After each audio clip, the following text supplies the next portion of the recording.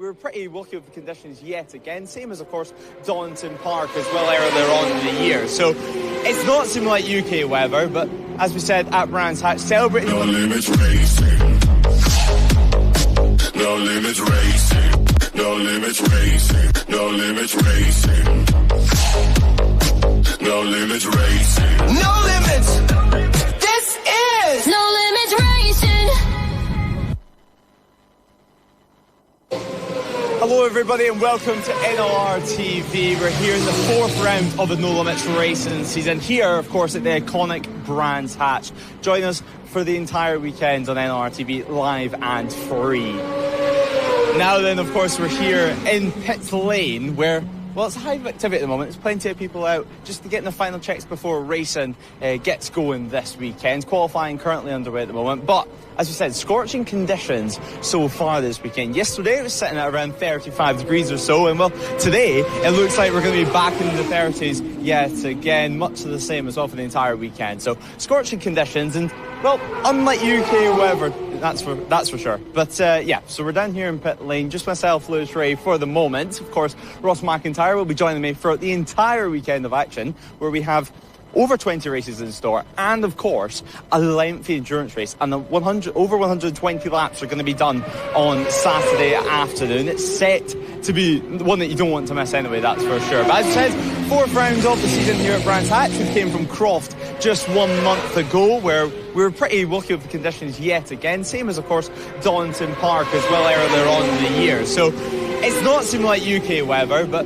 as we said at Brands Hatch, celebrating the 100th season of racing, a century of racing. But as we mentioned, down here in Pit Lane, and we'll try and hop into a couple of the garages as well while we build up the excitement for this weekend. Now, I have just seen Enzo to buy some Turco. We'll head in this side of the box over here, and actually, yeah, he goes round to his other side. So, nonetheless, this is TV for you, and well, starting off the weekend, our first interview of the entire weekend, actually. Enzo, how are you? Because, well, coming here at Brands Hatch, a new circuit for you, and you're coming off the back of a great round at Croft, having a good battle, fighting for the podiums in class in the stock category.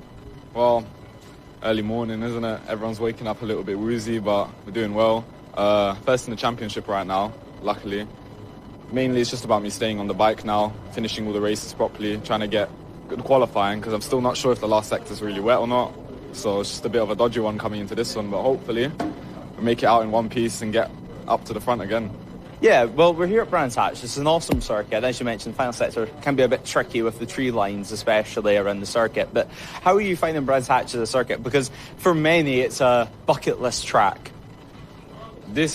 I've done the Indy before on a track day, the year before I came here. Now, coming back here, I really enjoyed Paddock Bend, all the other tracks. Now I've gotten to the last sector thinking, no way, this is almost flat. And I've tucked it in fifth gear thinking, wow, this is basically flat, this corner. So it's just getting used to the speed. It's an amazing track, much better. It's one of the better quality tracks of the country, you know. It's the best one, I'd say. But I really love that last sector there where you come around for the big right-hander after the bridge. It's a really lovely track in general. Yeah, it's a great track, and it's one that you definitely don't want to miss on the calendar, especially having the opportunity to take part in the GP layout. But heading into this weekend, as you mentioned, championship leader in the stock twin category. How do you approach that mentally for yourself? Is it a slightly different approach than, for example, Snetterton and Donington Park earlier on in the year? To me, not really. It's all about just consistently finishing all the races for me, because I know there's boys that are quicker than me, maybe a couple seconds quicker, maybe it might close in a little bit this round, but compared to the other rounds, I'm coming in the exact same way with just a bit more caution of staying on the bike and finishing in the points, because that's what's gotten me to the lead. Compared to the other guys, they'll finish first, not finish around because of a little collision. So as long as I can finish all the races, hopefully I can stay at the front of the championship standings or near the front. And just for the viewers at home, obviously racing on a Suzuki SV650, one of the older twin bikes, really. Same with the old Kawasaki ERs. What is it like to race one of these out on circuit, especially the stock category where you have slightly less power than the likes of the Supertwins? It's like a stock R7, but better value for money. That's literally all it is. It feels the same, it handles the same, maybe a little bit less front pitch, but otherwise it's a really good starter bike, especially for your first year racing. And for multi-class racing, of course, you're out there both with the Supertwins and the next-gen sport bikes. How is it out on track, sharing the circuit with faster bikes, but sometimes still, at some circuits, you're still able to compete with them? How is it sharing the circuit with quicker bikes? I'd reckon it's alright most of the time. You get a couple incidents where you get someone on a Supertwin that's a little bit slower than you and they end up passing you on the straight. But by the end of the races anyways, once you start getting into the groove, you end up riding quicker and end up finding your own pack to race with. For example, almost all of my races end up with a couple R7s, a couple stock twins, because the R7 is so close in power, you end up battling quite well. You end up quite a really good race by the end of the week. Finally, hopes for this weekend. What are you hoping to get result-wise? Podium would be nice, but as long as I get to the lap times I'm happy with, I'll be fine. I don't really try to focus on other riders. I try to focus more on myself and how I'm riding, because as long as I progress personally, it doesn't matter if the other riders progress quicker. I know how much I can progress, and that's okay. Well, best of luck for this weekend, and hopefully we can see you in the podium, even maybe the top step. Thank you very much. I hope so. Well, smile on his face anyway, that's for sure. But as I mentioned, a brilliant circuit is Brands Hatch, one of the best, if not the best, that we have in the entire country. I mean, when you think about just iconic moments around this circuit, so many come to mind, whether it be John Hopkins and Tommy Hill, their finale here in British Superbikes, whether it can be Tommy Bridewell and Kyle ride in recent years. And actually, I have seen Kyle ride much about this weekend, so hopefully we can see him out on track, because obviously this weekend as well, we have the Classic European Endurance Championship joining us as well. They're going to be joining us for the 120 free lap race later on Saturday afternoon. So we have a whole selection of bikes. We have RC30s out there on circuit. There's some two-strokes as well out there on track as well. Then, like we have here, we have the newer bikes, the 600s, the 765s, R1s, you name it, it's here at No Limits Racing. But so many iconic moments. Obviously, World Superbike used to come to Brands Hatch. Not anymore, sadly, anyway, for us, because I think we would love that anyway, that's for sure. So, yeah, currently, Pack Racing, they're getting themselves ready. They've got a busy afternoon of action as well. So, continue making their way down. I don't know how far down pit lane we're going to get at the moment, because, well, we're quite blocking the lanes. You know, but interruption in this session, but while the interruption's going, we might as well head back into a garage and see if we can get a few words from a couple of our riders. Obviously, we've been catching up with Pack Racing a couple of times throughout this year, but nonetheless, we'll see if we can hop in, because why not? It's becoming somewhat of a tradition, if you will, to catch up with the number 50 squad. But yeah, good morning, and how are you guys today? How's Pack Racing going so far here at the lovely Brands Hatch? Yeah, it's a magnificent circuit, first time here for us guys. Had a great day yesterday. Felt good on the bike, learning the track.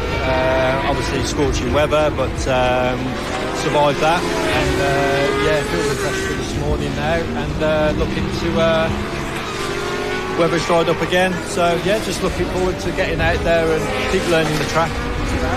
Yeah, brilliant weather today, and it looks like it's going to stay like this throughout the entire weekend. Obviously, we have had some spells of rain that seem to have dampened the latter part of the circuit, but I mean, just describe this track. Riding it on the Superbike, going down Paddock Hill, going up to Druids, what is it like? The first time for me dropping into Paddock Hill yesterday on the first session, yeah, it was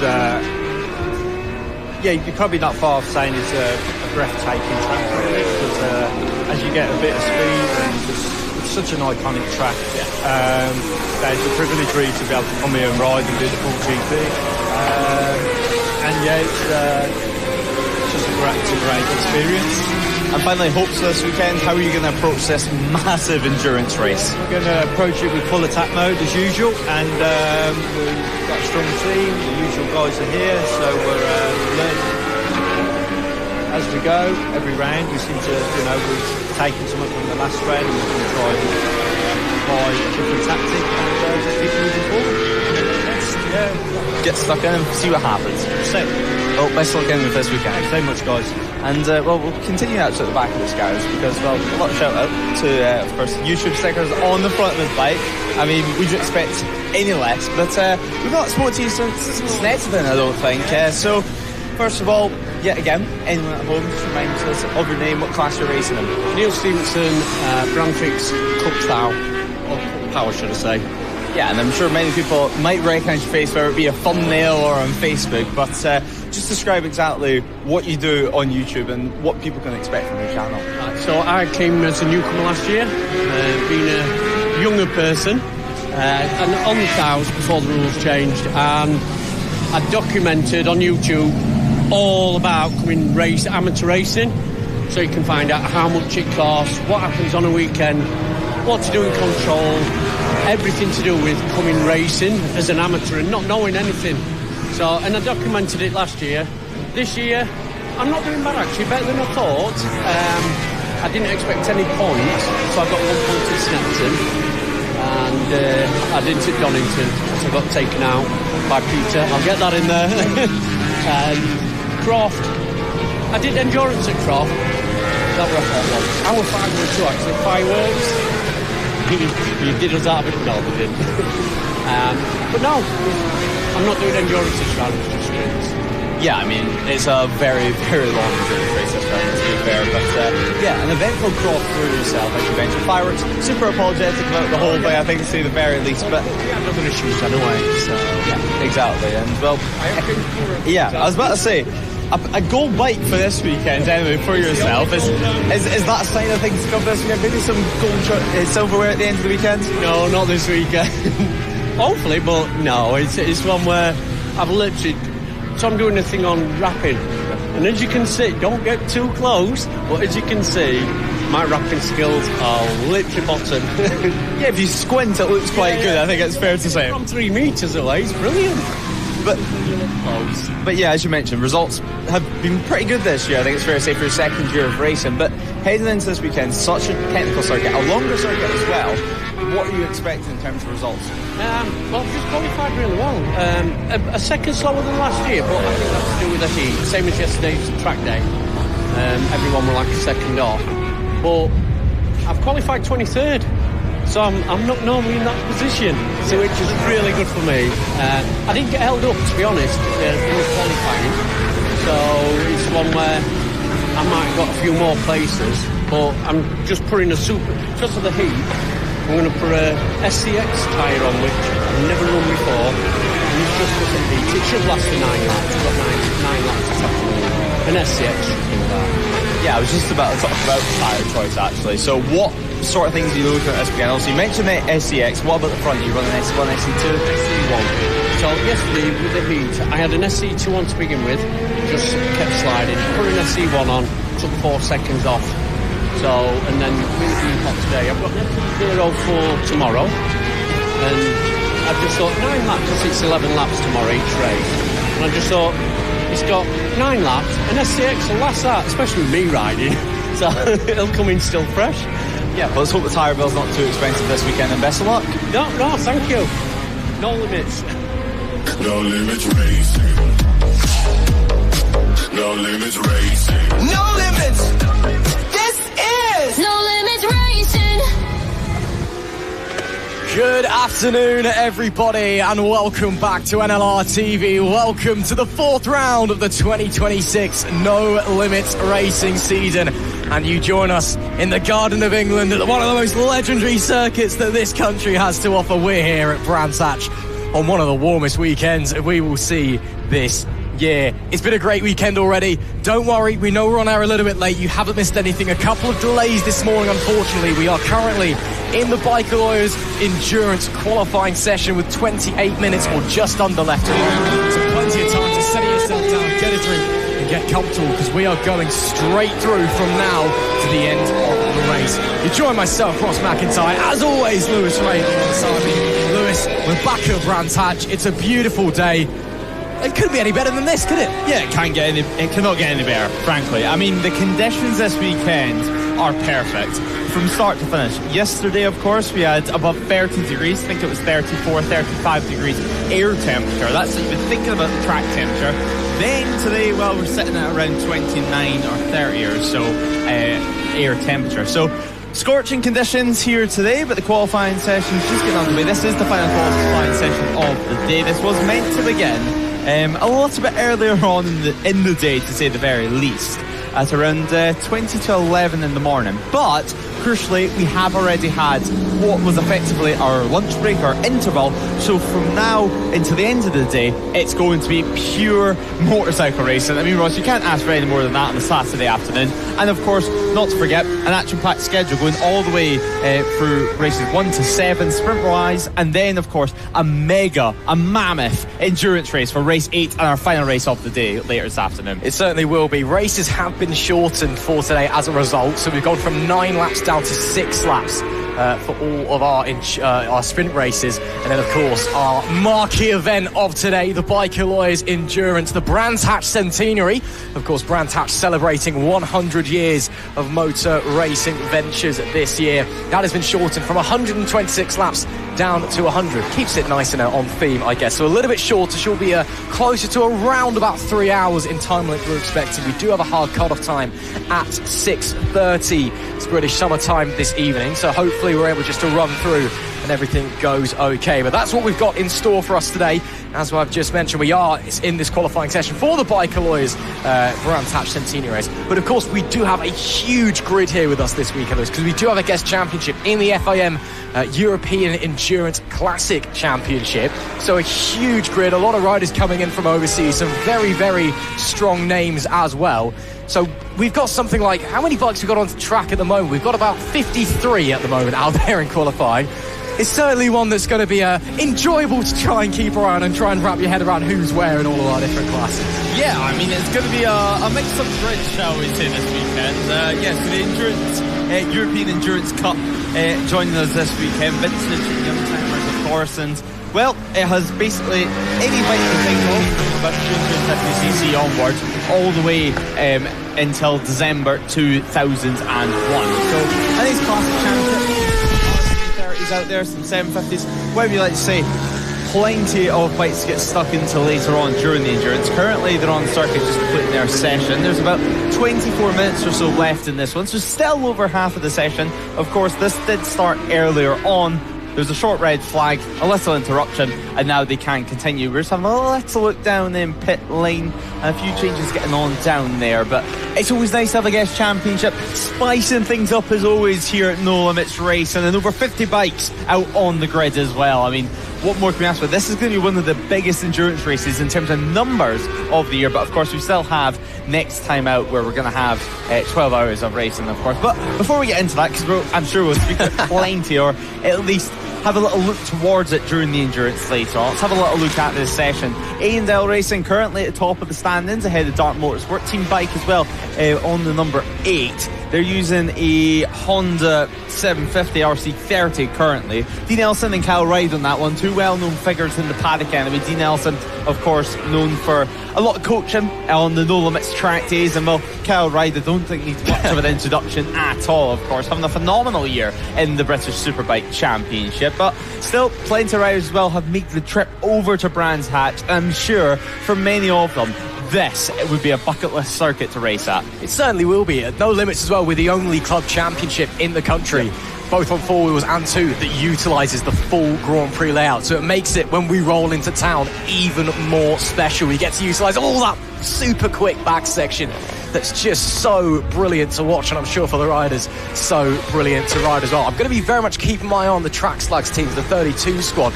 Currently P3 in class, P11 overall, as you can see in your timing tower. Of course, a couple of their riders on the Friday at Croft getting injured, have to draft in some replacements. On the entry list, it does have their regular kind of riders down for the team, the likes of Harry Dennison, Scott Cook and Jordan Browse. But Harry Dennison, when we spoke to him anyway, seemed like he was going to be out for a little while, banged up his leg a little bit. So I'm not quite sure who they'll have with them this weekend. In fact, I can try and check for you. Looks like Jordan Browse, Scott Kirkland and James Waterhouse. So almost the full squad. Harry Dennison's still out. But yeah, interesting to see what they're going to be like. Dennison, of course, has been a real powerhouse for that squad so far this season. And I'm sure he'll be sorely missed. But still third in class, nothing wrong with there. Really good to see Pat racing in that class. Well, that, of course, being the ACU National 1000 class. That's a real improvement. They've been slowly working their way through. Also, down in 22nd place, Army Team 2. We've got 2 Army squads this time. So, interesting enough, Army Team 2 also ahead of Army Team 1. as it stands. So maybe the main Army Endurance squad needs to sort themselves out a little bit. So some intra-services battle. Of course, the Inter-Services Championship is back this weekend as well, so we've got all that to look forward to tomorrow as well. It's just going to be a fantastic weekend of racing. It's going to be action-packed, of course, going all throughout the rest of today. No breaks for us, hopefully. And again, we're here at Brands Hatch. It's beautiful weather. It's perfect conditions for racing. The spirits are high. Everyone's just looking forward to this one. Yeah, everyone's looking forward to this weekend. It's one of the highlights of the year, as you mentioned. A rare opportunity to have a go in the GP section of the circuit. And, well, after speaking to a couple of riders this morning, it does seem like after a little bit of overnight rain, not too much, but there was some overnight rain anyway, it's left, at least this morning, some damp patches around the last half of the circuit, where, of course, a lot of it is tree lines over by Hawthorns and towards the penultimate corner. So it's going to be interesting how that develops throughout the day. I think it's going to be a case that, well, of course, dry up. It's pretty humid out there as well, out on circuit, as it has been all weekend. But one thing to mention, the riders, although it's hot out there, I think they're going to be grateful for how cold it is compared to yesterday. They're going to be happy the endurance race is Saturday and not Friday, or the weather that hit us yesterday is not the same today, because yesterday it was nearly unbearable for some of the riders out there. I mean, being in Leverett is one thing on a normal day, never mind when it's 35 degrees and absolutely humid out there. I mean, it was a real tough one for everyone. Oh, it was tough for us, and we weren't even out there on the bike, wasn't it? Yeah, pretty brutal. Again, if you're watching from outside Europe and haven't been clocking what's going on, it's been quite warm across the continent this week. Massive on heat wave. I think Wednesday was the hottest June day on record in the UK. Yeah, it's been pretty brutal. So yeah, a little bit cooler today. I think a bit more bearable. Almost perfect conditions for racing, really. Maybe a tad cooler. We are expecting it to be a little bit cooler going into Sunday as well.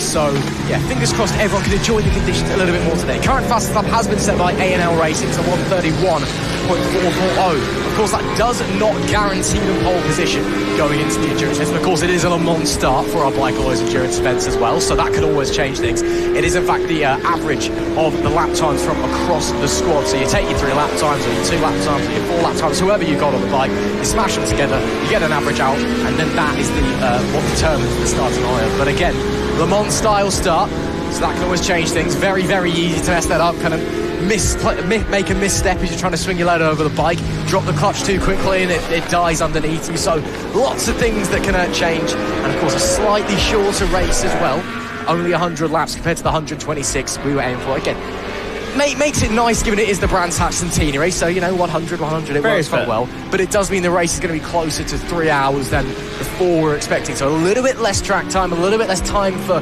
things to be made up if they go wrong. So maybe that's a bit of extra pressure on the minds of those especially starting the race. We'll have to wait and see. Of course, we've still got 7 odd sprint races to get through before we get to our Bike Alloys endurance event, of course, the 4th round of the season for those guys, and indeed No Limits Racing. And again, if you are just joining us, hello and welcome to Brands Hatch. Don't worry, we know we're up a little bit later than anticipated. You've not missed anything. We are in our final qualifying sessions. Just a lot of delays this morning, unfortunately. So we've shortened the remainder of the day, but it is from here on out just furious and fast racing from now until hopefully before 6:30, if not 6:30, which is our cut-off time. But we're seeing now the 32 squad straight to the top of the timing screen, so clearly not struggling without Harry Dennison. Of course, Jordan Browse out there. We know how quick he has been all season long on that Fireblade, and clearly continuing to do the work. So he sticks the team up to the top, but again, not necessarily pole position. Yeah, but it will definitely help them anyway, that's for sure. I mean, Jordan, he's so fast over 1 lap. It's something we've seen over the last couple of seasons now, especially on board that Honda. Same bike as what he was using last year in the championship. And over 1 lap, over qualifying, he's able just to bite the screen and really get his teeth stuck into it. So yeah, a little bit left to the front wheel there as we see him head down towards Hawthorne. Such a fast corner, not too much run off either. It's one of these corners which favour the brave, if you will, and Brands Hatch is one of these circuits, as you mentioned just at the top of the show, that on paper, if you just look at it or if you walk it, it's a huge circuit. I mean, it takes up such a big area of land. It takes a while to walk around, but when you look at the corners, we're only having 9 official corners around this circuit. It's not actually that much to manoeuvre, but when we go for a lap, I mean, every single corner is different. We go from Paddock Hill Bend so fast, it feels like you're about to fall off the sides of the bike. then up towards Druids, heavy braking, key overtaking place, then you're back down, then you're up again towards Surtees, you're back down towards Hawthorns, and then we're over at Dingledale in a few moments time as well. And there's rises, there's drops, there's heavy braking, there's flat out corners, there's fast corners, there's a little bit of everything, and although it's only 9 corners, it packs everything into one lap. And all of those corners are iconic in their own way. They're all difficult in their own way as well. Of course, Paddock Hill is possibly the UK motorsport corner. I mean, everybody knows it. Obviously, that huge drop down, it's off camber, it's bumpy on the way in. It's difficult to find your braking mark. You've got to be modulating the brakes as well on the way in as you're going over the crest and then down. Of course, then somewhere up to Druids, a little bit easier on the brakes as you're going uphill. You can use gravity to your assistance, and relatively speaking, it's actually probably one of the easiest corners on the circuit. You basically stick it in, get the apex, and just get the power on okay. And then, of course, you're coming back up through certain, like Hawthorns as well. It doesn't look it on your picture. Surprisingly, really steep onto that bit. Of course, you're going down through Pilgrim's Drop, which is itself quite steep. Just because of where the camera placement is for racing into that corner, it looks like it's quite flat. It actually rises up quite a way, so you're rising up and again slightly off camber on the way through. That's a surprisingly tricky corner that get very, very fast, and one you've got to be really brave at as well. It is a track that certainly favours the brave. You do really just need to, you know, just believe in yourself, have that confidence, especially around the back end of the GP circuit. It's just so quick. But it's so much fun to watch, to actually be on the bike and go around as well. And as you said, it's surprisingly long, especially when, I think it's probably just the fact the Indy circuit, you can see the entire thing from the grandstand. Where we are in the commentary as well, we can see the entire Indy circuit, which isn't particularly big, but the Grand Prix circuit, right off into the trees, it goes a very long way, it takes a long old time to walk down there. But again, because these bikes are just nailing it through there so quickly, it doesn't take very, very long as well. The current fastest lap in this session on now a 1:31.0, which, that's pretty pacey from Jordan Browse. So it's quick out there, but it's an iconic circuit. It's a circuit that everybody loves. And again, I think especially the endurance as well. Obviously, it's great to get to the end of an endurance race, but I think knowing you've conquered Brands Hatch is going to be especially special. And again, it's history as well. It's the 100th anniversary of Brands Hatch holding motor racing events. So you are literally writing yourself into the history books here with our Brands Hatch centenary. Yeah, exactly. It's very fitting as well that now it's going to be a 100-lap race on celebrating a century of racing at this iconic circuit, as you mentioned. But we're just finishing up with this qualifying session in a few moments' time. But as we were saying, a circuit which steeps in history, and it's a circuit as well that everyone enjoys coming to, whether you're a rider going around the track, whether you're an official working here at the circuit, or you're simply just a fan. I mean, the facilities are top-notch around it. Maybe it's a little bit awkward if we want to critique it ever so slightly with the paddock. Obviously, split paddock here at Brands Hatch. All the endurance teams are going to be located in the pit lane, and, well, a lucky few sprint riders also have a pit garage. But apart from that, the inner paddock has very few on-ins. It seems pretty much just the army team and a couple of other riders dotted about managed to actually get an on-in in the inner paddock. Everyone else located on the outer paddock, and that's just on the exit, on the outside, I should say, of Paddock Hill Bend, on the right-hand side, looking at it from Druids. So, slightly different for them. They're going to have to come through a tunnel to the middle of the circuit to even get to the holding area. So certainly for the sprint riders out there, it's a whole new challenge, a whole new task, and actually some time management as well. You can't necessarily leave it last minute. Yeah, I don't want to spin it in the tunnel either. That'd be a bit embarrassing. Someone's probably done that at some point over the last 100 years or so. But yeah, I will say it was an absolute traffic jam trying to get in on Thursday as well, because there was a corporate event on during the day, and then there was a track day during the evening as well. So obviously everyone turned up, was ready to go, and then no, you can't come in. So I think they started letting people in about 9 p.m. on Thursday, and you couldn't get out. So those of us that were here setting up and do whatever, we couldn't actually leave the paddock because the queue of everyone trying to get in, desperately trying to get a spot in the inner paddock. It just goes to show how crazy the circuit is. You know, I don't want to quite say the little venue that could, because obviously it's an iconic venue. Hosted, World Superbike, hosted a World Championship sidecar racing before. You know, there's been so much history here on an international level. But it is quite small. It's quite a small area of land on the Indy circuit anyway, where all the infrastructure is. And what was the main track for a fair odd amount of time until the GP circuit was built. So it's always a bit difficult trying to get in and out of this place. But traffic jams aside, we're all here. We've all dealt with the heat for the most part. Everyone's seemingly pretty happy at the moment. Still 32 squad topping the session as it stands. The 88 A&L Racing team in P2. And they're leading the way in their respective class. That's the ACU National 600. P3 Dunlop NL is second in the ACU National 1000. And it's there's actually been a change. The Terracotta UK Moto 46 squad then in fourth. I'm getting myself confused. They're second in the ACU National 600. Then it's Team Bike. They're leading the classic endurance at the moment in the open category as well. Carl Ride's been the only rider on the bike so far this whole session. And he has been absolutely monstrous on that 750 Honda.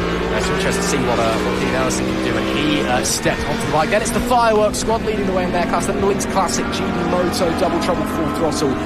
There is your top 10 as it stands. And then, again, moving further down, everyone just trying to find their footing, trying to find a way through. Got just over 11 minutes left in the session. So, again, still time to grab yourself a nice cool drink and just settle down for an afternoon of action-packed racing. It's the fourth round of the 2026 No Limits Racing season. So, McIntyre Lewis Rae alongside me, bringing all of the action here and as well all of the action tomorrow as well. But hopefully nothing is shorter that we can go from race 9 till race 23 with 11 laps for our sprint riders. And then, of course, our UK Armed Forces Inter-Service Championship returning this time after missing them out of Crofts. They've got a 9-lap battle tomorrow afternoon as well. So plenty of action to look forward to tomorrow. Plenty of action to look forward to today. Once this qualifying session is done, we'll kick things off with the Metzeler Freshman Sport Challenge and the No Limits Pre-Injection 600. So getting some classic bikes back out onto the circuit once again. Of course, the Freshman Sport Challenge as well. Some less experienced riders, shall we say, so perhaps a bit more of a challenge for them than the likes of the guys we'll be seeing up in the Pirelli Super Series category, but still a chance for them to test their mettle. Of course, they'll be the first guys really turning wheels and anger out there, so the whole paddock's going to be watching, trying to gauge, okay, where's the grip really at? And we know it's rained a little bit overnight, so it's maybe a bit more green than it was yesterday. The temperature's dropped off, so how's that going to affect things as well in a racing context?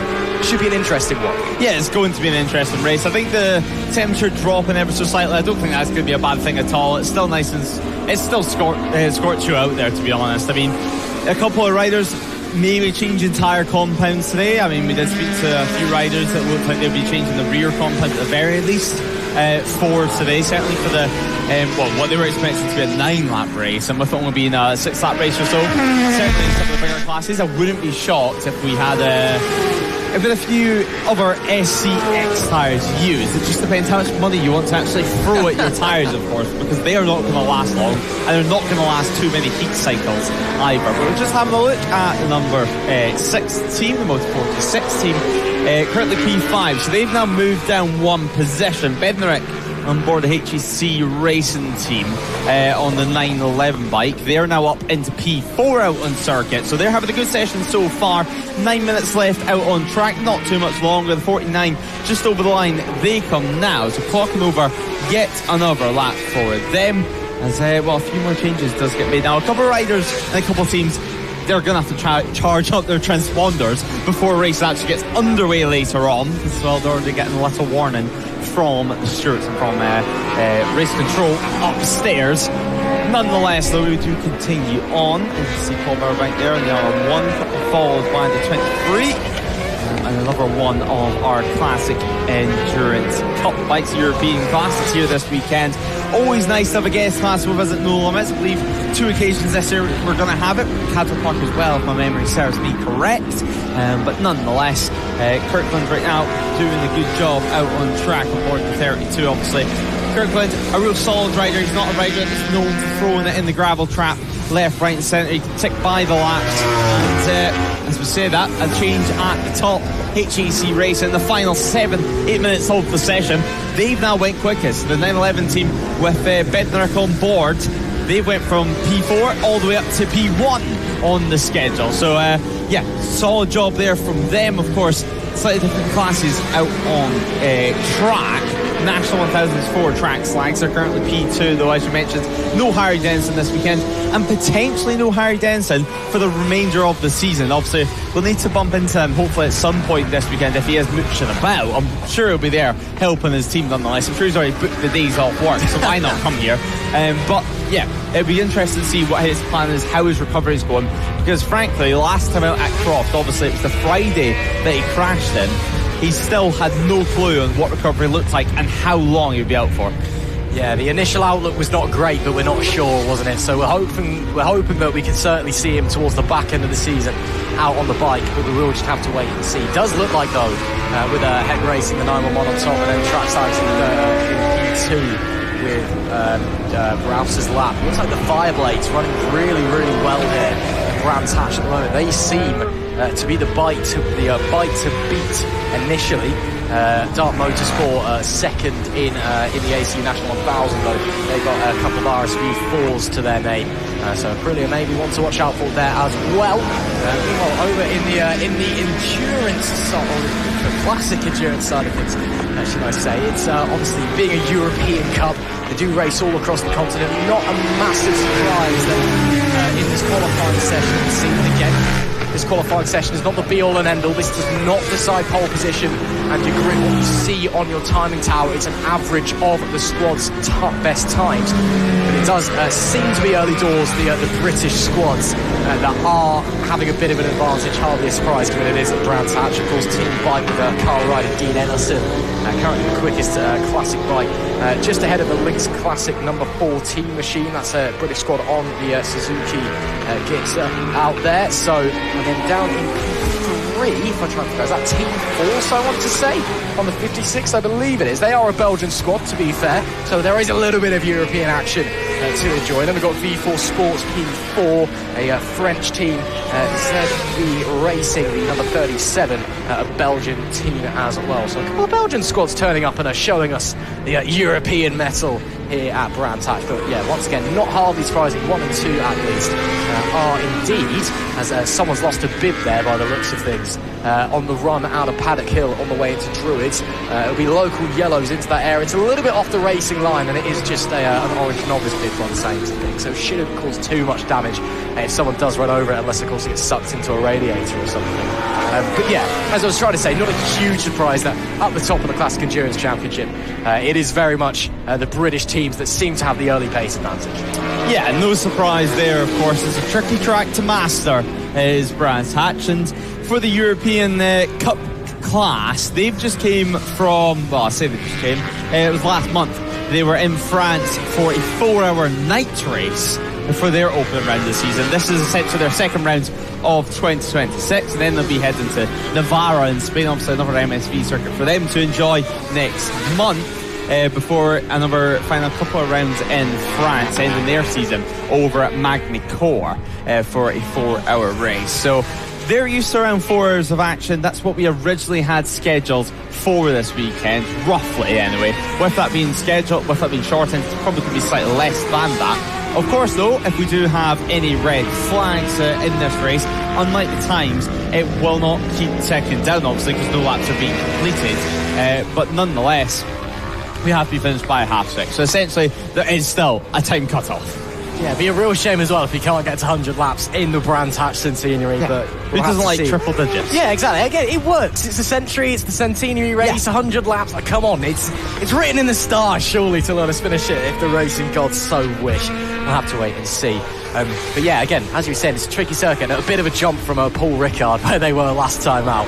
That is a very, very different racetrack, and especially so at night as well. So interesting to see what the European squads are likely to do. And yeah, again, a very, very healthy European contingent. Mainly Belgian teams that are turning up. A couple of French squads, but a Dutch squad and a German team as well. 34 ATV Project 34. On a Suzuki 750 out there. 3 minutes left then in the No Limits Endurance qualifying session. Brought to you, of course, as all season long in the Endurance Championship by the Bike Alloys. A big thank you to them for all of their support so far this season, and of course across the rest of the year as well. Only a couple of weeks away from our marquee endurance event, the 12 hours of annual sea.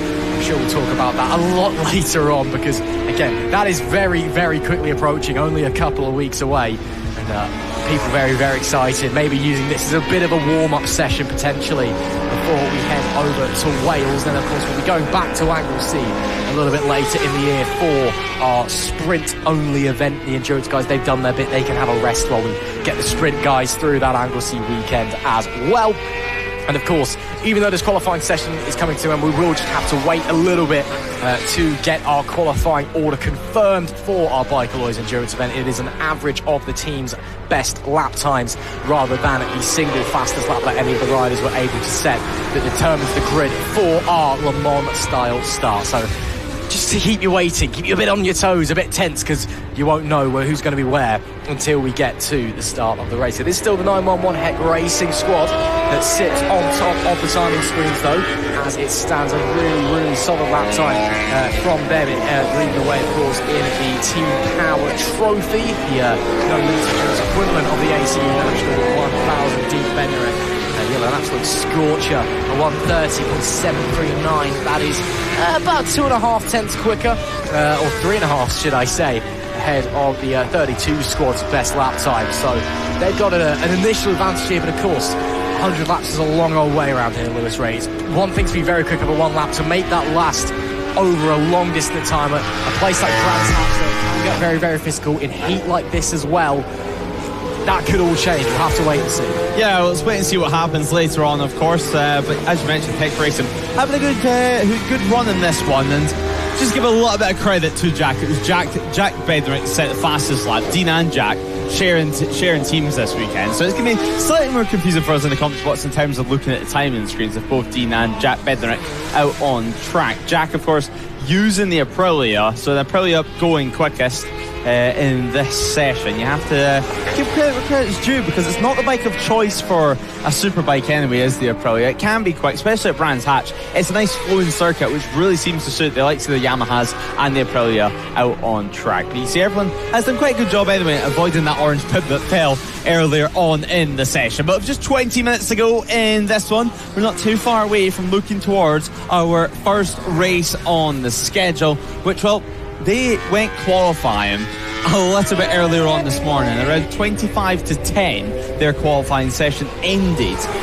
So Paul Beard, he'll be needing to wake up for this next race, because he's starting from pole position, and yeah, it's been a few hours since the freshman and the pre-injection 600s had some track time. But the checker flag now out here at Brands Hatch, and qualifying is officially over, which means racing can commence in a few moments. 8 races coming up here on Saturday, 7 sprints, and of course the 100 lapper endurance race as well. The grid should be soon indeed, you would imagine, for this one, with it being such a quick schedule for the rest of the day. But there's no point looking at that anyway, because I think we're going to need to first of all hunt out a pair of reading glasses for it, for the 53 teams, and we'll enjoy 7 sprint races first as well. Absolutely, of course, 7 sprint races, which, although unfortunately shortened, means that there's less time to get things done, so it should be a bit more elbows out, a bit more aggressive as well. So we'll wait and see what's going to happen. Yeah, so we'll wait and see. Interested to see Paul Beard, though, is on pole position coming into the Metzeler Freshman Sport Challenge race. He's been consistently okay, very solid points finishes so far this year. Hasn't had a pole or a podium so far in 2026. So currently coming into Brands Hatch with a little bit of fire in his belly. He'll be starting alongside Benjamin Berry and Gareth Isles in P3. In fact, the order a little bit mixed up from what you would expect. It is Laurie Myers, who is the current championship leader. He only scored once last time out of Croft in race number 3, and only the 1 race victory to his name. He has a 2-point advantage over J. Orchid James. It is Myers in P5. J. Orchid James, I'm not even seeing it. He may not even be here, quite frankly. Oh no, he's P4. What am I talking about? So it's slight championship advantage for J. Orchid James even, and he's 1 spot ahead of the man who's 2 points clear of him coming into this round. So that could all change this weekend. Of course, 3 races scheduled for all of our classes. But that's the championship battle we'll be keeping our eye on. But again, Paul Beard, Benjamin Barry and Gareth Isles on the front row. Maybe a little bit different from what we were anticipating, but it opens up what could be a very interesting race. Yeah, it's going to be an interesting battle for sure. I think the gaps are definitely worth noticing as well because, well, Paul Beard, of course, on pole position. He is around 7/10 or so of an advantage. And Benjamin Berry, well, he is roughly 2 seconds or so ahead of Gareth Isles. Now, of course, for Isles, a very, very dramatic visit to Croft for himself. And he'll be looking for a smoother meeting here at Brands Hatch anyway, that's for sure. So we'll have to wait and see how that one unfolds. But yeah, the track quiet for a few moments. Of course, the bikes will be loading into the holding area pretty soon, you would imagine. And then we can hopefully get going. I don't think there's any recoveries really to be made. If there is, it's not going to be many, because certainly in the second half of that session, everyone pretty clean, doing the right thing, just spinning some laps, putting times on the board and not getting caught out by the conditions. But the officials doing a good job there in the back here, just picking up that orange bib, getting it off the circuit and making sure there's no hazards for this opening lap of action. Now, we spoke about the Freshman Challenge quite a bit. Steve Lester, of course, quickest of the pre-injection riders yet again. His teammate, though, Carl Vickers, starts in P2 in class. P8 and P9 on the grid for them. So just rounding off the third row is going to be your pre-injection 600 starters. And, well, I know we've spoke about Steve Lester quite a bit this year, and Carl Vickers, of course, but Steve's been one of these riders that is able to compete with the freshman newer machines. Obviously less experienced riders, but quicker machines. And certainly at Croft, the pre-injection 600s were able to hold their own. However, at this faster circuit, maybe you want the bike to be a little bit more underneath you, less heavy as well. And it seems the modern machines having a clear advantage, at least in qualifying so far, compared to the pre-injection bikes. Absolutely. A 19-point advantage in the championship going into race number 1 for Steve Lester, ahead of Carl Vickers. Of course, that is presuming that they're both going to be running up the front and are both finishing the race. It's an okay gap to have. It's not massive, but of course, mechanical, a crash, that can flip at its head, and suddenly going into race 2, we've got a new championship leader. So we'll keep our eyes very firmly peeled on that one. P3 in the championship, Grant Massey's at 78 points clear, although he hasn't scored since race 2 at Donington Park, was not with us, unfortunately, at Croft, although he did take 2 wins at Donington in class. So it could be interesting to see if he's here with us this weekend anyway, which I don't believe he is. And if he is, what he's going to be able to do, if he can maybe reinsert himself in that championship battle. But we are expecting a bit of grid, and bikes are starting, I believe, to make their way through the tunnel from the outfield paddock on the outside of Paddock Hill Bend. Name suggests what's over there, doesn't it? So we hopefully shouldn't be too far along. So we've got a lot of bikes down by the holding area, which is down just on the inside of the final corner. They'll be sent out onto the grid. Of course, they'll get one sighting lap to get their bearings, run through the grid, and what we're expecting coming into this one, and then it will be a short and sharp 6-lap race we expect to kickstart the racing action here at the 4th round of the 2026 No Limits racing season here at Brands Hatch. Coming your way first, the Metzeler Freshman Sport Challenge and the No Limits pre-injection 600. The Freshman Sport Challenge, of course, open for less experienced riders. You do get a couple of novices in there, still have the orange bibs. Hopefully no one loses that at Paddock Hill in this time. And then the pre-injection 600, it kind of does what it says in sin. It's for 600s that were made before fuel injection, so it's basically everything before 2001. So some proper classic machinery out there to enjoy, although a slightly smaller grid with 5 R6s and then a singular Kawasaki out there. So maybe not too much variety as we see in the European Endurance Cup. But still, should be interesting to see how it's all going to be unfolding. As we can see, the endurance guys making their way back into the pits. They've got a bit of time to figure out where they're going to be starting, bit of time to recover and rest up, get themselves nice and cool. Seen a few people getting out like bins and like mini paddling pools and just jumping in those full of water to try and cool themselves off, especially yesterday in the testing day when it was getting up to 35 degrees at some point, which is ludicrously warm, even for summer in the UK. Like, I would say it's that 1 week where it's brutally hot, but quite frankly, I'm expecting a bit more of it this year, unfortunately. But yes, endurance qualifying done and dusted. They'll be out for the Biker Lawyers Brands Hatch Centenary, 100 laps, celebrating 100 years of this legendary motorsport venue after our 7 sprint races coming your way, hopefully in a few short moments, as the riders for the Metzeler Freshman Sport Challenge and the pre-injection 600s are just being held at the in the holding area. just for a few moments. We'll hopefully see them out onto the grid in a short moment, and we can get going. I can see flag marshals starting to or get into position out on the grid itself. You might be able to see them just on the far outside of your picture, or not, because there you can see everyone waiting to get out onto the grid.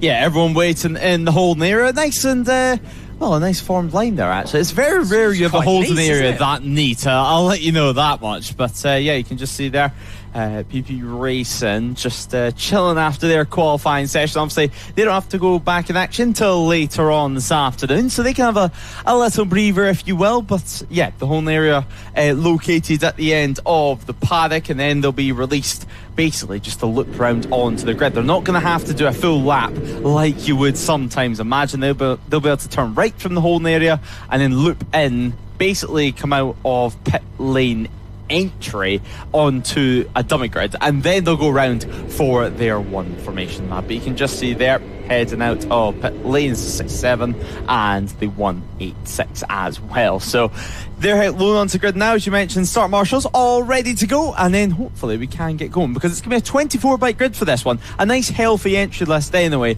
in qualifying. 24 bikes heading out for the session, of course, and setting laps. In total on the entry list, we do have 26 bikes that should be taking part, but Matthew Smith and Matthew Young, no luck for the Matthews it seems today. They didn't set times in qualifying, so P25 and P26, if they're able to take part, they will start. But as we mentioned, Paul Beard on pole position, and one thing we've learned about this year, from this year, Ross, Paul Beard, he knows how to launch a bike off the line. I would not be surprised if he is leading pretty comfortably by turn one. He's known to be one of these riders that's able to start from the second or third row and suddenly find himself in the podium positions by turn one. It's not a gimme though here at Brands Hatch, because coming down into Paddock Hill, you can go outside, you can go inside, you can go in the middle. There's so many different ways to enter that corner. So even if you get to OL, someone just needs to poke a front wheel somewhere, get the run, and it could all change. But again, history tells us that Beer can get away strongly. We'll wait and see, as we are hoping to send them on to the sighting lap. Looks like there's 25 out there on the grid to my eyes. We do have one solitary rider on the on a singular row at the back of the grid. So that's either Matthew Smith or Matthew Young. It's certainly a Matthew, regardless of which one it is. So we'll get that confirmed for you as soon as we can. But a bit of talking to a bit further back from the flag marshal at the rear, just conversing with some of the riders, as you can perhaps see just at the top right of your picture, and then it'll be ready to get going for our sighting lap. So a quick, short, sharp blast around Brands Hatch, see how things have changed this morning, see how the bike's feeling, are you feeling all okay? And then it's time to go racing for 6 laps. As we get ready to send them on their way, let's run through the grid for you. Coming into this one, it is Paul Beard that starts on pole position. Benjamin Berry making his NLR debut in 2026. He starts alongside Gareth Isles, completes the front row. It is Jay Ilka James in P4, Laurie Myers is 5th, and Grant Taylor is in P6. Then Lewis Adams, Steve Lester, and Carl Vickers, P7, 8, and 9. Vickers and Lester, of course, very much wants to keep eyes on in the pre-injection 600 category. Rounding out the top 10's Ethan Hall. He's joined alongside Jamie Cox and Ryan Ballman. Then it's Dan Isaac, Matthew McCready and Adam Ross on row 5. Thomas Brand, Gavin Hooper and Mark Fletcher behind. Natalie Crow's 90, Dwayne Sismore P20, Alex Nunn is 21st, Ian Henderson in 22nd, Stephen Burke 23rd, James Johnson in P24, and then one of the Matthews is 25th. It's either Matthew Young or Matthew Smith, the 111 or the 113. We'll just have to wait to see when they come round to figure out who it is. So 25 attempting to start our first sprint race of the weekend. Again, slightly shorter than we were hoping due to delays this morning, but shooting the elbows out a little bit more, be a little bit more aggressive, and just makes the wait to get racing here at Brands Hatch so much more worth it. Yeah, exactly. We're ready to go racing here. I think everyone's waited long enough for it this morning. The riders, they've been incredibly patient as well. Obviously, a few delays on early lunch break as well.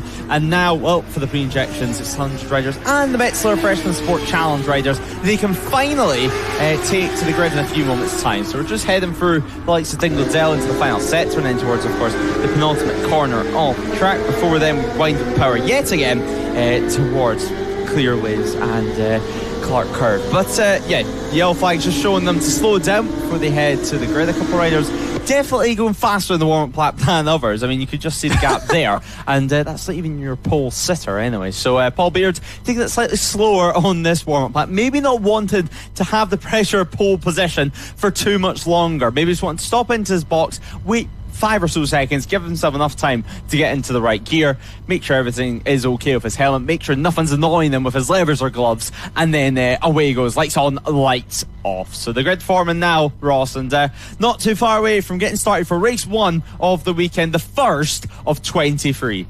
Is indeed. Of course, different schools of thought for the sighting lap and how you want to pace it. Sometimes it's mind games, sometimes it's just want to get heat quickly into the tyres and brakes underneath you. Sometimes you just want to cruise around and enjoy this spectacle before it's time to get the visors down and focus in. Last few riders are making their way into the grid slots. Beard, Berry and Isles are your front 3. And we know how good Paul Beard is away from the lights. The question is, though, is can anyone challenge him into the daunting Paddock Hill bend that opens this circuit? 6 laps awaits us. You can see the sun glinting off of the visor of Gareth Isles. It is a scorcher here, a beautiful day for a motorcycle race and a beautiful day to kickstart the 4th round of the 2026 No Limits racing season. We are all ready for the red lights, which will come on in a moment's time. We are going here at Brands Hatch. Another fantastic start there from Paul Beard. He will have multiple bike lengths on the run into Paddock Hill as they all try to find a way through, try not to run into one another. Looks like it was Gareth Isles, I want to say, sliding up into 2nd place, or certainly attempting to. No, not quite. Benjamin Berry holds on to it there as they come into Druids. One of the best overtaking opportunities, especially on a first lap. Nice and slow, nice and wide, nice and open. Just pick your line and stick with it. Front 3 breaking away. Is that a change for the lead? It is. Benjamin Berry has got through the pole sitter. Paul Beard had the whole shot, and wonderfully so, but Berry goes through. Also trying to join him is Gareth Isles as the rest of the riders come through the left-hander to make their way onto the Grand Prix circuit. A great start once again for Paul Beard as we wait for them to appear at Pilgrim's Drop. But look at Benjamin Berry. He has checked out well and truly already.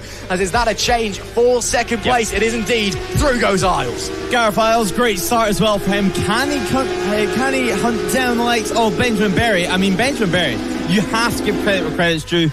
An epic first lap, an opening half a lap from him, and suddenly, well, he's built himself about a second or so of a gap already in qualifying. If we look at the times, well, it was about 7 or 8 tenths separating 1st and 2nd. Suddenly, Berry, well, he's stretched a margin out of absolutely nowhere. I think Gareth Isles, Paul Beard, they're going to be really surprised about this. And JR James, well, let's not forget, although he is, of course, one of our rookies here at No Limits, he's been so quick all season long, been going to new circuits, and he's been able to stand on the podium. Suddenly, Berry now comes into view, and, well, looking at the timing screens for the first time of asking, a 2.6 second of a gap.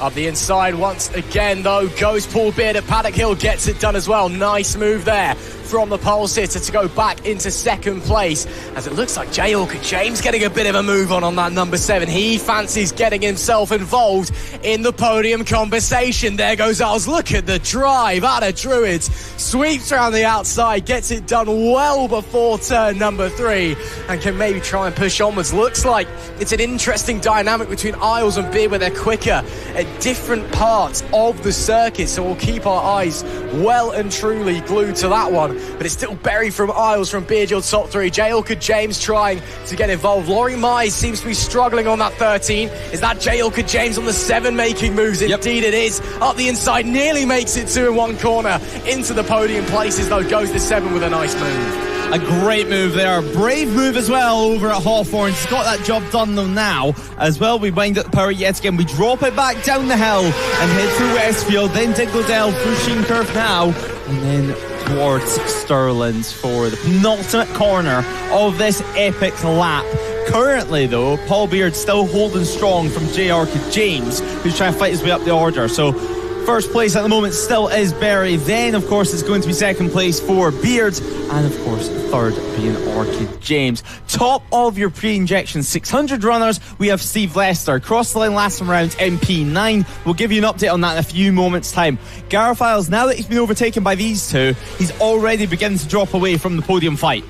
Yeah, Yeah, he is just a little bit, but maybe he can work his way back into it. A trio of R6s here, so no one's going to have any real advantage over the other in terms of the machinery. It's just about yourself and how you've set the bike up, where you've made it quick and made it work for you as well. Beard still holding on the run down into Graham Hill. Little look to the inside from J. Orchid James there. Nowhere near close enough to try and launch something, but just seeing, surveying his options potentially. That's not too far behind these guys actually. Grant Taylor on the 268 as well. If they continue to trip over one another, could be a four-way fight for the final podium places. Of course, would have to try and fight with Gareth Isles, though that could push them both back. Bear is the lead for Benjamin Berry. He is already through Hawthorns by the time these guys head through Pilgrim's Drop. Up the inside there at Hawthorns went J. Orchid James, and I believe will have got that confirmed as well on the run out. Looks like he has done.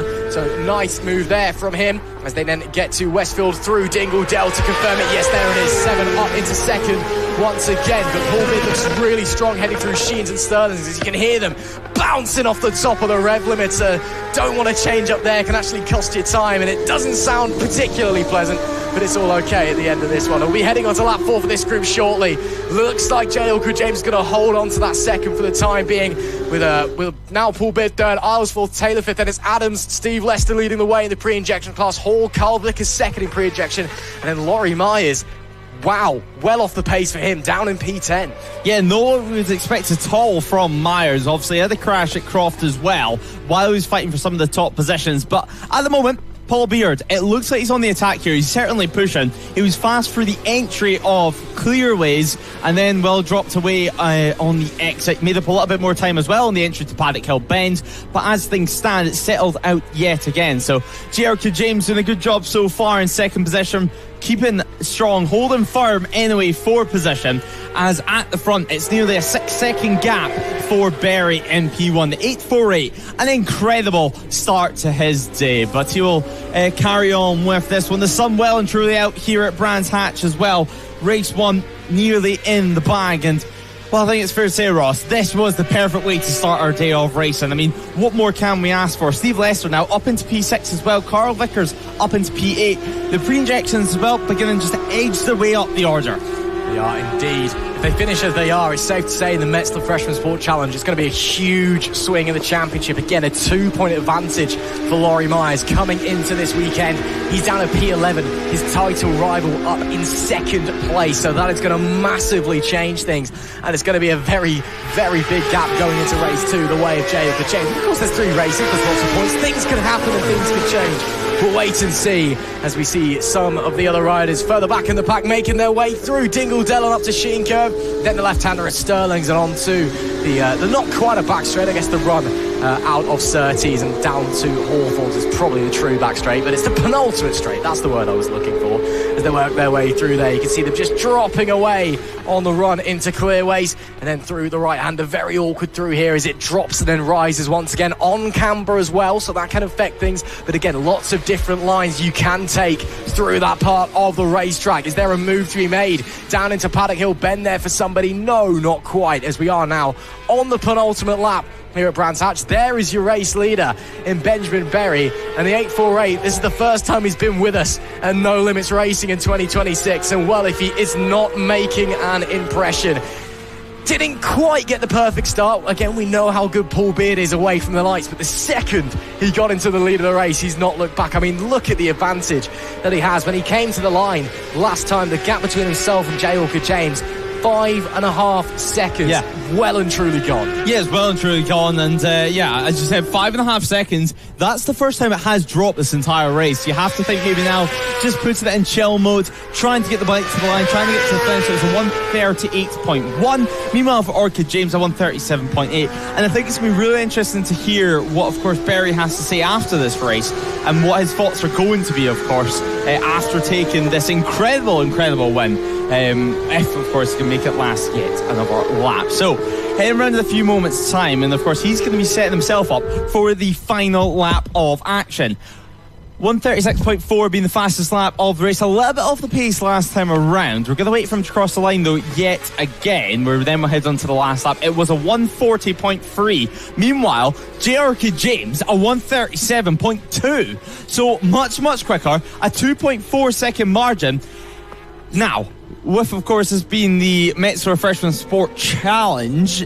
These are newcomers. These are rookies. And for the likes of Benjamin Berry, who, of course, holds the fastest lap for the time being, it's going to be interesting to see if he's beginning just to ride a little bit tight. Obviously, that time set a little bit earlier on. Still an impressive time for one of the Metzeler newcomers. But nonetheless, is this the point in the race where maybe he's thinking about his first race win, thinking about the chance of standing on top step of the podium and having to manoeuvre around some of the back markers? Obviously, such a wide spread in terms of riders and abilities here in this championship. And you have the likes of Carl Vickers, Steve Lester. Carl Vickers actually has taken the lead now of the pre-injection 600 category. So a change of position there for them. So slightly different podium running and race winning for the championship points. So let's keep an eye on that one as they come over the line. But obviously with the main race, Berry, he's had a impeccable performance. That gap has come down. But, well, with a couple corners remaining, 2 corners remaining, you have to say he's coming home nice and easy and definitely going to be taking the race one. He comes towards the final corner now, a little bit of back markers to manoeuvre around, but that is not going to affect Benjamin Berry. He comes towards the line in a few moments' time and he is going to win the opening race of the weekend here at Brands Hatch. The checker flag is out. He does cross the line, a 1.6 second advantage over Orchid James. So the 848 does take victory over the number 7, and well, P3 does go the way of Paul Beard. So Paul Beard, after started in pole position, still a solid start from him like we thought, but as it came to race pace, he wasn't quite able to hold on to that. His fastest lap was a 1:38. So slightly different there from him. The 1:39, of course, in qualifying. So he's still went quicker than his qualifying time, but not exactly what you want in the opening race of the day. Obviously, it's always going to be quicker.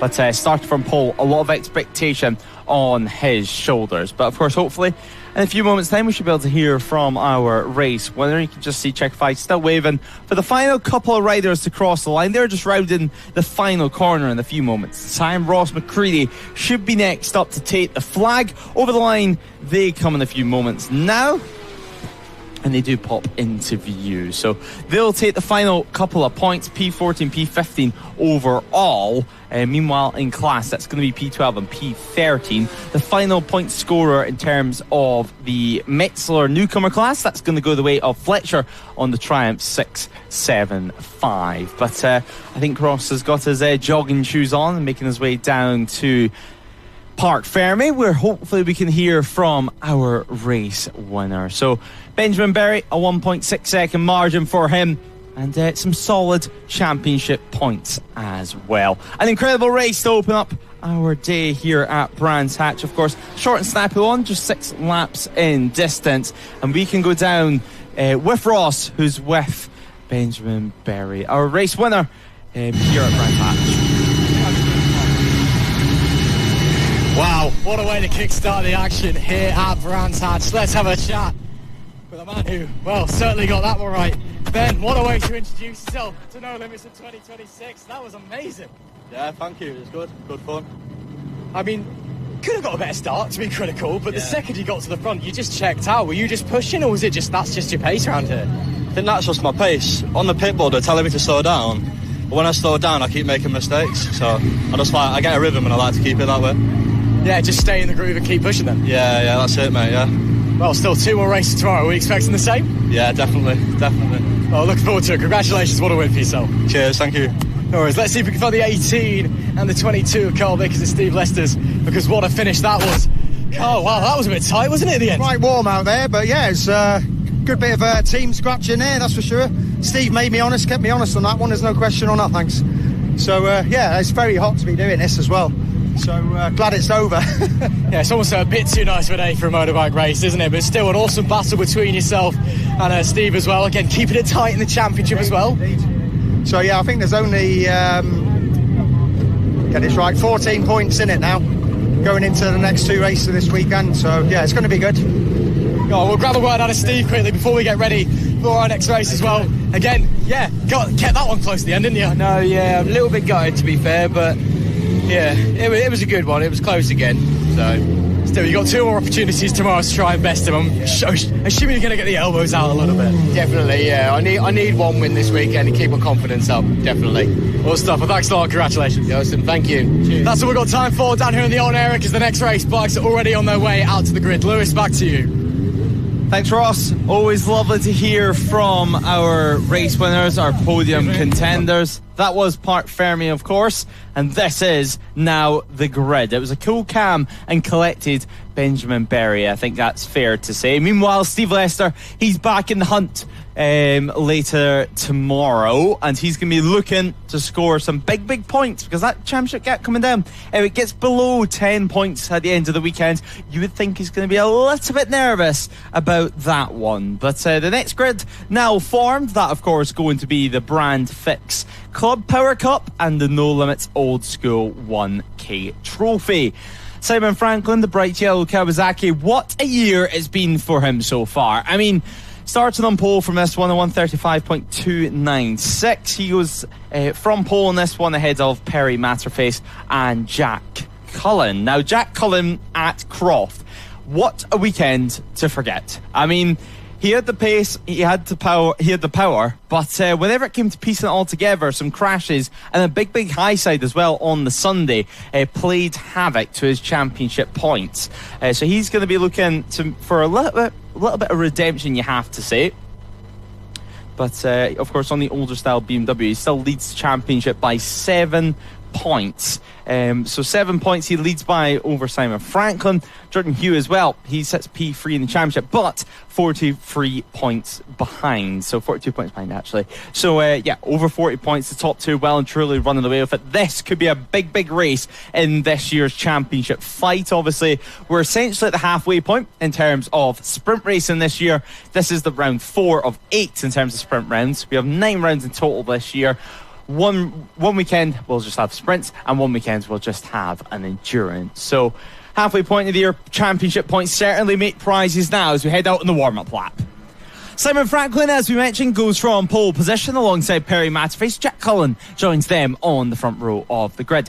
Jordan Hughes, Scott Pendleton and James Logan goes from row 2, with Aaron Nunn, Dale Hill and Philip Whitby going from row 3. Steve Frizzle rounds out the top 10 with Dean Turner and Sam Foster in P12. Martin McClatchy starts from P13 ahead of Andy Ashcroft and Paul Spencer. Adam Southwell, Mitchell Baines and Ed Alexander goes from row 6 as Anthony Fleckney and Robert Contreras rounds out the top 20. Ian Jindal on the 222, he goes from P21 ahead of Reed Rollins and Neil Stevenson. Now, we did speak to Neil in the pit lane. He's very happy with his qualifying position, to say the very least. He's going to be using an SCX for this one, so a nice soft tyre for him in the rear anyway, that's for sure. While Ryan Marriott goes from P24.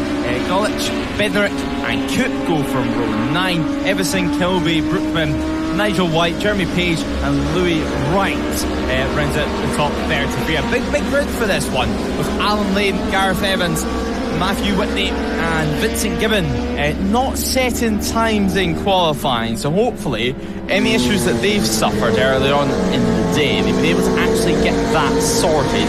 They're not going to want that playing havoc anyway for later on in the day. But Simon Franklin starting from pole, is he going slow, or is it just a case that he wants to get to the back of this warm-up lap, Ross?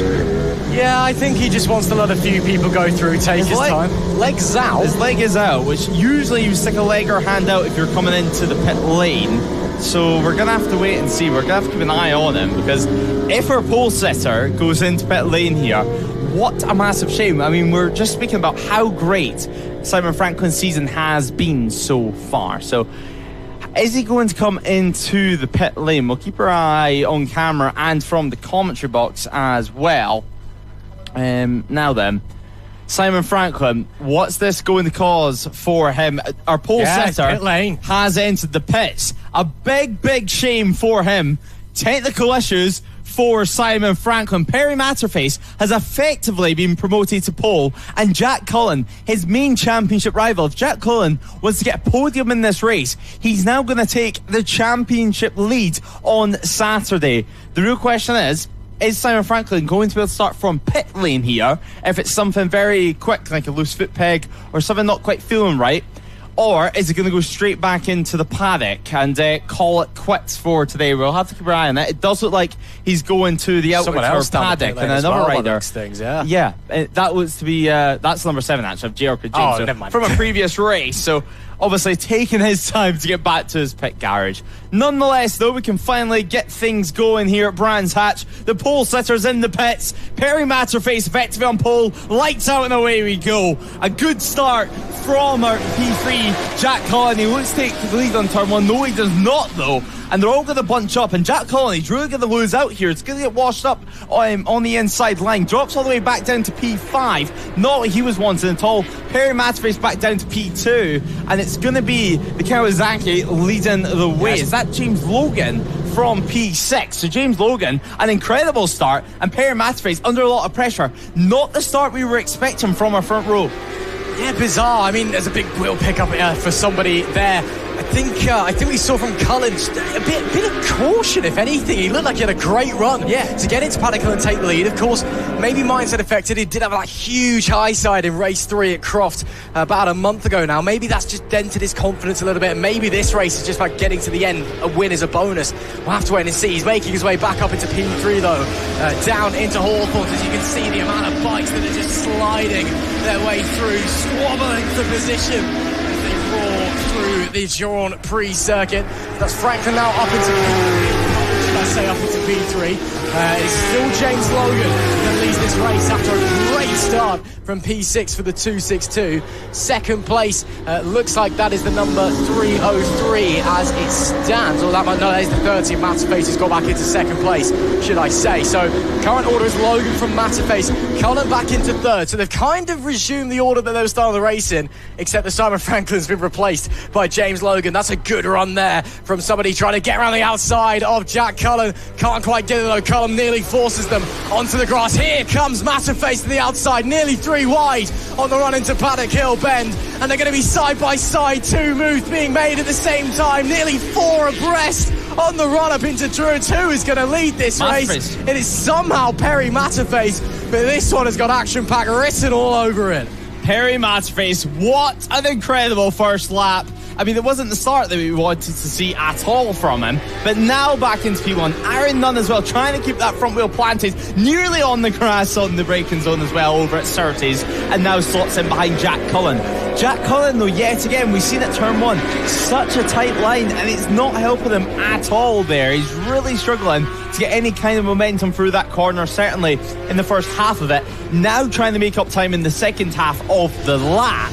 So Jack Cullen now heavy on the power yet again. They come through on the exit of Hawthorns and now back on the brakes, and they'll drop it back down yet again. Obviously 9 laps for this one.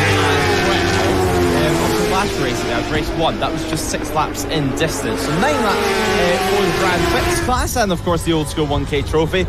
Who doesn't like extra racing? Now, one thing that we did see after an incredible start is going to be the likes of Q also dropping down the order ever so slightly. And Dean Turner managing to latch onto the back of this pack. Dean Turner, Ross, consistently, as we know, he's been at the top of the old school 1K trophy standings throughout the entire season. Now that looks like that's going to continue. Aaron Nunn, an incredible move around the outside over at Clearways. He's made that one work as Cullen hits the front. Cullen to the lead then, and now with no one in front of him, seems to be a bit more confident through Paddock Hill, but now losing time once again.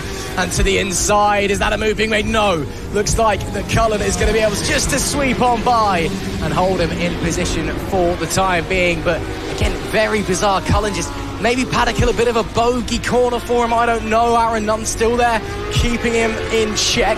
Just behind them, then Perry Matterface and Hugh, then Logan Pendleton, then Dean Turner down at P7, as you said, leading the way in the old school 1K trophy, as he has basically done every race so far this season, to be fair to the RAF rider. As they make their way back into the Grand Prix section, we wait for them to emerge down Pilgrim's Drop. Cullen still holding on from Nunn into Hawthorns. Again, much more uphill this section than it seems on your picture, as they were on their through. Bit of separation now between the front 5, and then 6th and 7th just dropping back a little bit as they start to squabble as we're going on to lap 4 next time. It is a 6-lap race. Looks like there was a slight issue with the timing server. Has just updated to 6 laps. Of course, a big thank you to our timing partners in TSL. You can follow all of No Limits on live timing over on the TSL website. So next lap will be lap 4 of number 6, and hopefully we can get a timing tower back in for you as well as a result, so you can see what's going on and not just hear us nattering away about it. It will still be Jack Cullen that leads the way. Looks like Aaron Nunn, a little bit of an awkward run out of clearways and could be under big pressure here into Paddock Hill Bend.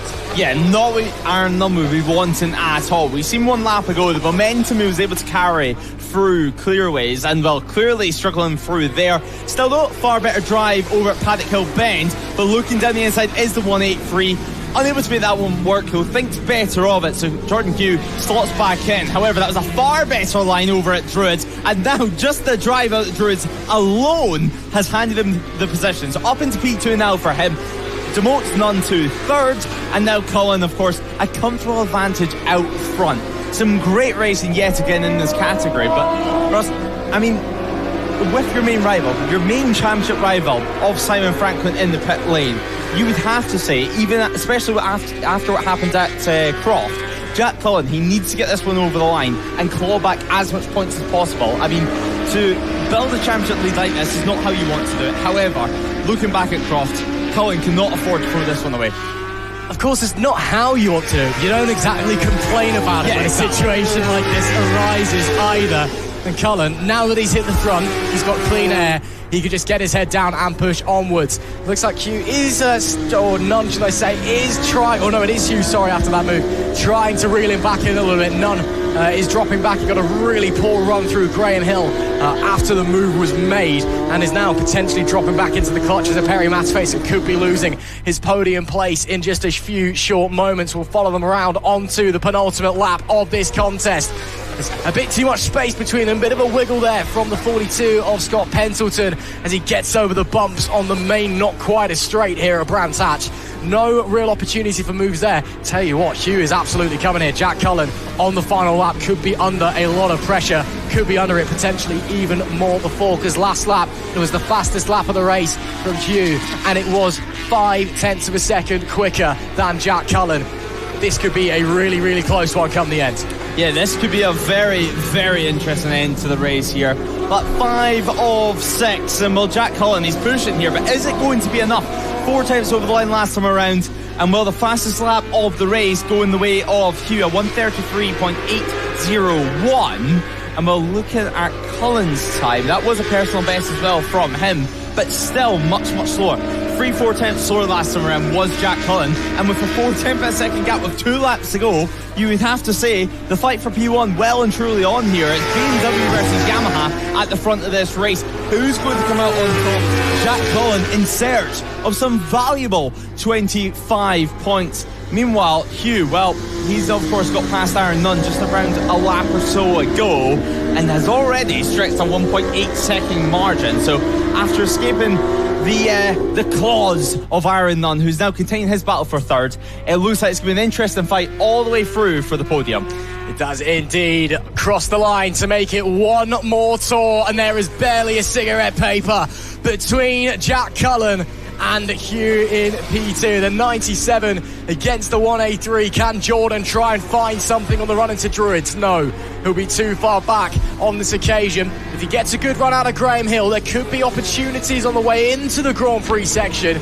Right now, I think he's going to have to leave it a bit late, and it wasn't a great run through Druids either. He's actually lost a couple of bike lengths to Jack Cullen, who, to be fair, may have become aware of what's going on behind him, because his last lap was a personal best, a 1:33.7, but it was even quick from Hugh. Another fastest lap, a 1:33.4 for the 183 Yamaha rider. So it's all to play for. They both are now pushing.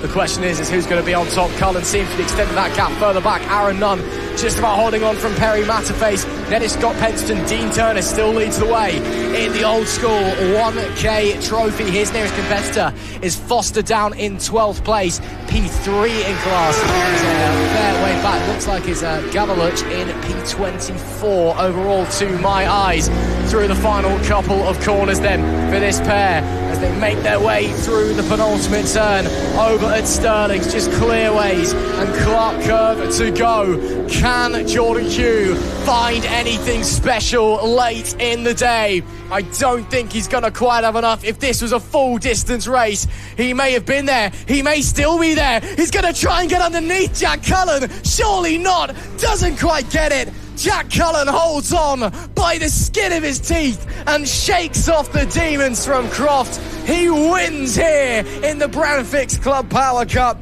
by less than 1/10 of a second from Jordan Hugh, who was inspired over the latter half of that race. Perry Matterface does complete the podium with Aaron Nunn P4. Scott Pendleton crosses the line in 5th.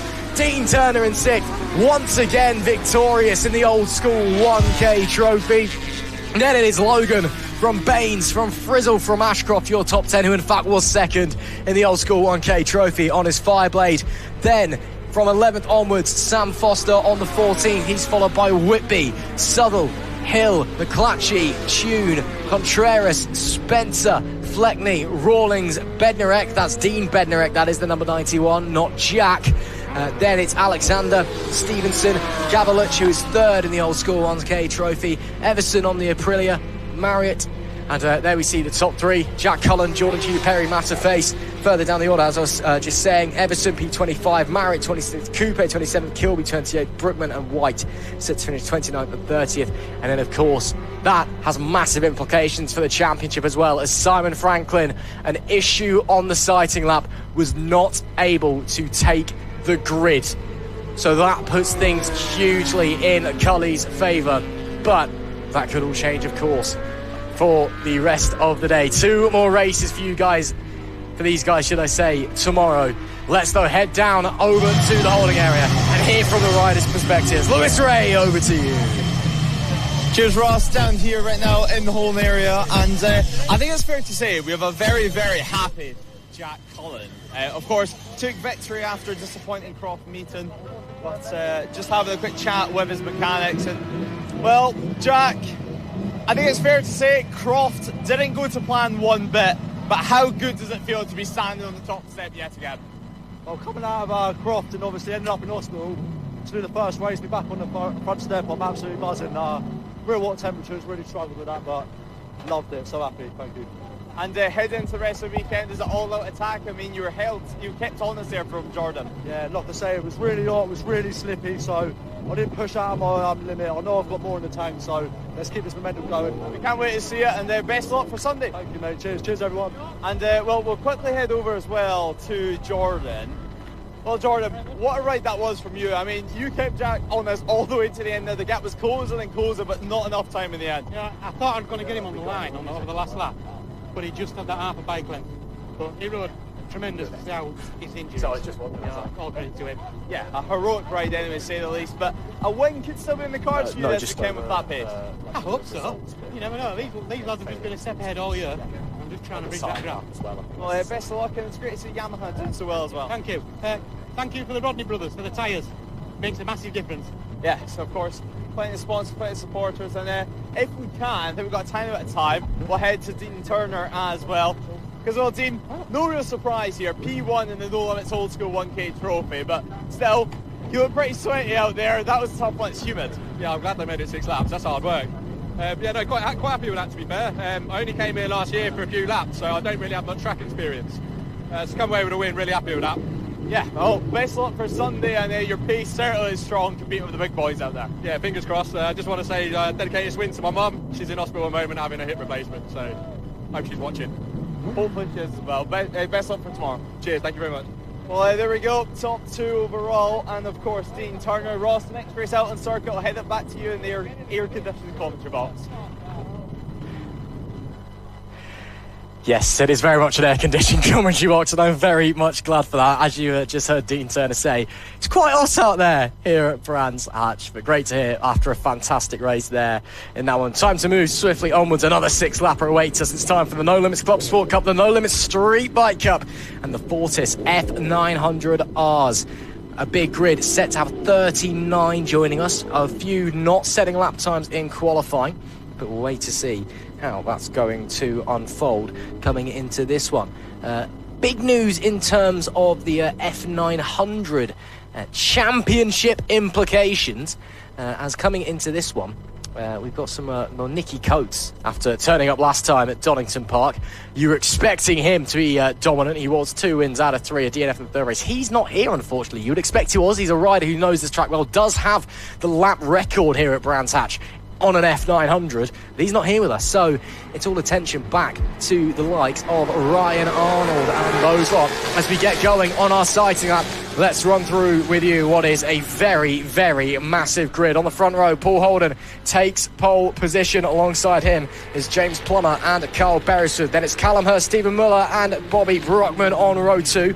Thomas Drew is in 7th with Finley Page and Andrew Williams alongside. And then it's Alex Pearson rounding out the top 10 with in P11 Jamie Bayliss and Adam Daniels in P12. Paul Barker is 13th with Guy Wood in 14th. Roger Lovelace in 15th. Nicky Williams is in P16, followed by Jamieson Carney and Fraser Much. And there's Michael Partridge, Chris Taylor and Jamie Cox on row 7. Ryan Arnold is in P22 coming into this one. Bit of a disappointing qualifying for the championship leader, but we'll wait to see a 28-point advantage over Chris Taylor coming into this one. Well, that, of course, in the F900R Cup. Then it's Ian Keeble 23rd and Carl Freakin 24th. John Hunt is 25th with Evan Brailsford and Adam Ross. Then it's Julian Entignac, Peter Dugan and Matthew Maynard rounding out our top 30. They're followed by Liam Hansen, Mark Felton, Carl Bayliss, and then 6 riders who may or may not be joining us as they did set a lap in qualifying. We've got Patrick Harris, Joe Collier, Jordan Warren Good, Adam Williams, Lee Devonport and Liam Sutherland. So we'll wait to see what we're going to get out of that one coming through. But riders are just making their way out of the penultimate corner over at Stirling's. And then it will be all eyes and all attention onto those red lights. Up at the front of the pack, it is Paul Holden. Not a massive surprise that he starts on pole position. Holden has been absolutely phenomenal so far this season. And coming into Brands Hatch, you'd expect to see more of the same from him, of course, leading the way in the No Limits Street Bike Cup Championship, looking to make it potentially another victory for himself as well coming through. But again, a big old grid here. We're going to have to wait just a little bit of time before we are ready to send them on their way for yet another 6-lap sprint race here at Brands Hatch. We hope you're enjoying all of the action so far on NLR TV. Still plenty more to come here on Saturday of the 4th round of the 2026 No Limits Racing season. And we can't wait. We are ready to send them on their way by the looks of things here for the Club Sport Cup, the Street Bike Cup with Metzeler, and the Fortis F900R Cup. As we do have a green flag at the back of the field, the flag marshal will get out of the way. And we are all ready to go racing once again. Race number 3 of the weekend. Race number 1 for these guys is underway. Good launch there from the pole sitter. Also away well, Carl Beresford. He'll have the inside run down into Paddock Hill, but Paul Holden is brave around the outside and he'll stick it there to get the whole shot. Nicely done as the rest of the riders trying to make their way through. All looks clean so far initially. Holden leads the way then from Beresford. Looks at the 41 of James Plummer. Drops from 2nd to 3rd initially. And then elsewhere, everyone just all a bit of a mess trying to figure out where they are out on the racing surface coming through. Holden still holding that position. Look how wide some of these guys are running down at Graham Hills. Going maybe lines that aren't quite ideal even on an opening lap as you're trying to go 4 wide through a very, very narrow corner. Still up the front, Holden that leads from Beresford and Plummer in P3. Not the ideal lines, but everyone through nice and clean. A couple of riders as well up on the curbs just on the exit of Surtees there, but luckily everyone's staying on 2 wheels. But a great start from James Plummer as well. He's still within that podium fight, within touching distance, most importantly, of his main rival in this race, Carl Beresford. Obviously, Paul Holden, everyone's going to want to beat him. He did have a crash at Croft as well, let's not forget, in the endurance race. However, that also affected his chances on Sunday in the street bike class as well. Behind him, though, are a bunch of 600 runners, and all the way throughout 2026, we've seen incredible battles between them for the entire year. So hopefully that can continue here at Brands Hatch. It's a track which creates overtaking at every single bend. Now, though, Plummer winding up the power of his Honda. Obviously not the most popular bike in the grid, certainly the older spec machine that he's currently on, but still able to compete out there as well. Callum Hurst, what an incredible season it's been for him as well. Obviously on board the Kawasaki, bright yellow as well for us up here in the commentary box. Super easy to spot. Stephen Muller as well, just behind. And then Page behind this slot too. Now, Finlay Page did start P8 out on circuit, but, well, he's worked his way up the order. And now Callum Hurst moving in towards that group. The podium fight for the 600s, the podium fight in the Club Sport Cup is well and truly on. Towards 30s we go yet again, and this is where Slipstream can be so crucial down the back straight. Very much can, especially on bikes that maybe don't quite have the waft, the oomph of other machines that we see out there in other races. Tell you who's not worried about giving anybody a bit of slipstream out there, though. It is, of course, your pole sitter, Paul Holden, who has vanished up the road already. Beresford in second, though. That is good for him championship-wise coming into this one. Currently in P4 in the Club Sport Cup, but ahead of the likes of Callum Hurst, Finn Page as well behind him, are just ahead of him. Hurst does lead the championship coming into this round with a 17-point advantage ahead of Stephen Muller as this fight continues to battle on in front of them, trying to get involved as well, trying to maybe upset the apple cart. Well, not that Kawasaki, will wait and see. Callum Hurst and Muller just behind him as well. That is going to be one to watch. Again, it's 17 points race to race. It's a fairly okay gap, and especially if you're finishing together. But of course, it's racing. Anything can happen and things can change. You can have issues. You can have an off. You can break down. Who knows as we go into lap number 3 of 6. This group from second down to P6, very tight together at the moment. Already at the halfway point, and will Paul Holden as well and truly sprinted into the distance. Callum Hurst having another look over at Druids, thinking better of it, while Stephen Muller has a look around the outside of the number 14. No moves made yet, though, sitting line and stern so far. But Carl Beresford as well at the front of this group, battle for P2 overall, battle for P1 in class. We know how fast that Triumph can be going down the straights as well, compared to these traditional 600s. Callum Hurst, he's got the Triumph, he's got the 3-cylinder, well and truly singing in 2026. Whoever built that engine anyway deserves a round of applause. But going down the back straight yet again, Steve Muller pulling out of the slipstream, having a look, as does Callum Hurst. Yet again, though, no moves able to be made, and that's the thing with this 600 class. When you're against riders that's so close together out in circuit in terms of ability, the braking markers are pretty much the same, and you really do need to get creative. We'll try and at least pressure an opponent into making a mistake, but these guys are locked in. They are pushing each other to the limits, but not quite over it. Not just yet. Still time to be made. A little look to the outside and the inside. A Callum Hurst, that's a brilliant move. Up at Sterling's coming on to the back straight. Wow, that was brave there. Spotted a little gap and went, yep, you know what, may as well. That moves him up to, he moves him up to first now in class. Second place overall. 2 moves in 2 corners, but does that compromise him on the run down the main straight? I think he will just about get away with it to the order of things. Or third overall, shall I say. Second in class. Looks like Beresford's managed to open up. No, he was actually just behind Beresford, in fact, on the front straight, but it is very much Callum Hurst now that leads this way in his second overall to the inside. No, little look, not quite there for Beresford, and James Plummer now potentially trying to get back involved, just watching behind them. Stephen Muller unable to do anything. This, of course, the battle for the race lead in class, battle for the podium in class, and battle as well for the second and third overall.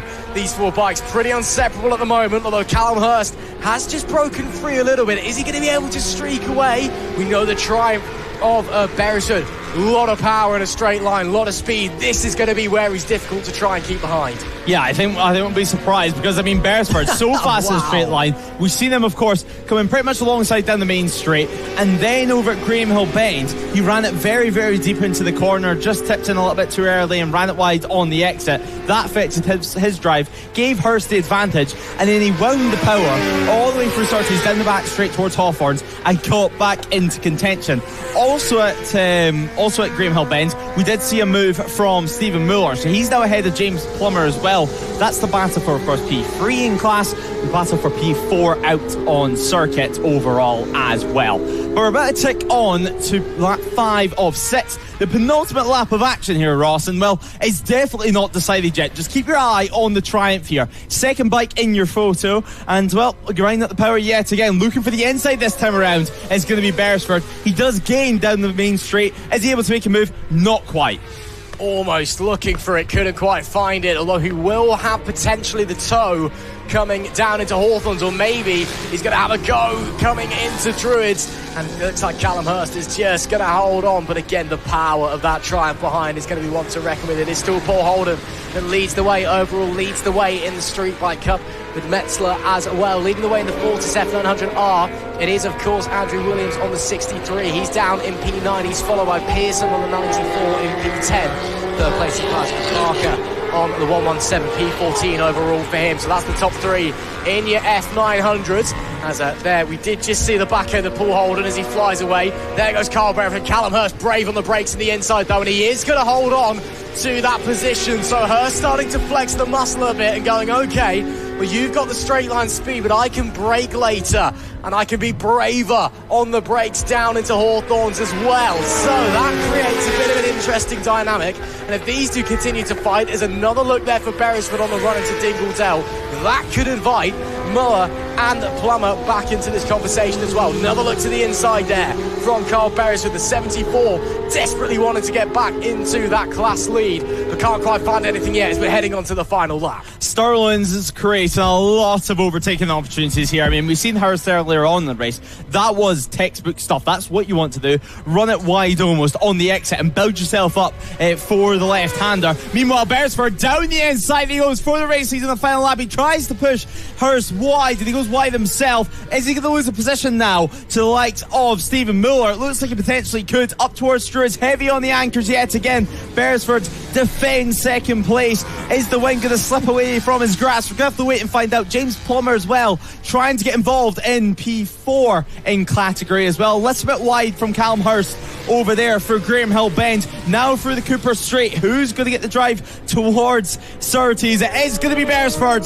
Carl Beresford enters the race in the last lap. He runs it wide yet again. That's going to affect his drive. Hurst gets the front wheel in the air, and now the run down the back straight. Who's going to break the latest over at Hawthorns? One of the trickiest corners to get right here at Brands Hatch. Nearly side by side, and Beresford shuts the front door in Callum Hurst's face. And now Stephen Muller trying to go round the outside on this final lap. Half a lap remains. They're about to tip it down yet again through Westfield, down Dingledale, and then towards Sheen Curve. Such a quick right-hander for them to navigate. And then, of course, Sterling's. Who's going to make a move? They're not all going to stay line and stern here. Stephen Muller does look up the inside. I think he's going to struggle to get that one made. He does indeed, and it does look like Paul Holden is going to be taking victory in this one. But who's going to claim second, and who is going to claim P1 in the Club Sport Cup category? The race towards the line now. It does look like Carl Beresford's going to get it. Callum Hurst in second, and Stephen Muller and the likes of Plummer, well, they are locked together out in circuit. That's Chris Taylor down in the grass as well on the last lap, so a big shame for Chris Taylor. But Paul Holden, what a race that was for him. Across the line, well, his winning margin, 10.2 seconds so far up the road, and now Beresford and Hurst have the little conversation on this cool down lap. Of course, P1 and P2 in class, P2 and P3 overall. Beresford ahead of Hurst, and Muller in P4. Plummer and Page, well, they're going to round out top 5 in category. P6 for them. There is the finishing order. Jamie Bayliss ahead of Bobby Brookman, with Andrew Williams and Thomas Drew rounding out our top 10 runners. further back down the order, Guy Wood, Alex Pearson and Paul Barker rounds out the top 13 as Fraser Much. Roger Lovelace rounds out the top 15 overall. Adam Daniels, Carl Freeth, Ryan Arnold and Evan Brailsford round out the top 19 as Jamie Cox takes P20. And now further back down towards the final couple of finishers, we do have Jameson Kerr, Michael Partridge, Ian Keeble, Matthew Maynard, Adam Ross, John Hunt, Chris Taylor, of course, see him crashing on that final lap there ahead of Mark Felton, Liam Hansen and Nicky Williams not making it out for this one. And well, now we continue further back down the order. Liam Sutherland, Julian on number 90, 91 as well, just behind of Dugden, Carl Bayliss, Ebbs, Cullen, Warren Good, Williams and Devonport rounding up the top 38. What an incredible race that was though, and now we can hear from our race winner, Paul Holden. He's with Ross down in Park Ferme. Really exciting race there. We'll have to make this one quick because, as you can see, already heading out for the next race. But first of all, let's chat with the man who was probably quite bored out there, to be honest, because there was nowhere near you, Paul. I just tried to get a gap at the beginning and then just sort of tried to manage that gap, really. I don't think that was managing a gap, that was vanishing off into the distance, mate. Come on, let's be honest here. I don't want to use too much energy before the endurance, do I? Still, what a ride from yourself. You must be delighted. Great performance to kickstart the weekend. Yeah, no, that was great, thank you, yeah. Well, stuff, we'll let you get on. Thanks a lot, Paul. Let's quickly jump in and speak to Carl. Wow, you look like you've had to work for that one, haven't you? It's warm out there, mate. It's certainly warm out there, but it was good fun and proper good racing. I didn't realise how close Bummer was to be fair. Me and Callum last few laps just banging each other, but good fun. Really good fun. Yeah, and crucially for you as well, finishing in front of a lot of your championship rivals, getting that gap down a bit. I need the points at the minute. It's all about the points. No, it certainly is. Well, a great ride from yourself. Congratulations. Cheers, mate. Let's see if we can head down and let's see where Andrew Williams is. I can't quite make out where he is. I think he's a little bit too far back for us. So we may jump back up to you in the commentary box, Lewis, and get ready for the next race. They're just about to make their way out onto the circuit. Cheers, Ross. Once again, we're not too far away from getting going. As we say that, the bikes are released onto the circuit. Perfect timing for us up here in the commentary box. And that's because race 4 of the day, the Stock Twins, Trackday Addicts, Supertwins, and the next gen sport bikes are next up. And, well, some umbrellas out on circuit as well. And, well, that's just to try and shade yourself from some sunshine as well here at Brands Hatch. There is a wind as well, which I would say is making things cool out there, but it's definitely not. It is well and truly humid, I think's the right phrase to use. It's pretty disgusting out there on circuit. I would not like to be in a pair of levers right now anyway, let's put it like that. Now, returning to No Limits right now is Taylor Rose. Now, Taylor joined us last year at Brands Hatch as well, and he was very, very quick, to say the least. And it's no surprise that he's on pole position here at Brands Hatch, a 1:32.953 in qualifying. He's going to start alongside the likes of Harrison McKay and Lewis Smart. So we have 2 triumphs and the Aprilia on the front row, and P4, Joe Ellis. Now, using a Suzuki for this one. A few rows back as well, number 14 of Lewis Aerosmith. You can just see there, the red bike on your picture.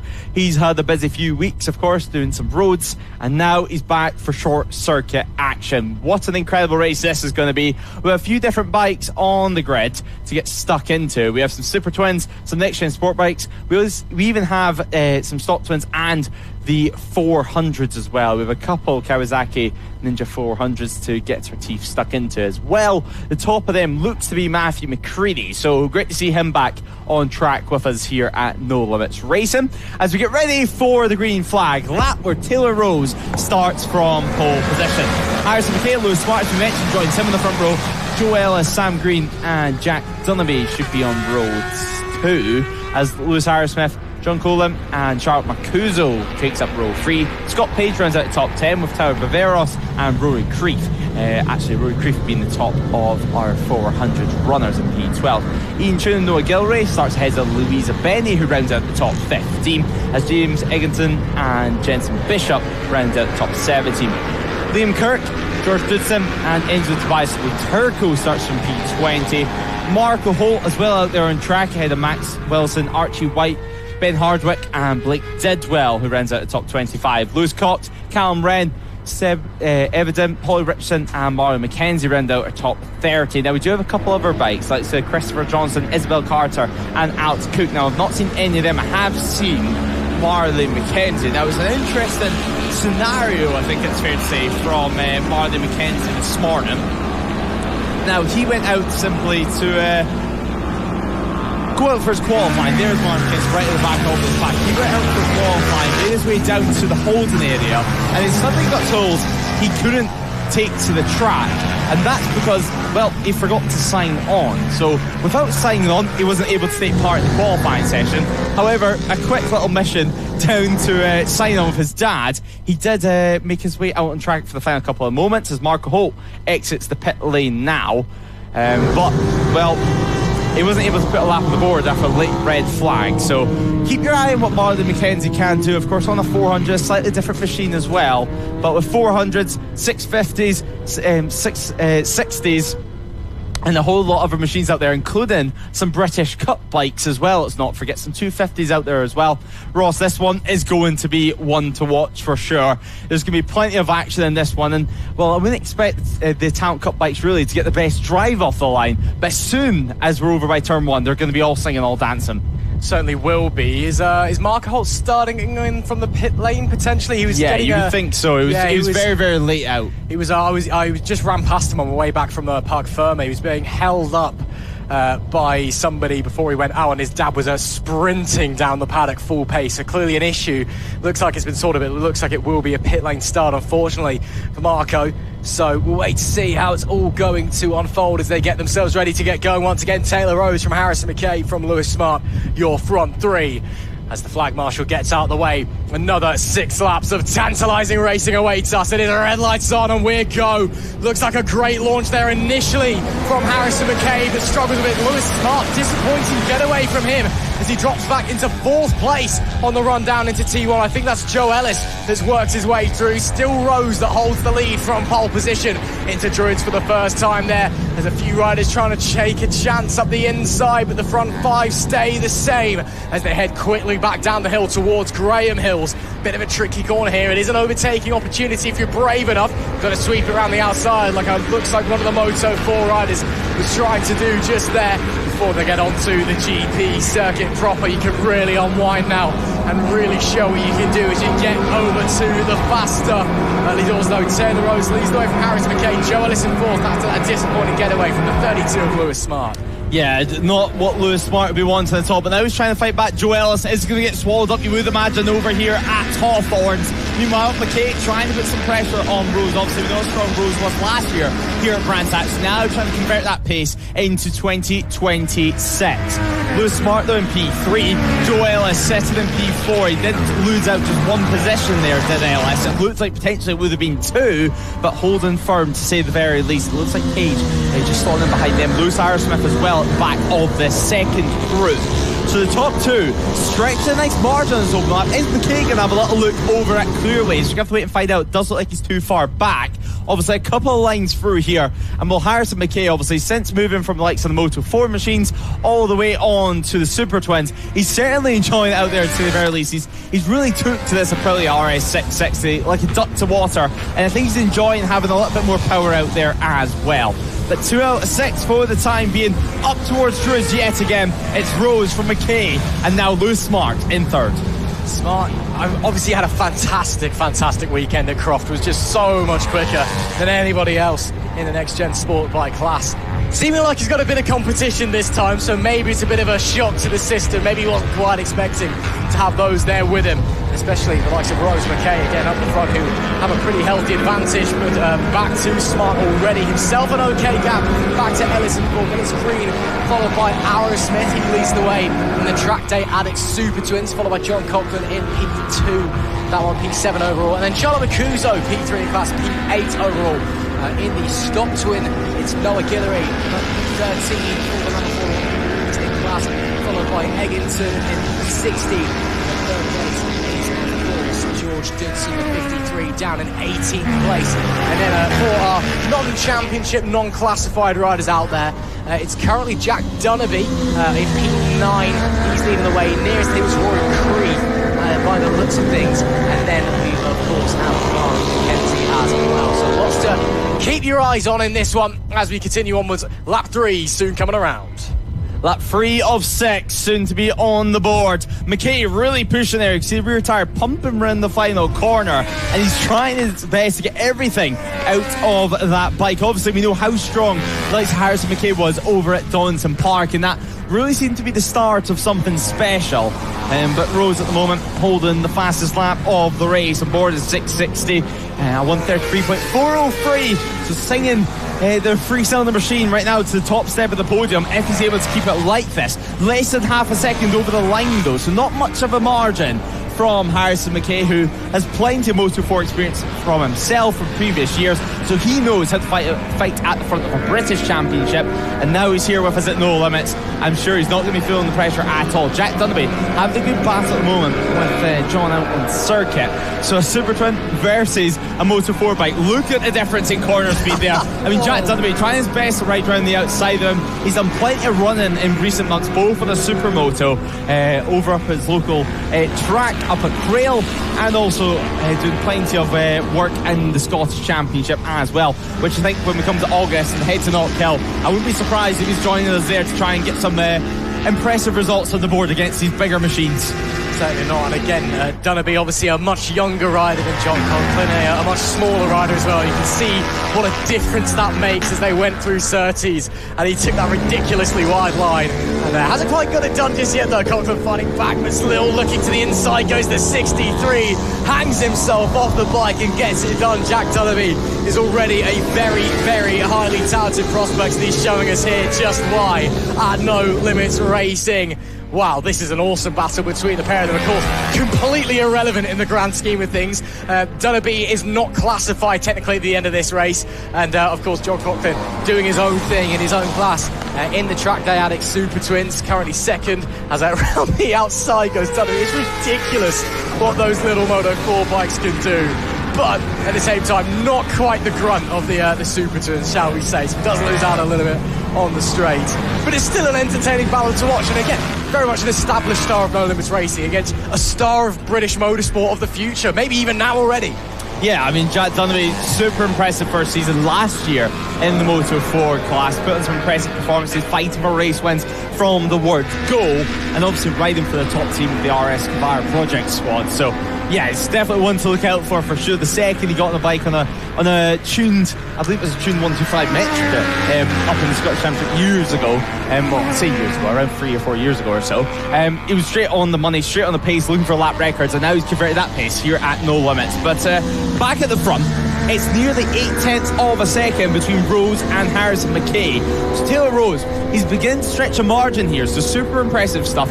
Yet another fastest lap last time around, the 133.373. What's it going to be now though? He does come to the line, tucked in of course, almost touching the white line on the inside of the circuit. Over the start finish line we do go, and it is going to be a 133.4. No fast lap for him, but now the fastest lap going the way of Harrison McKay. So reducing that margin now to half a second. The battle for the race win well and truly on. Harrison McKay nearly in the gravel trap there at turn 1, using all the curb, then some of the green. These boys are really starting to push each other, aren't they? What a treat, what a spectacle for you here at Brands Hatch that we are getting. Rose and McKay leaving nothing on the table as they make their way onto the Grand Prix circuit for the penultimate time through the Latanda of Surtees. Going to be a little bit careful getting on the power there. It does go up here a few bumps, can kick you over the bike if you're not careful, but looks all okay. Through Pilgrim's Drop, then Hawthorns again. Much more uphill in real life than it does appear on your camera.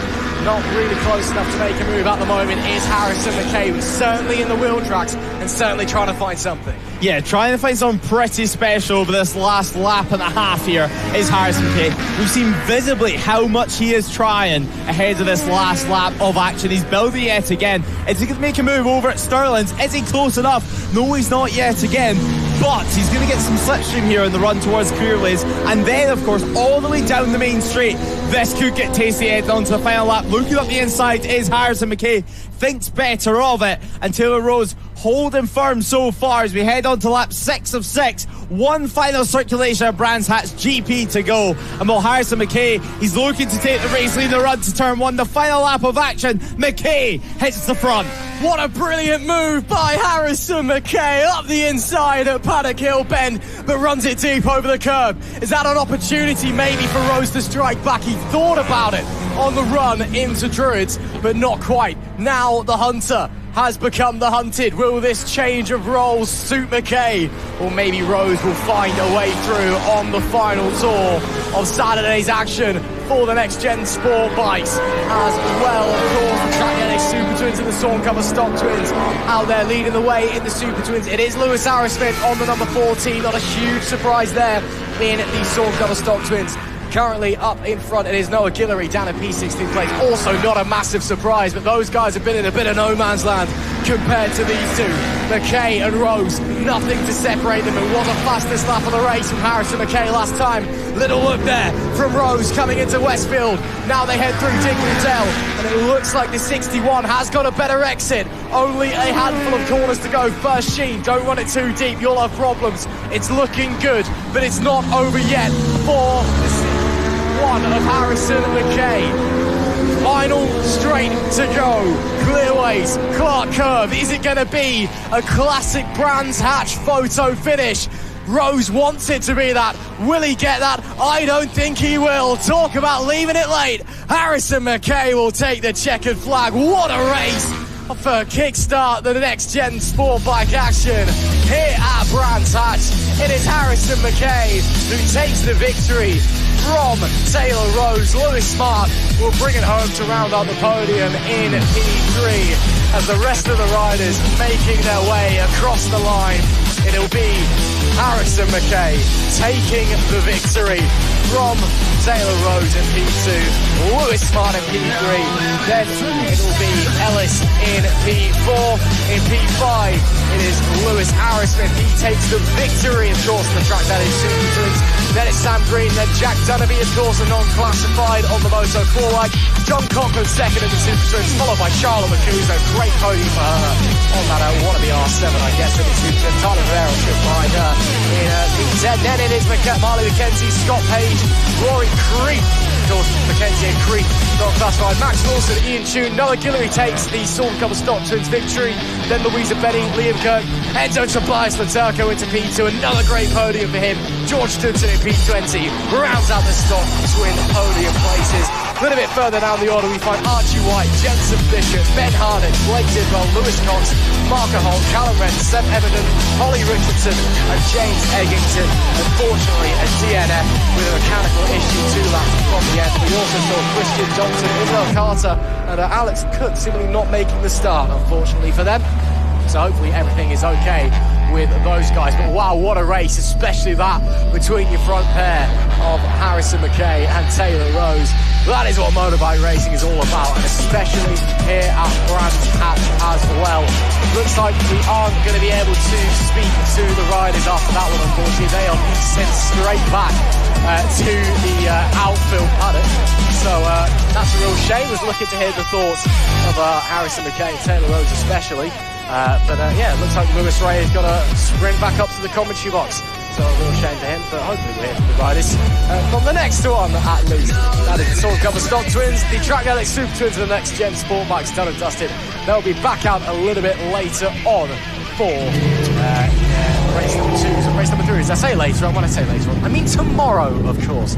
Got plenty more racing action coming your way on Sunday. Up next though, time to get on to some big bad machinery. It is time for the Pirelli Super Series Sport Trophy and the No Limits Premier Sport Cup. Of course, this is effectively the second tier of our Superbike classes here at No Limits, and it always provides plenty of exciting racing as well. Some really, really strong riders looking to maybe make their way up into the Super Series Power Trophy, of course, which is our premier class. The riders making their way out. And in the Super Series Sport Trophy. It is Eddie Wormald that leads the way in the championship coming into this round. He's got an 18-point gap ahead of Kieran Sembianti himself, a 33-point gap over Owen Mellor in P3. So it's pretty tight for those guys out there. And again, Brands Hatch, a place where it could all change very, very quickly.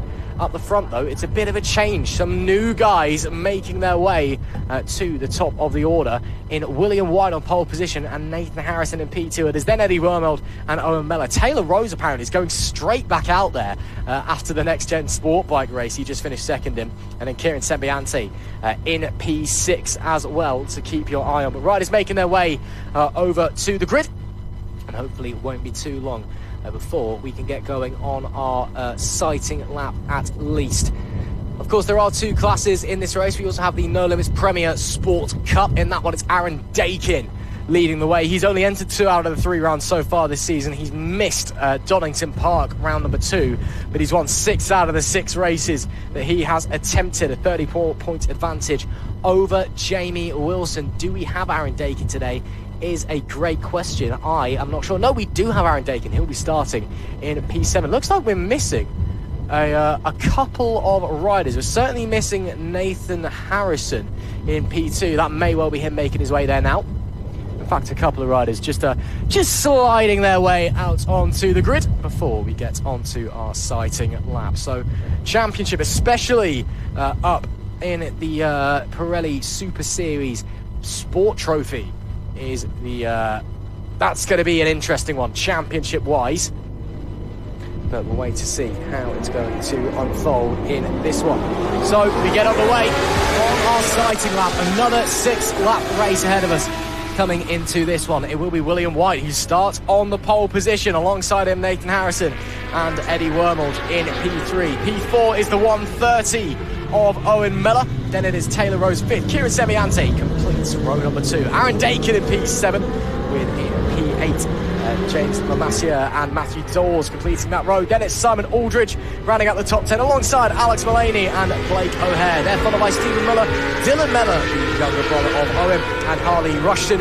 Finn Page, Stuart Parker and Corey Barron. Then it is Aaron Cook, Jake Corty, Matt Aldrin and Brandon Wright. 22nd rider, sole rider. Row 8, should I say.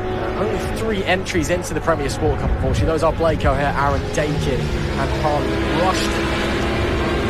So if all 3 of those guys finish this race, they get a podium. That's quits it for those guys, I guess. But it should be really interesting to see what's going to happen in the Pirelli Super Series Sport Trophy. Pole sitter William White, of course, the 47. Newcomer this weekend. It's second place, Nathan Harrison. He's on a Honda CBR 600 coming into this weekend. It looks like Hondas have been running pretty well so far coming in. So interesting to see what these 600 machines can do. Of course, some of the very best riders we've got on 600s here at No Limits Racing in these 2 classes. And we know that 600 racing is normally quite good, isn't it, Lewis Rae? Yeah, it certainly is. I mean, we look back to Donington Park and, well, Donington was someone pretty special from this class.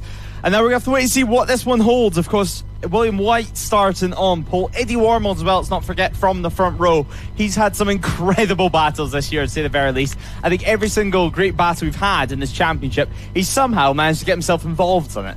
Owen Mellor as well from row 2, obviously plagued with issues over at Croft. I think he was just delighted to even get a podium finish by the end of the weekend. But nonetheless, he goes from row 2 as well. And Taylor Rose, let's not forget, just off the back of the twin race, now having to race here in the 600 category as well. And well, that does actually look like he's on the 660 yet again. So yeah, maybe double using that bike, fill up a little bit more fuel in the way they go. Nathan Harrison, of course, loads of experience on board that Honda from the roads this season.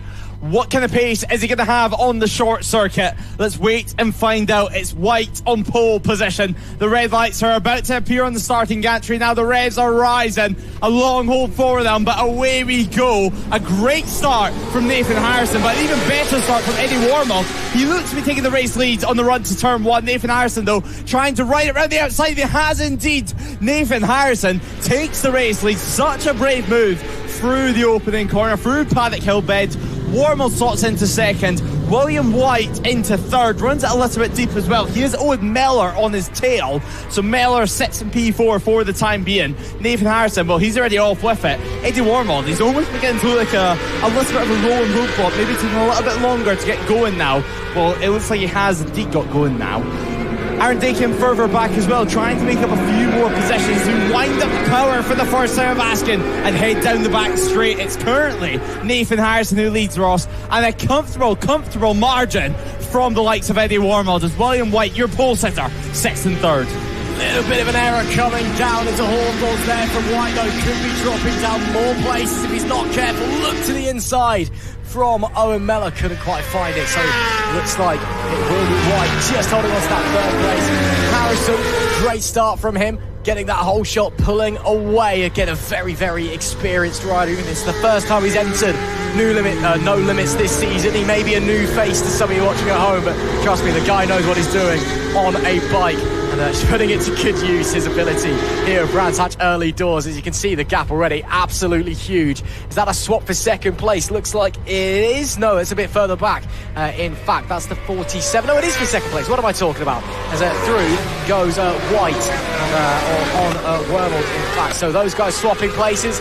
White goes back in second. Must have had a really good run coming out of Surtees and through Clearways. He's struggling a little bit earlier on around the Grand Prix loop, but has simply settled those first lap blues and can push onwards. Gap already from the leader is 2 seconds, and we do indeed have a red flag. We've had an issue somewhere out on track. Can't see anything visually from the commentary box, so it must have been something over on the Grand Prix loop, but the race will be brought to a stop on lap number 2. That is our first red flag of the day from a racing point of view. I did have a couple in practices and qualifyings, not just today but across the weekend so far, but that does bring a halt to proceedings. So hopefully everybody is okay, and we'll let you know as soon as we're aware of what is going on. But we are bringing riders to a stop. Some of them have gone down the pit lane, some are going straight back onto the grid, so that tells me it's possibly something not too serious, hopefully, if they're retaking positions. And I'm also not seeing anybody from the championship running over screaming at them, telling them to go back to the pit lane. So yeah, I think we're gonna have the bikes on the grid here. It looks to be Enzo Labias Turco from the Stock Twins finally making themselves back to the pit garage now. So not in this race, of course, and everyone who is taking part in this race is going to line up onto the grid now. So hopefully all is okay, and well, we have the majority of the grid anyway, but I'm not seeing Owen Mellor out there on the grid for the time being. Obviously he was running in P4 in this race on board the Triumph, so Owen Mellor going missing somewhere out on circuit, so hopefully all is okay there. But for the time being, everyone's going to be held onto the grid, and then there'll be further information on A, the restart, B, any warm-up laps as the recovery van does make its way out on circuit now, Ross. Does indeed. So recovery van out to collect someone's bike. TSL has completely updated. There is Owen. There is Owen, yes. He was up on his feet for starters, or trying to get up anyway. Is that him trying to tip the bike back over? Yes, I think so. So yeah, Owen looks okay. That's the main thing. That's coming through the right-hander Westfield, so on the run down into Dingle Dell. So it looks like he's dropped that quite early as well. So potentially just dropping the front a bit too much brake as he tipped it in, perhaps. But he's gone down, he's up on his feet, that's the main thing. But yeah, bike's not in a great position. So that's why we have the red flag. That's the main thing, nothing too serious. And thankfully Owen's okay, perhaps a bit banged up and bruised up, but nothing he's not used to, I'm sure. He's, no disrespect to Owen, but he's come off the bike a fair few times across his career. That's, again, not saying anything about Owen or anything, but it's racing, you have crashes sometimes. But they'll throw the bike in the back of the van, and then hopefully we can get going again. TSL saying another 6-lap race. So it may well be we're having a whole restart, as again TSL did just reboot itself a moment ago. But yeah, it looks like Owen Mellor won't be starting then from 4th on the grid, which is a real shame for him, and also a bit damaging for his championship aspirations as well in this category. Yeah, not what we wanted at all. I mean, Croft was a disappointing meeting, but for no fault of his own. But yeah, I'm sure he'll be looking to make amends later on. But yeah, so you can just see waiting for the recovery van to head around the circuit. No real need for any major fuss, because he does look okay, and the recovery van looks to be about here. But yeah, on the grid at the moment, it's going to be interesting to see who's going to be starting well next time around. Obviously, Dylan, his younger brother, also out here on circuit, but his real racing family is the Miller family anyway, that's for sure. And Dylan a little bit further down, of course, on the older Kawasaki machine, but the hand-me-down. Yeah, the hand-me-down, if you will. But I don't think you're going to complain about getting the cheap 600 given to you anyway. Of course, Dylan, plenty of experience for himself as well. Used to race with his brother, whether it be on pit bikes or whether it be on the 300s as well beforehand on the same grid. And good to see him finally back on the same grid as well. Dylan had a little bit of time away from racing, as did Owen as well after his stint in the GP2s. But not too far away from getting going. Obviously, we're going to have to wait and see what happens with grid positions as well. This could give the likes of William White a whole new challenge. Obviously, another opportunity, potentially, to go from pole position. And I do believe it's not going to be too much longer until we have a good idea about what the race start's going to be looking like. It looks like it's going to be one warm-up lap and five laps of racing. So one warm-up lap they're going to get. And it's going to be interesting. But William White, the number 47, doing a good job on that first restart. Although, Ross, it wasn't the start he wanted, and it was Nathan Harrison who sprinted into the distance. William really kept himself in contention with everyone else. Yeah, it was an okay start from William, but it was nothing to write home about. Harrison, of course, just got it nailed, and again, using all of that road racing experience he got, just kind of was brave around the outside, got it done, and then just kind of went, all right, see you later, bolted away. Gets to do that again. That's nice and fun for him. If he can get back into the right mindset. It's always very awkward when there's an early red flag. You spend all that time building yourself up mentally. You get that spike of adrenaline when you drop the clutch and you go, and then of course you're focusing, and then suddenly you stop and you got to go again, and you got to go through those paces again. It can be difficult, and it does often make the the restart, should I say, that little bit more tricky. Stuart Parker having some issues here as well on the grid. So Stuart Parker, that looks like that bike stopped, and he's going to get either pushed into pit lane. It does look like it's been pit lane rather than a bump start and pushed back into his grid position. So a real shame for him. The bike has stopped, and one of the NOLIMS officials having to get his running shoes on. And I do not recommend running in this weather anyway, that's for sure. It is sticky, it's greasy, it's moist, it's really hot out there. Yeah, it's quite warm. Recovery van, though, has made its way back to, or almost back to the pit lane anyway, so we're hoping that we can get going. Yeah, it looks like, once again, as you said, Lewis, a 5-lap race with one sighting lap, but it is being considered as a total race restart. Oh, someone else with a problem. The number 8, smoke coming out of the bike and pulling forward to get out of the way. Number 6 is Taylor Rose, should I say. Yeah, Taylor, of course, we just saw running that bike in the Twins race a moment ago, maybe just struggling with the temperatures a little bit. Yeah, just saw the hands waving. There's a little bit of smoke out from underneath it. Yeah, I think it's overheated. Yeah, that's got to be, again, sat on the grid for a long time as well. No air going through the engine. That's not going to help the situation. So then, how many have we lost have we lost now? So we've got one rider on row 2, which is great for them, I guess. That's a couple of free places for Kieran Sembiante to just pick up immediately as he goes away at the lights. Also, as we just saw, lost another rider in Stuart Parker, who was starting back in 17th place. Then also lost, of course, Owen Mellor, the cause of the red flag with that off, coming down towards Dingle Dell. He looks all okay, though. Oh, William White's not gone anywhere now. Is he having issues? No, he's got to go again. Maybe just stalled or something like that, as they're going very slowly. Yeah, they're going back into the pit lane now, so I don't think we're going to be seeing... Yeah, they're returning to the paddock now, are the riders. So return to the paddock, and then it might be a case that we have to wait till later on to see this class out. But now they've got the difficult task of doing a U-turn with the bikes, with bikes that have a turning circle of a boat. So they're going to have a fun task doing that, but away back to the paddock they're going to go.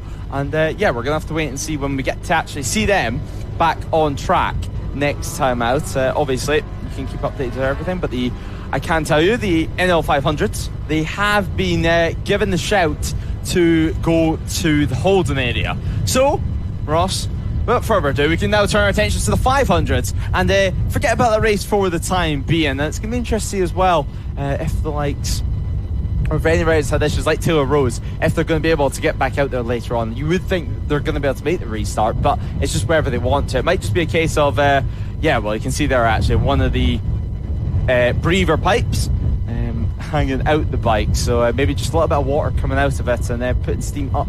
I mean, you've seen what looked to be some condensation on the inside of his screen, but Taylor Rose, he's completed an entire race, let's not forget, and then he's headed back through the procedures all over again. Did another race start as well, made the bike nice and toasty yet again, not had the chance to cool down, and then have to wait on the grid with no air flowing through that bike. It's one of those things in these hot conditions that's really difficult to get right as well. So we'll see them back on track later on, you would imagine, but the NL 500s, they are going to be heading on track in a few moments' time, Ross. And well, yet again, a huge grid for the 500s. Certainly is indeed. I mean, it's always a popular class, is it? The NL 500s, or CB 500s, as it's probably more commonly known. We just replace the CB with an NL. Keep it nice and simple. But yeah, always a very exciting racing, and especially somewhere here like Brands Hatch, where it does reward you for being a bit of a maniac, which most of the guys, maybe not so much here at No Limits. They're actually quite civilized for Honda riders, to be honest, given their reputation. But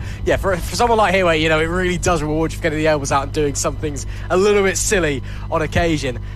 This one could be very entertaining indeed. Sets up 26 starting this race, although a couple of riders further back in the pack not setting times in qualifying. Only 23 bikes setting a time in qualifying. Pole position, of course, will be taken by Max Bartle. It's a Bartle 1-2 as well. His brother George going off a second. John Hunt does complete their front row in that one. So that'll be an interesting one to watch out for. But again, it's kind of what we come to expect from the NL 500s. Of course, 3 classes to keep our minds on as well: the elite, the freshmen, and the seniors. So plenty of battles all over the place, and of course they'll all be squabbling for on-track position because they want that glory of getting the overtake, even if in the grand scheme of things you're still P4 in class or whatever. Even if you've made the move or got through a couple of people, they're just in a different category to yourself. But yes, very excited to see how this one is going to unfold. Again, just waiting for them to make their way in from the outer paddock, which actually they are doing now. You'll just see them on your picture, just down to the left-hand side of our commentary tower. You can see them just briefly coming through. They'll be heading down through the infill paddock and then out onto the grid, and we can kickstart this thing. Again, expecting a 6-lap race for this one without any delays or issues, plus the sighting lap at the start. So this, of course, once again, just to remind you, we've decided to, after a red flag and a couple of issues in the Pirelli Super Series Sport and the No Limits Premier Sport Cup race, we've jumped forward to the Dunlop No Limits 500 on the schedule, race number 6. Then we'll have the Pirelli Super Series Power Trophy, the Dark Motorsport Premier Power Trophy, I'm assuming, unless we go back to the previous, and we'll figure it out. There's a couple more races to go, including our Bike Alloys Endurance. It'll all happen at some point at Brands Hatch, whether it be today or tomorrow. Yeah, we'll bring you through it as it happens. But the NL 500s, not too far away, you would imagine now. Third and final call has gone out to the riders to get themselves to assembly, and then they'll be released onto the dummy grid, of course. So 26 riders or so should be taking the start to this one. As you mentioned, Max and George Bartle, they start from 1 and 2. And, well, we spoke to them at the end of Croft, and I think it's fair to say things are getting a little bit heated in a friendly way between the two of them. George is ready to continue one-upping his brother. Obviously, Max had a few issues at Croft in the final race of the weekend. They'll be hoping for no sort of mechanical gremlins to get in his way here at Brands Hatch. But with it being hotter temperatures, you just never know. But yeah, George and Max having a good, well, yeah, I think it's fair to say the rivals out on circuit, both at home as well as out on track. But not too far away from getting going. John Hunt as well, let's not forget, he starts on the front row alongside him. And we really do have some established riders in this category as well. The likes of Carl Freeth as well, he goes from P5. And, well, actually, just looking at the grid, I'm not seeing the likes of James Cottenham in this round, as Paul Bowerbank does his best Baywatch impression, sprinting through the front of the screen and down pit lane he goes. But a lot of the riders soon, they're going to have to start turning their attention to the endurance. I mean, you can see some of the fireworks members getting themselves ready for later on, as well as the bikes pile themselves into the grid, as there is Owen Miller having to do the lonely walk back to the paddock and the lonely walk back to the awning as well. So a massive shame from Owen, but nonetheless, our attention now turns to the NL 500s, who are just nearly ready to go, Ross, after a short wait. They absolutely are. So prime opportunity for Max Bartel to take the championship lead in this race, presuming he finishes above basically anywhere that gives him 12 or more points, with James Cottenham seemingly not being here. It is a 12-point gap back from the championship leader to Max. He himself has a 53-point gap back to his brother George. That's the way things are shaping up in the elite category. Down in the freshman class, Tim Patterson leads the way with 3 wins out of 3 last time at Croft. It's Adam Rostron 7 points adrift in second, although without a class win so far this season. And Paul Beard in P3. Then last but not least, quickly in the seniors is Carl Freak from Ian Keeble, 22 points there, and Gary Wilson in P3 with 12 points adrift further back. Let's run through the grid for you. In this one, it is Max Bartel on pole position, his brother George in second, John Hunt in P3. Ian Keeble starts fourth, Carl Freeth in P5, then it's Simon Aldridge completing row number 2. Liam Sylvain is 7th alongside Paul Beard and Gary Wilson. Tim Patterson rounds out the top 10 with Felix Hearn 11th and Jack Seaman in P12. Max Crofton is 13th, Danny Dawson in 14th and Ryan Brinkham in 15th. Casey Griffiths P16th, Roy Wilson in 17th and Leo Wilson in P18. Lucy Smart returns after injury in P19 with a new helmet after she smashed the old one up at Mallory Park a couple of weeks back. She's alongside Alexander Summers and Duncan Appleby. Steve Klaas is 22nd alongside Phil Sturman and Adam Rostrom. And then it is Carl Bayliss and Danny Colley, or David Colley should I say, P25 and P26. No lap time set for Rostrom, Bayliss or Colley. So we'll wait to see what's happening there. Rostrom and Bayliss as well, some big names in their respective classes. So interested that they weren't able to set a lap time. Hopefully they're going to be able to start the race at the very least. We'll have to wait and see. But again, if they're not here or they weren't able to complete a lap, they'll have to fight their way through. In this race, well, that could be big for their title picture. Again, one race in the grand scheme of things, maybe not big, but when the battles are this close and we're already marching through the season, it could prove costly down the line. Yeah, this is going to be a very interesting weekend in terms of the championship picture. I mean, we need to remember, James Cottenham is not even here racing today. So a big shame for your championship leader. He holds a 12-point advantage over Max Bartel and George Bartel, over 53 points adrift in third.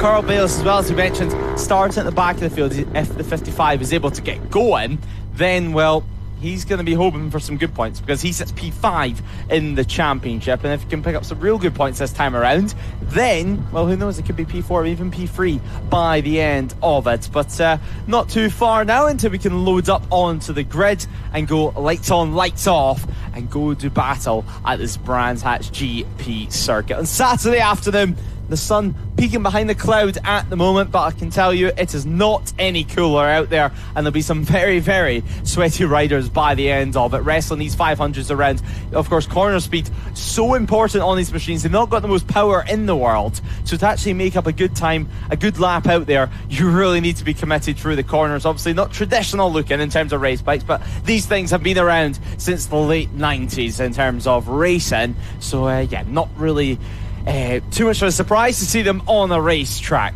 Nonetheless, though, Max Bartel, he looks ready to go in this one. He looks focused yet again. The reigning champion starts from pole. The red lights are on, the revs are rising, and now we can go racing. It's a solid start from George Bartel. Max, on the other hand, he's struggling on the run to turn 1, and he's going to be going side by side all the way towards the first corner.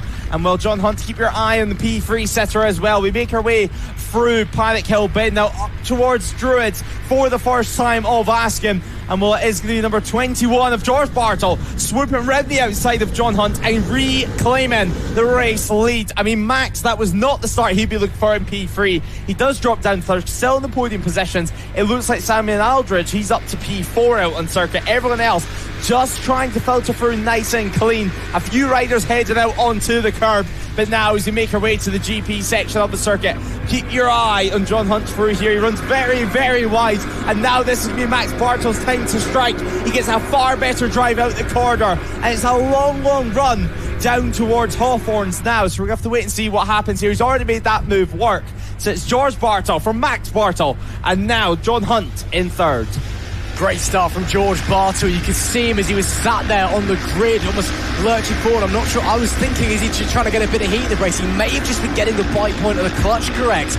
and it seems to work from John Hunt. Did get in front of him and slide through at Paddock Hill, but Bartle was able to slide back around. Is that Max Bartle up the inside through Dingledale? Brave, but looks like he's got it done, and he has indeed. The reigning champ gets back in front of his brother and crushes his siblings' dreams. Through to the race lead goes Max Bartle. Can George respond? The front two already starting to break away from the rest of the pack a little bit as they make their way down Clearways and into the final corner at Clark Curve. They'll come to the line. It's a bit of a longer lap time in these things than everything else, as we do have another red flag. Yes, so another issue somewhere on the GP circuit. The hands will go up and the riders will slow. They'll probably get directed back into the paddock potentially. Just been told that there is a very high chance of rain coming down very soon, and I wonder maybe if it has started raining. No, that is a bike that is on the floor coming down towards Hawthorne. Yeah, that's towards Hawthorne. So they've lost that very, very early. Was there contact maybe, or just lost it on a bump potentially?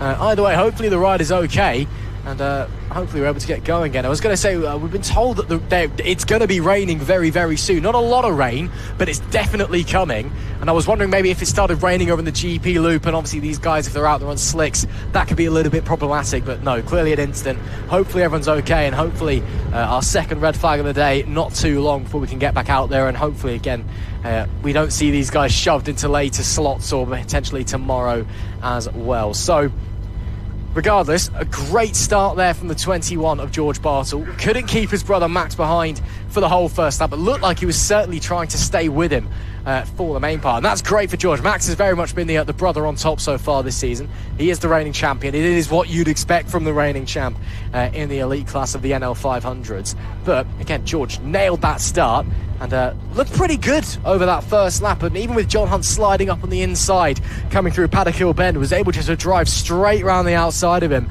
on the run into Druids and get the move confirmed. So could be an interesting dynamic for this weekend if Max is maybe struggling a little bit with the getaways. If George is able just to nail the bike points, that could be an interesting one on the run down to turn one. Yeah, session suspended, as we mentioned, so the red flag now out of course. But you can see there the bike stopped.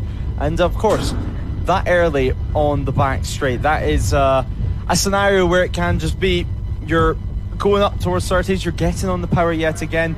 You either go through the curb or you can lose the rear quite easily. But nonetheless, the bike has gone down. It should be too much of a recovery job, you wouldn't imagine.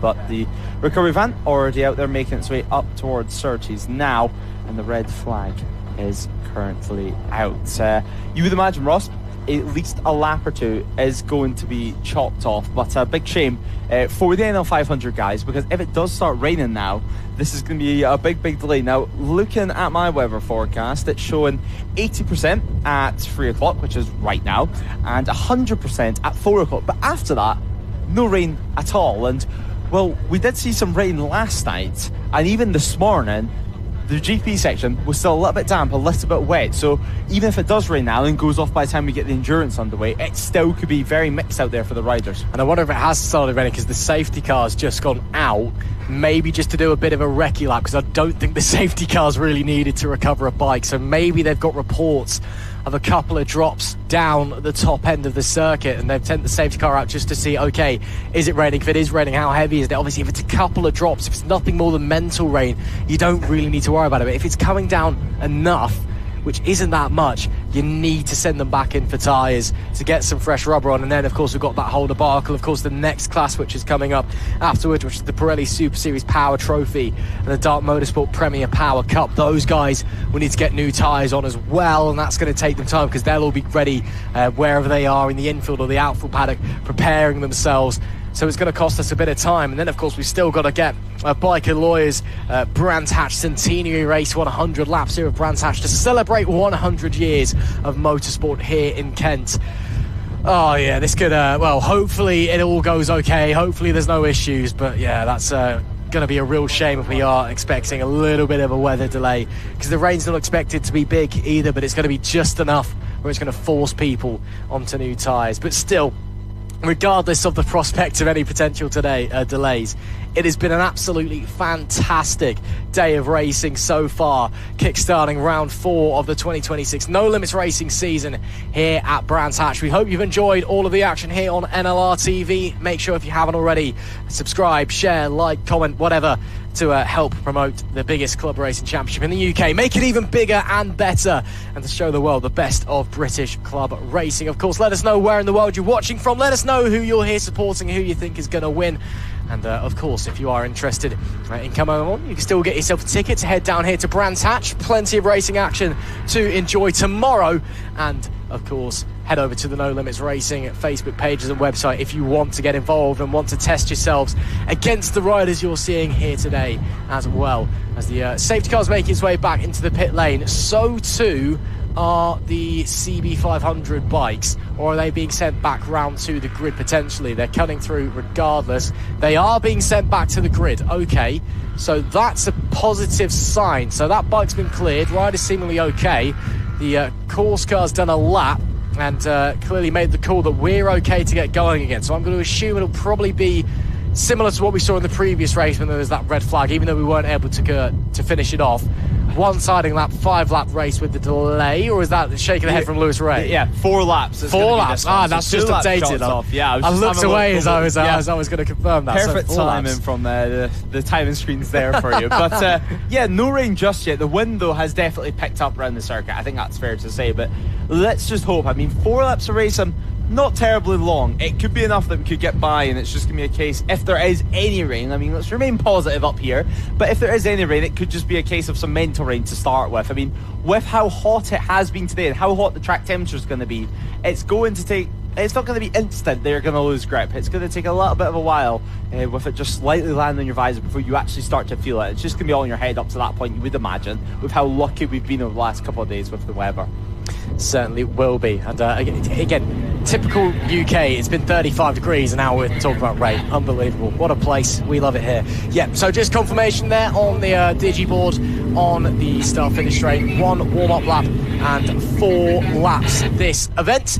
After that red flag following the incident, just trying to see if I can figure out who it was that went down. Row number 7 on the outside. It may well have been Lucy Smart. It was Lucy Smart, so a real shame there for Lucy, who's she's still a novice rider, still with a bib on, but I think she will be, want to openly admit she does struggle to stay on the bike sometimes. And a real shame for Lucy. And again, just coming back from injury as well. So hopefully she's okay and she can rejoin us for the rest of this weekend. But we are going to restart this one. So 1 sighting lap, as we said, and then 4-lap race. Short and sharp, even though it's about a 20 seconds longer for a lap round here than it is in basically any of our other categories. Medical car making its way back as well. I'm not seeing Lucy Smart on the back of it, which again, good sign as well. No ambulances out, so that tells me Lucy's A-OK. So once the medical car has made its way back to where it is, which is just through this left-hand access road you can see at the top of your picture, it'll be 1 sighting lap and then 4 laps of short and sharp No Limits 500 racing.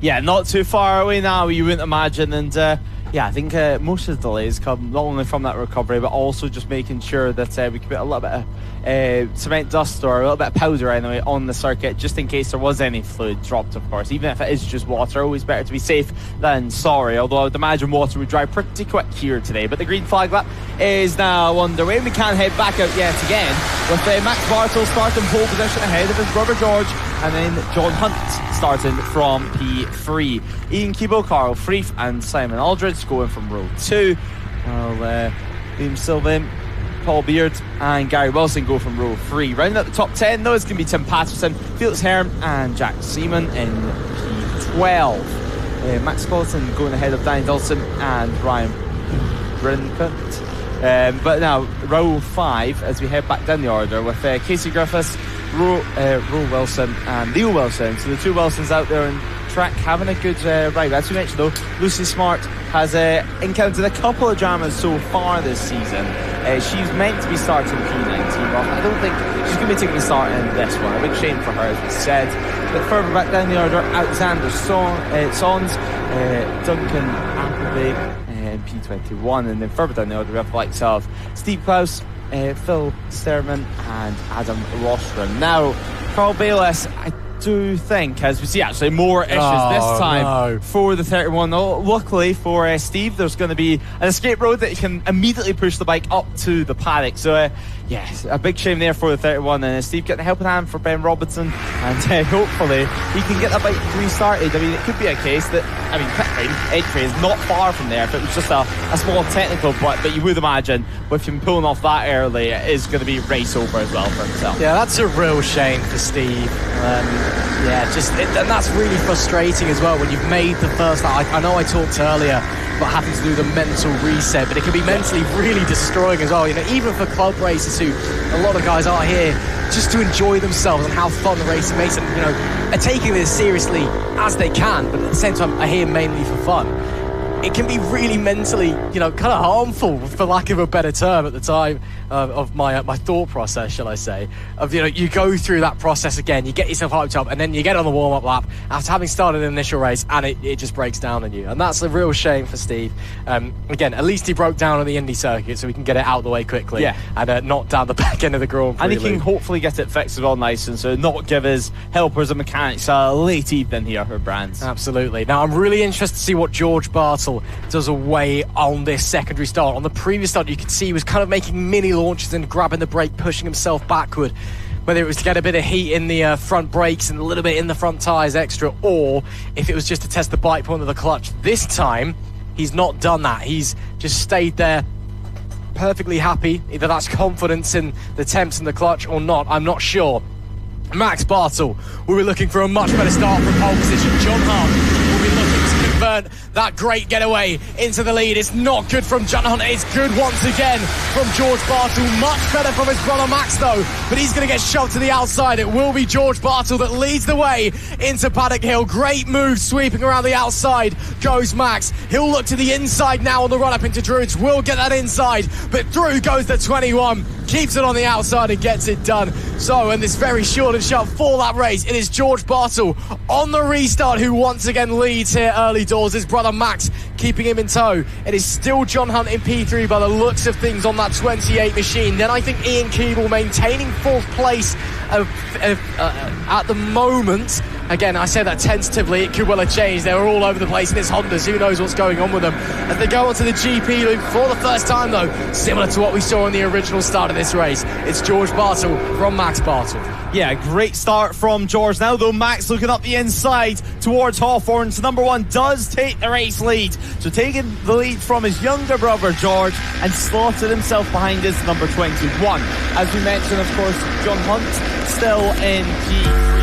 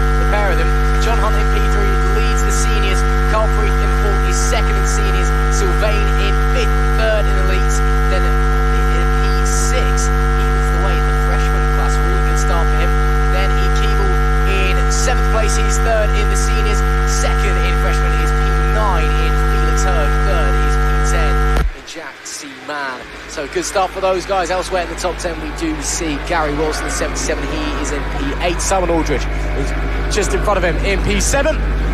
But of course that can all change because we're seeing Honda action everywhere you look.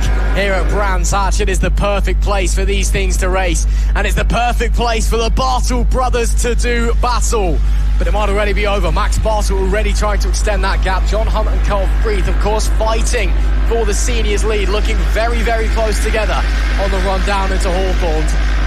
There's not a lot of time in this race, though, as we've got a big pack here a bit further back that are all tripping over each other, because it looks like the two at the front of the pack have gone away, the two senior leaders have gone away, and then it's just everybody else fighting for themselves. Yeah, they're going to continue fighting out on circuit all the way to the end, you would suggest, but a good battle midfield, and this is what we love to see about this NL 500 category, as it battles all the way throughout. Simon Aldridge, he's lost a couple of positions throughout this lap, so not what he would be hoping for at all. He did cross the line initially in P7. Now there's about to make the way around the final corner now, and then we should, all things being well, be able to see exactly what the gap is going to be. So why not power yet again? If he gets back to the front of this group, then he well and truly could get himself back in towards that top 7 position. Over the start finish line we do go, and Aldridge, as we said, down to P9. So big shame for himself. The battle for 7th though, well and truly on, and so is this actually, this battle for P3, because Carl Free, he's got himself up to 3rd overall in almost what looks to be old school, I say old school, it's only about 2018, Dean Ellison levers out there on circuit, so very reminiscent of the BSB star is Carl Free, and well, of course, P1 in class as well in the senior category for himself. Yeah, getting through John Hunt on the previous tour as this battle just behind them rages on. The likes of Paul Beard, Sylvain, they've just swapped places. That is Paul Beard, the freshman leader, now up into 5th place as they came across the line last time. That is amazing stuff from the freshman leader, who is absolutely flying at the moment. And showing even if he maybe lacks a little bit of experience compared to others out there, he certainly doesn't lack the pace. Is that a move being made up the inside of the 261? Goes the 111. I believe that was Simon Aldridge trying to get it done, but I don't think he quite got it confirmed. I think that Sylvain was able to just hold on there or thereabouts. Anyway, there is the 176 of Paul, or 178 should I say, of Paul Beard as they come through Dingledale, still side by side behind them, 2 by 2 almost in fact, as there was another move attempting to be made behind them. Looks like Aldridge has got through. The 713 has also managed to work its way up the field. Patterson has made up a fair few places on this lap, so he's flying late on as we're very shortly about to go on to the final lap of the race. Final lap of action, and Max Bartel leads by 3.7 seconds over George. I mean, an incredible ride so far, nearly 4 seconds of an advantage. Well, at number 1, he's a cool, calm and collected character, to say the very least. He normally doesn't have too much to tell us after the race, but nonetheless, he does his talking out on track. George Bartel, P2, and looking at the lap times last time around, it was still Max quicker, and Max about half a second slower than his fastest lap of the race. So cruising home, it seems, for the number 1 out on track. There is George heading through Surtees, just leaving the Indy circuit. The Indy circuit usually goes to the right here. Instead, we go left to go into the GP layout and then head into the tree line section of the track. Down towards Hawthorns. Here is your race leader, Max Bartel. I mean, nearly 4 seconds of an advantage. He's been in this position before. His main championship rival, James Cottenham, isn't even out there on track. Seriously impressive stuff for the number 1. Simon Aldridge, as we mentioned, he's now up into P6 out on track, so a great ride for him. That's obviously still going to be a podium in the elite class as well.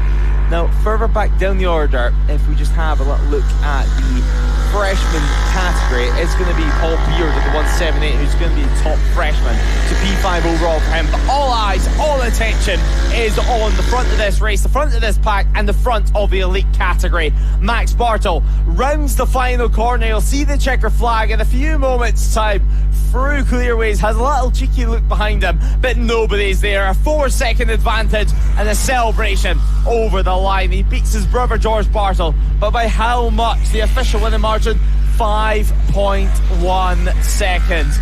A great ride as Carl Free crosses the line in 3rd. He, of course, takes the senior category win ahead of John Hunt, as Paul Beard takes the freshman win, with Tim Patterson taking 2nd in category. We'll give you the full run down in a few moments' time. But Max Bartel does take victory ahead of George Bartel. Carl Free overall in P3, John Hunt in P4. Paul Beard, of course, as we mentioned, a great ride for himself yet again, and he will take out the top 5 as we have a full look at the finishing order. Tim Patterson, Simon Aldridge and Liam Sylvain rounding out the top 8. with Felix Hearn and Ian Keeble rounding out the top 10 runners.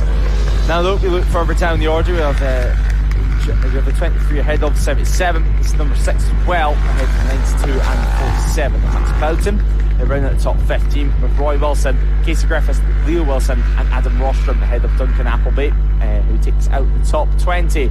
Alexander Sons and Philip Sterman rounds out the top 22. And then of course we've seen some issues from Steve Klaus on the warm-up lap, but a great race, a great ride. Max Bartel is your NL 500 race 1 winner. Of course, race 6 of the weekend. Still plenty of action to come here at Brands Hatch. Still one more sprint race before our attention, of course, turns to the endurance action later on.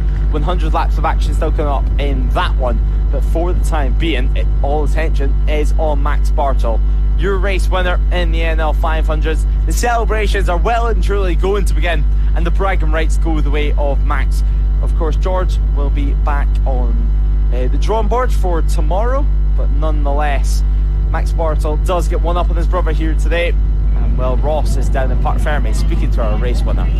A little bit of a shorter Honda No Limits 500 race there for us, but it was still action-packed, so we may as well jump in and speak to our race winners, 2 of them anyway, because Paul Beard just immediately left for some reason.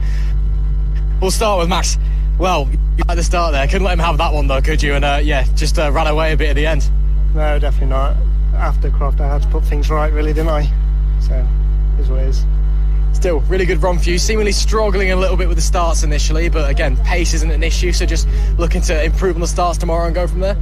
Yeah, I'll just get off the start and then just try and get in front of them and pull away again. Don't matter about getting off the start, really. Not this weekend, anyway. Fair enough. Well, still, you're riding in good form. You're looking to get back to winning ways. Congratulations once again. Cheers, mate. Thank you very much. We may as well speak to George as well. George, 2 great launches, just couldn't quite keep up with Max, but still some really impressive riding out there. How are you feeling? Yeah, really good, to be fair. I'm going to say I can't keep up with him. He's just that next league ahead, but to stay, for me to see him all race, yeah, I'm really happy with that. Well, it's a good way to start that weekend, and again, the only way is up, so maybe race 2, race 3 could be a little bit closer, maybe try and keep you behind him even. Well, I think I can only keep him behind him for the first corner, but yeah, we'll see what happens, just go with it. We'll wait and see. Still, great ride from you once again, congratulations. Perfect, thank you. Let's run it down and speak to Carl Freeth as well, the 72 rider taking the class victory. Carl, great performance from yourself. Can tell you're a little bit worn out, but some great battles out there. Looks like it was a lot of fun. Yeah, it was good. It was good. Pretty pleased with the red flag because I had a terrible start before that, so that actually helped me out. So that was good. On to tomorrow now. Yeah, I guess it sometimes benefits you, doesn't it? But still, got that better second restart, managed to get away, and again, some really impressive battles, but great riding. And again, on to tomorrow, 2 more races. How are you feeling going towards them? Yeah, not bad now. Not bad. More comfortable. It's not a circuit I come to that often. So I've got my eye in now, so they better look out. You're going to be fine with the Bartels, is that the official statement? The little one, not Max.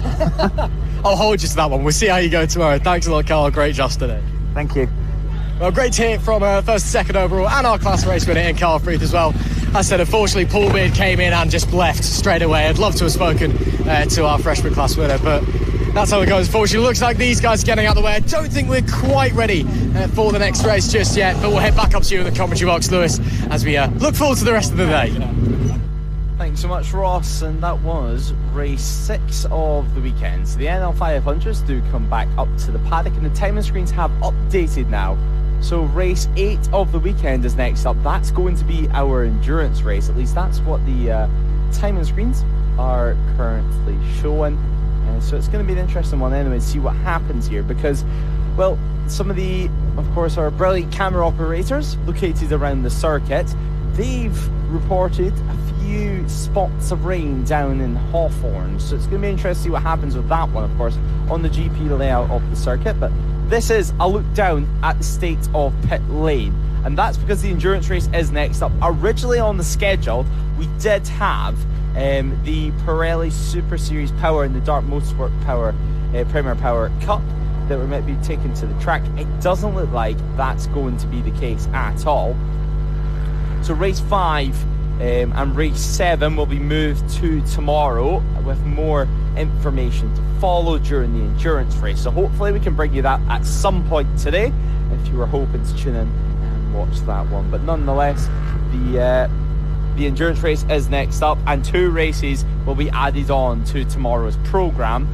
And it looks like the race that was set to be 100 laps of distance is now going to be made into a timed race. So 3 hours of duration for that one.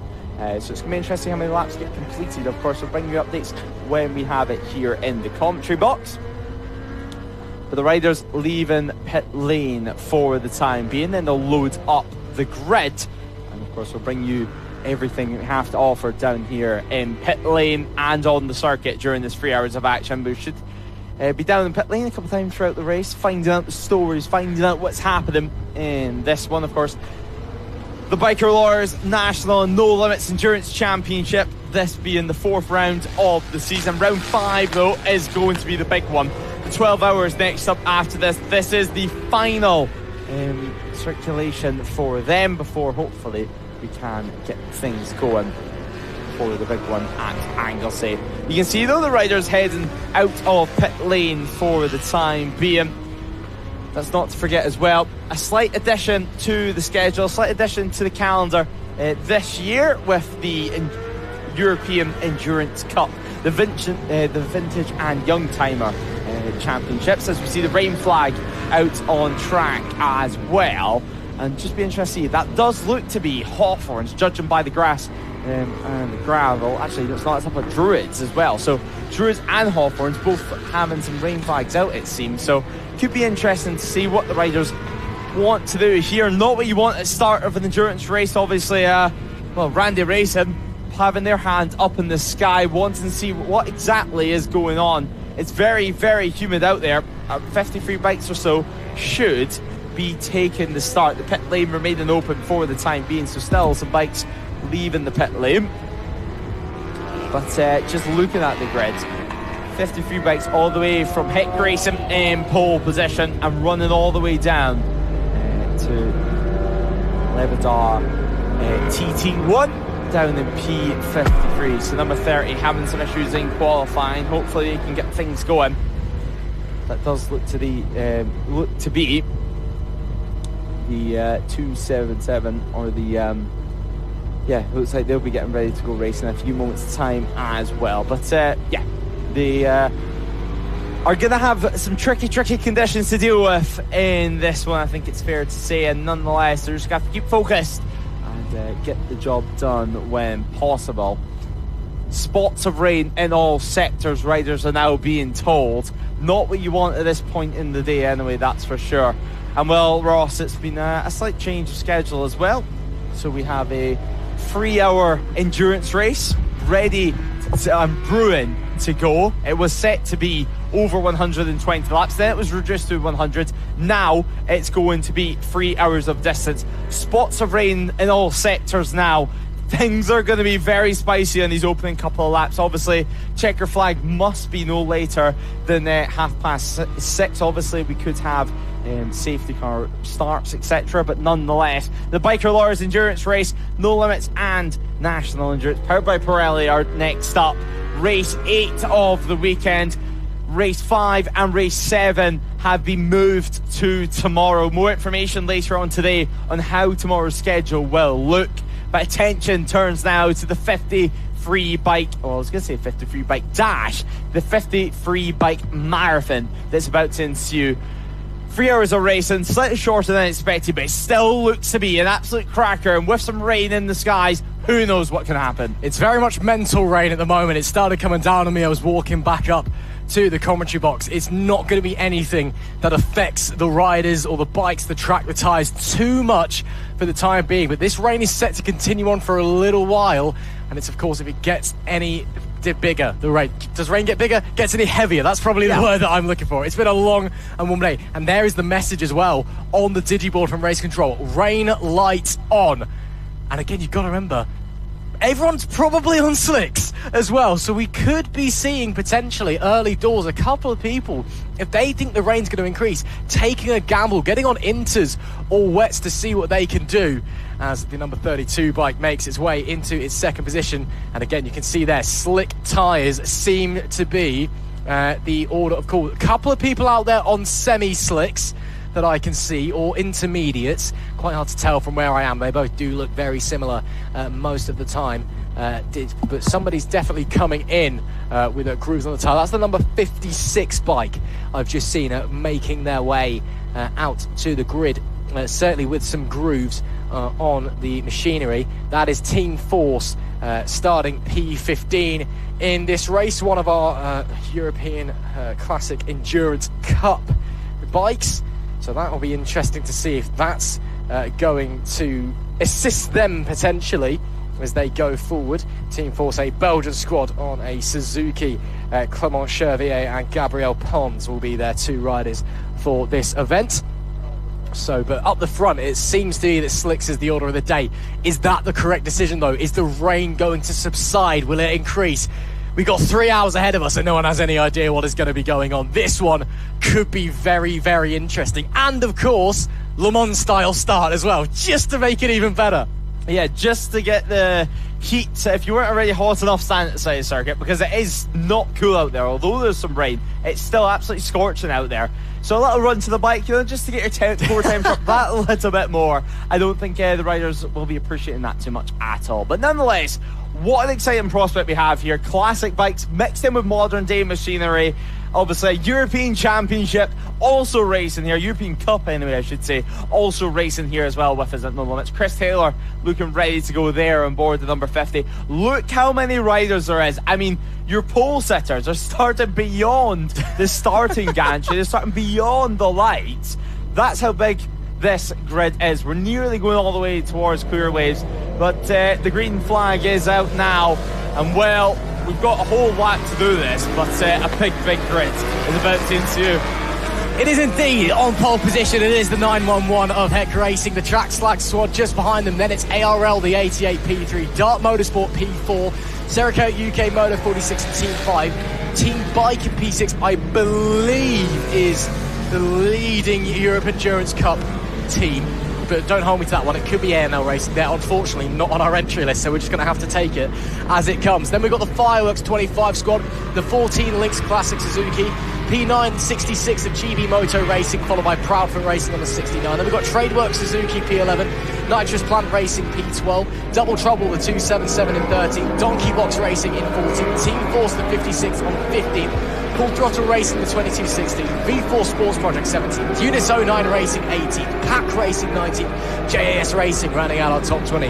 Then followed by Snapdragon Racing, Randy Racing, Army Team 2. They've beaten their better compatriots who've done the whole scene so far. Embarrassing from the Army Team 1 boys. Anyway, Army Team 2 are 23rd. Then followed by Apex Racing, ZB Racing, Oddballs Racing, PB Racing, Rooster Racing, Fulham Racing, Ride Culture Racing, rounding out our top 30. Then it's Team FBR 31, Plenty in the Tank 32, Army Team 1, come on boys 33, PP Racing in 34, Fortis Racing 35th, Dolder Interbike Racing Team in 36, HRT in 37, Team GRC in 38, the RAF 617 Dam Busters in 39. A little bit disappointing from the Dam Busters squad there. They're looking to work their way forward. Semtex P40, Dynotech is 41st, Racekins Endurance 42nd, PP Racing 2.0, they've got two bikes as well in 43rd, Team de Pacarette in 44th, Swiss Racing Team in 45th, Master Racing 45th, 46th, Team Parts Europe 47th, Desmo Bike 25 in 48th, KGG Endurance is 49th, again very far down the order for those guys. Impeccables OW01 is 50th, UPF / Vision Plus 51st, ATD Project 34, the German squad is 52nd, and Laverda TT1 is 53rd. And I have timed that to perfection, Lewis Rae. 53 bikes out here, 3 hours of racing to celebrate 100 years of Brands Hatch and the Biker Lawyers Brands Hatch Centenary. We're joined by the Europe Endurance Cup.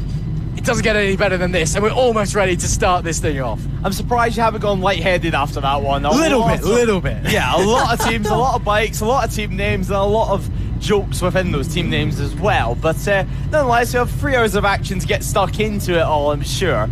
And, well, I think it's going to be an interesting race start, especially with the European Classic Cup joining us for this one. How well are they going to be able to get those bikes offline? Obviously, some real talented riders on it. We have the likes of Bob Collins also joining us on circuit here today, and of course, the likes of Kyle Wright too. So, who's going to get the best jump off the line? Well, let's wait and find out. You would imagine there's going to be some top riders taking the race start here, but Heck Racing goes from pole. The Aprilia, you would imagine that would be Jack Bednarek, since he was riding the Aprilia earlier on. Jordan Browse taking the start for Track Slags as well out there on circuit.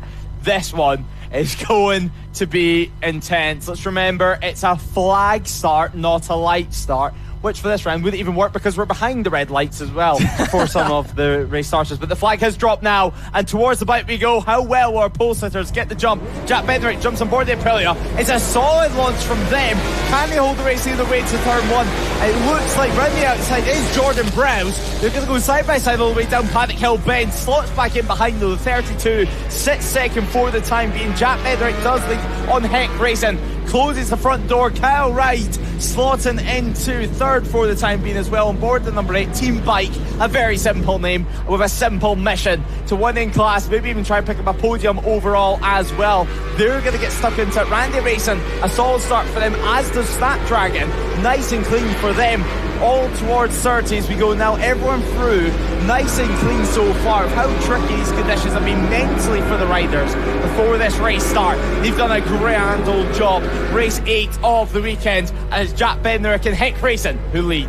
Great start there from the 911, all clean as well initially out here as the rest of the riders just working their way through a couple of slow starts, but overall pretty solid indeed. So it's the 911 from the 32 in second place, I want to say, as they're making their way through Hawthorns and down the bottom end of the circuit for the first time. You're going to hear the old vintage bikes screaming as they head through Dingle-Dell. I mean, they're the kind of things you proper just got to rev the absolute nuts off them, aren't they?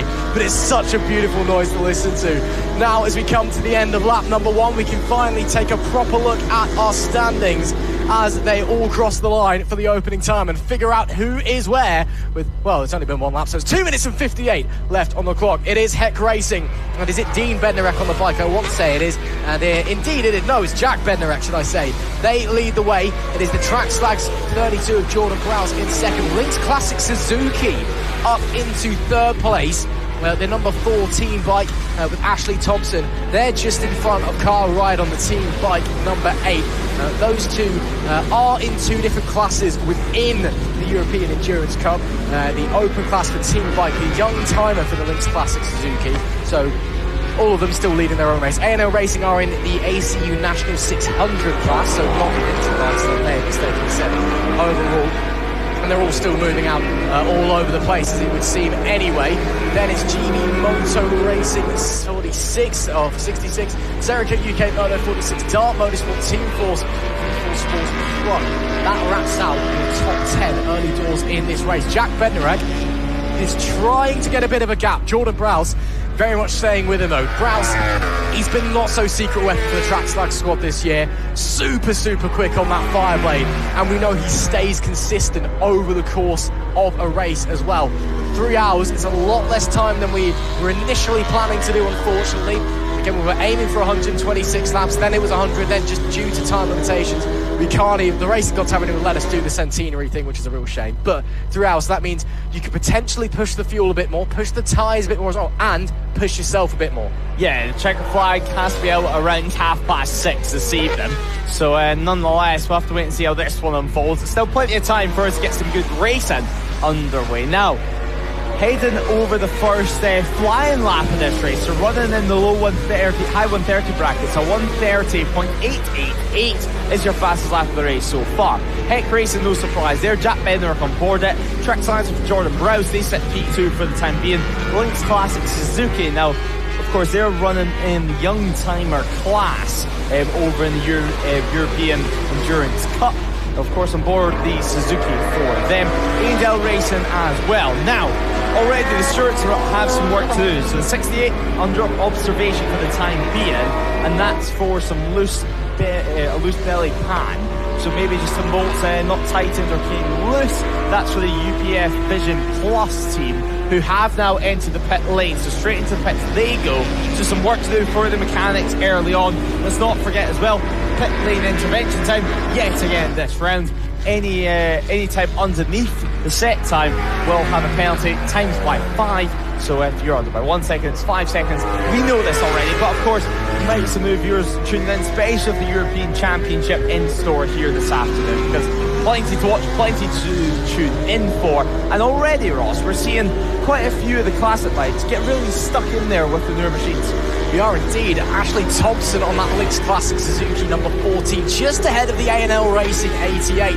And they're swapping places a couple of times, are they actually? And then Kyle Ride on the team bike number 8, not too far away from them, potentially closing in a little bit cautious opening few laps for Ride.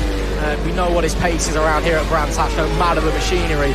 But just seems to be settling into rhythm. Is very much leading his class, though, in the European Endurance Cup Open. Only 4 bikes in that team bike.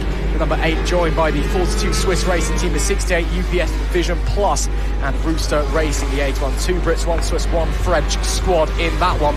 Lynx Classic, of course, in the young timer squad. I'm assuming that's probably for younger riders, I'd expect.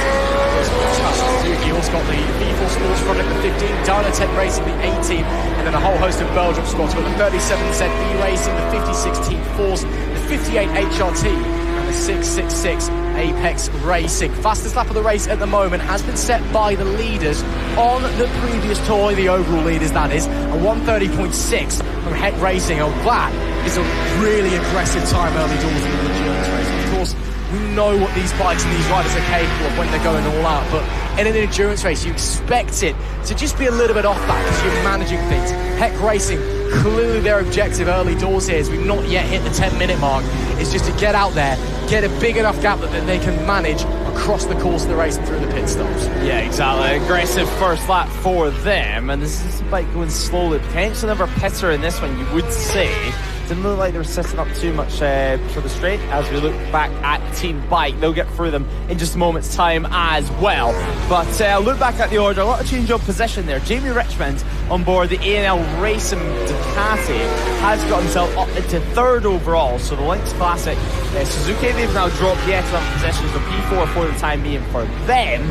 Of course, for the championship for the Classic categories, it's any bike pretty much from 350cc onwards all the way till December 2001, including December 2001 that they were manufactured. So yes, definitely some projections in there as well, but always good to see Chris Taylor in the mix here, as is Williams. So Nicky Williams having a decent ride so far, and with it being so big, you're going to see once lapping begins, it's going to be really bunched up out there on circuit. You're going to have to really understand who you're racing and really just chip away at things, not get too delved into a battle. Just keep your race pace, keep with things, and see how things develop, because you don't want to be chasing just one bike out there when suddenly you've got 4 bikes ahead of you and only 2 of them you're actually racing out on circuit. JMG Racing, Snapdragon Racing also having a nice little scrap there.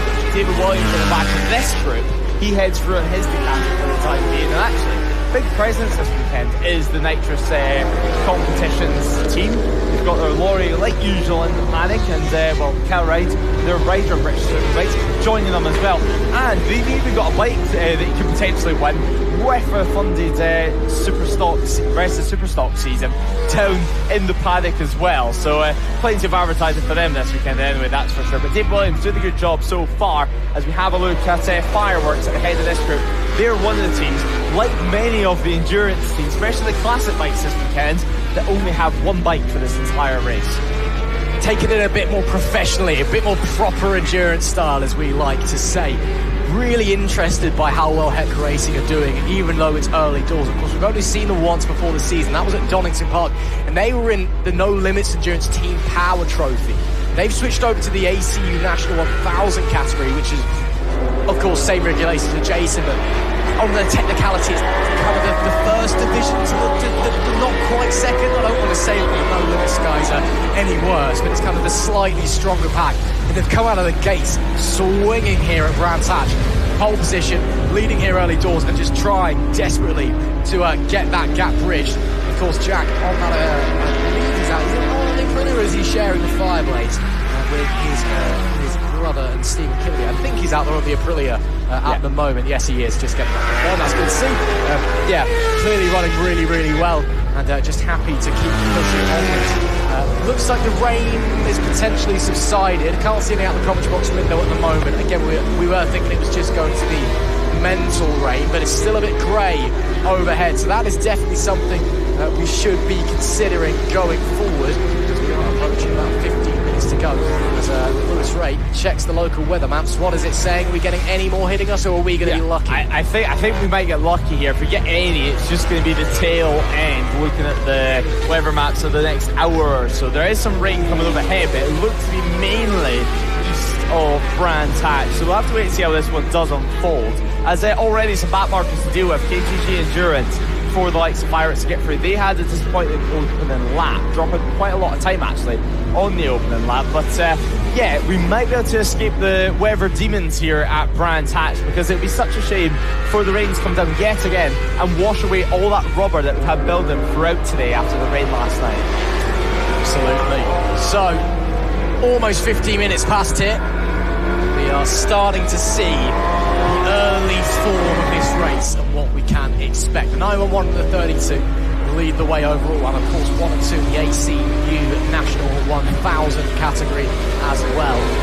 Then it's A&L Racing, then Lynx Classic, then Team Bike. Even though they're the same colour in Tyrant Tower, they are in two different classes in the European Classic Endurance Cup. As a grand total, I think we have 11 classes to try and wrap our head around this weekend. Yeah, it's far too many, quite frankly, if you ask me. We'll try our best. It's very warm, and it's been a long old weekend already here at Brands Hatch. We will try our best to keep on top of the classes. Following those classic guys, though, it is then the Fireworks squad, who've been having a fantastic year so far. They lead the way in the No Limits Endurance Team Power Trophy. And then it's Dart Motorsport, third place in the ACU National 1000, followed by Team Force, one of our classic bikes. Then GB Motor Racing, so 4 ACU National 1000 bikes up in the top 10. Really strong start from those guys there. They're followed by the Trainworks Suzuki, one of the classic bikes there in the Evo class. Fun enough on a Suzuki. Funny how that works, isn't it? They're followed by Full Throttle, the 22 squad, then Nitrous Plant, then Pack Racing, then Proudfoot Racing, then our V4 Sports Pro. Riders trying to work their way through the traffic. Then it's Sericate, UK Motor 46, Randy Racing, Double Trouble, Snapdragon and PB Racing. That's your top 20 so far. As we continue onwards, again we'll do a full run through with you on what's going on in about 15 or so minutes time when we reach the opening half an hour of this race. Gap at the front 6.7. Everyone seems to have just about found their rhythm, apart from Team Bike and Lynx Classic. We've got yellow flags on the run down into Westfield Bend. So has there been an issue for someone coming through Dingle Dell? Well, there's no yellow flags afterwards, so hopefully everyone's okay. Not seeing anything or anything coming through. Apparently the 37 has come to a stop, according to our timing screens. That looks like it could be a mechanical issue. 37 is one of our classic bikes out there. That's the ZB Racing, the Belgian effort in the young timer class on the Suzuki. Gert Verhelst and Christian Govert are the riders for that team. So yes, seemingly a mechanical issue for them. Hopefully everything's okay and they can rejoin the race. Of course, if it's just the one bike between the pair of them, they're going to have to get it back to the pit lane. If they do have two bikes, they are able to. Well, I'm not sure if that all applies to the European Endurance Cup, guys. Yeah. It probably won't, will it? I'm thinking two no limits here. Yeah, of course. No limits. You have the option of having a tag team style race or sharing a bike. Like, for example, Fireworks are sharing a bike here today, but majority of the guys, just to make it a little bit more accessible, use their sprint bikes and then simply swap and change throughout the race. Meanwhile, the Europe Endurance Cup bikes, of course, they only have one to share throughout its entire race. We'll see plenty of pit stops here today. It's going to be exciting down in pit lane this afternoon. Obviously, we'll be heading down throughout the race, trying to grab the stories, trying to see the stops as well up close and show you how it works, because some of these bikes, although they're classic machines, although they're not the height of modern performance and modern technology, they are still pieces of art and crafted for this sort of race. I mean, they've just came off the bike last month of doing a 4-hour night race. So I'm sure for some of these riders, although a completely different circuit to the likes of, you know, Paul Ricard, where it's much flatter, but still a whole different challenge here at Brands Hatch in terms of circuits. But visibility-wise, it's going to be a walk in the park, if you will. Yeah, certainly will be. But again, very, very different track from Paul Ricard. And yeah, interesting to see how these guys are going to be able to do it. But like you said, the vintage bikes, works of art, sound miles better in my opinion as well. My opinion is always as often correct. So take that or leave it. Still, we'll push onwards. It's going to be interesting to see how the pit stops are. I was just thinking too, I'm too indoctrinated into the Bike Alloys No Limits Endurance Championship by now, with how the bike stops work and all that. So yeah, they run it, you know, kind of proper endurance style, one bike championships. Again, classifies probably cost quite a fair bit of change as well, so you'd be surprised if you have two guys with exactly the same bike that are ready to turn up and change and swap and all of that. So there will be plenty, as you said, Lewis, of pit stop action for you to enjoy. But then, of course, over in the No Limits Bike Alloys Endurance Championship, you do have your tag team style races, and if that is the case where it is, you do have multiple bikes, be they different makes or the same make, whatever it is. The rule for that one, as it has been all season long, and I'm sure will continue to be into the future and across the rest of the season, if there is an incident or a mechanical failure, either the bike has to make it back to the pit lane. Of course, that changed from last year. It was just the transponder had to make it back to the pit lane, which led to hilarious moments. You just had riders just sprinting in full leathers down the track to get back. So the bike has to get back to the pit lane. If the bike gets back to the pit lane within 15 minutes, you can just go free. If the bike unable to get back within 50 minutes, you do have to wait for a 15-minute timer from the incident until your lad's gone. If you go out before, you are slapped with the mother of all penalties, and it basically ruins your race anyway, even though you've been sat in the pit lane for 15 minutes as it is. So yeah, don't do that one, is the advice there. So again, you also see those tag team style pit stops, but again with those ones as well, it's very easy to get a pit stop infringement penalty by going out too quickly. You see a lot of those, normally quite small, but we have seen something like 30 seconds before they just bolted out of the pit. Very easy to do, and very easy mistake to repeat as well. So don't want to be doing that too often. It's just, it adds something else to the race to keep your mind on, even if there's not an active pit stop with fuel and tyre changes going on whatsoever. Yeah, exactly. It's another element into the race as well, and just try not to let the adrenaline get the better of you. I think we've seen it at Donington Park with full throttle racing when it was Lewis Smart, which I'm pretty sure was a brake failure in the end. He had to end up crashing out of the race, and then it was Nicky Williams and his teammate that ended up serving the penalty. It was a long wait for them trackside down in pit lane. Now we're having a little look at Jordan Browse, who's just working his way through some back markers as things stand. But back at the official margin, it was about 7.8 seconds last time around. I can tell you, Jack Bednarek just about across line now, so we await to see what the official gap is going to be as, well, Jordan Browse makes his way over the start and finish line in a few moments. So the time machine, of course, will flash up and update. It's now 9.4 seconds, so Jordan Browse getting caught up and losing a bit of time. Meanwhile, Jack Bednarek is in clear track ahead of him in the lead. Sitting pretty is that 911 bike at the moment, and well, you say clear track, it's going to probably not be very long until it catches up to the traffic of someone. Again, 53 entries into this round, of course, including the European Endurance Cup, so it's busy here at Brands Hatch, to say the least. But you know, he's got clear air in the Metz Fork sense of that. He's up the front of the race and can control the pace from there. It's pretty clear early doors because the gap's now up to 9.4. Granted, Rouse had to deal with traffic on that last lap. It's pretty clear what Heck Racing's plan is, and it's been a plan that has been employed by track slags in races earlier on in the season, which is get a good enough gap early doors where you're not under immediate pressure, and then when you need to start backing off and managing, you don't have pressure, you don't have to worry about pace, you can just control the race, and through pit stops or pace of the other riders, you can just push forward and just slowly get further and further away. It's a pretty common tactic in endurance racing in general, and as I was saying, it's not one that we're unfamiliar with here at No Limits. And Heck Racing, in their ACU National 1000 debut, seemingly subscribers to that school of thought and thinking that's the one to go for us, and it's working for him so far with Jack Bednarek. We'll see if that gap's extended once again. Still waiting for Jordan Browse to come across the line as he does so now. It was about 9.5 seconds in line last time, and it's gone down to 9, so maybe traffic on the previous tour for Jack Bednarek. But that is definitely the battle we're keeping our eye on for the moment, is for the race lead overall and of course in the ACU National 1000 category as well. There are still some close battles out on track. The Sericate UK Moto 46 squad is right on the tail of the V4 Sport product team, but again they're in 2 different classes, so it's not a huge monumental difference made there if they are battling for position. And it's something you do get in endurance racing a bit more than the sprint races, Lewis, is if it's not a battle for position, it's just 2 of you in different classes just running very close to each other on track. Unless it's costing one rider a lot of time, very often they're quite happy to let each other just do their own thing.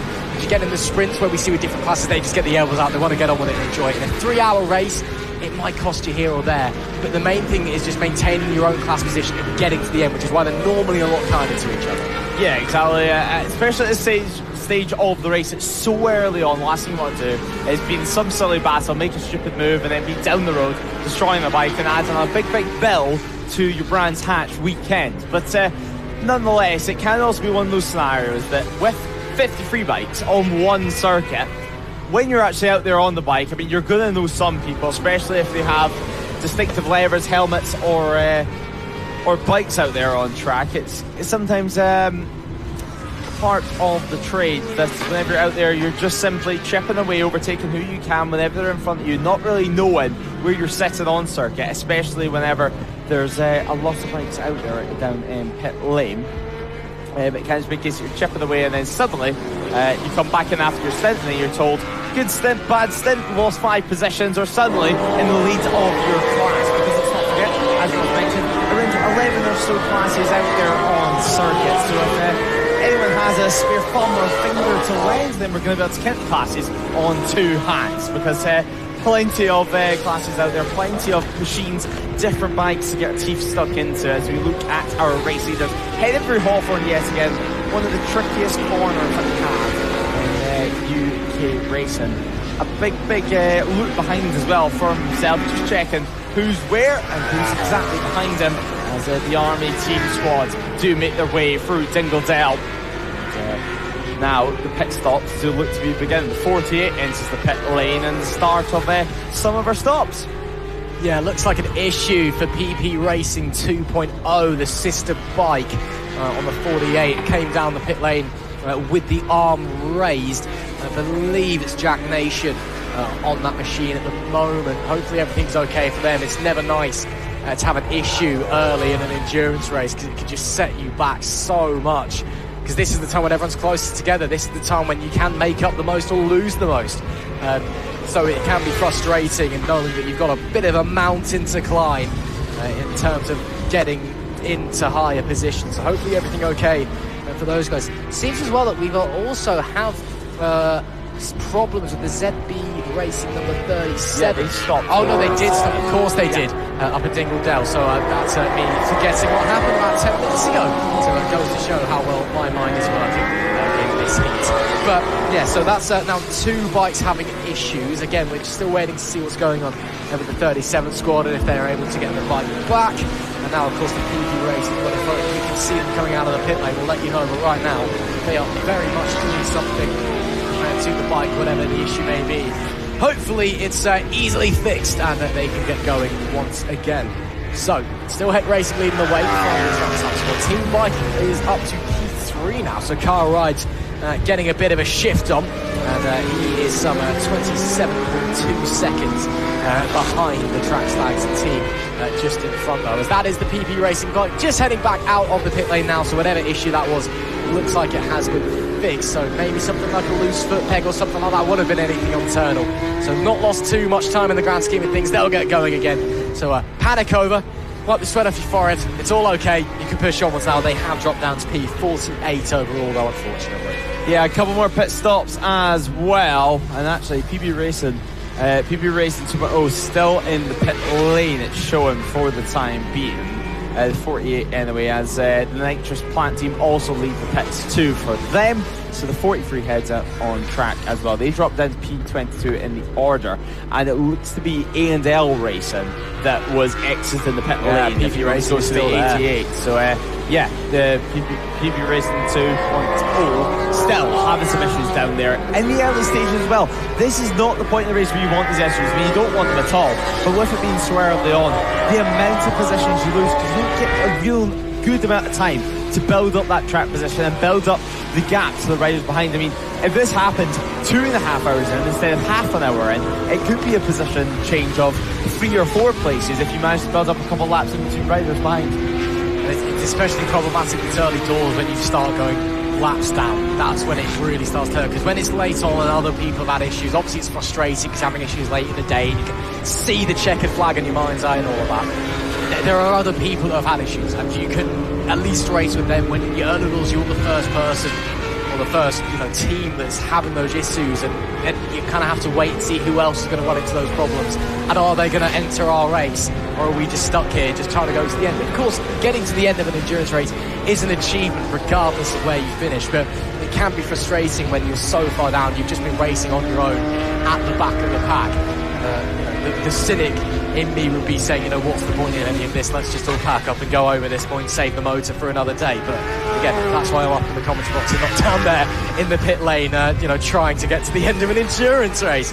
So a real shame for the second PP racing bike. Hopefully the 48 is able to get back out fairly soon. We'll have to wait and see. There is the 25 bike going through. The Fireworks squad making good on their attempts to work their way around. The Fireworks have been having a really, really solid season so far. I've been really impressed in general with what we've been seeing from those guys.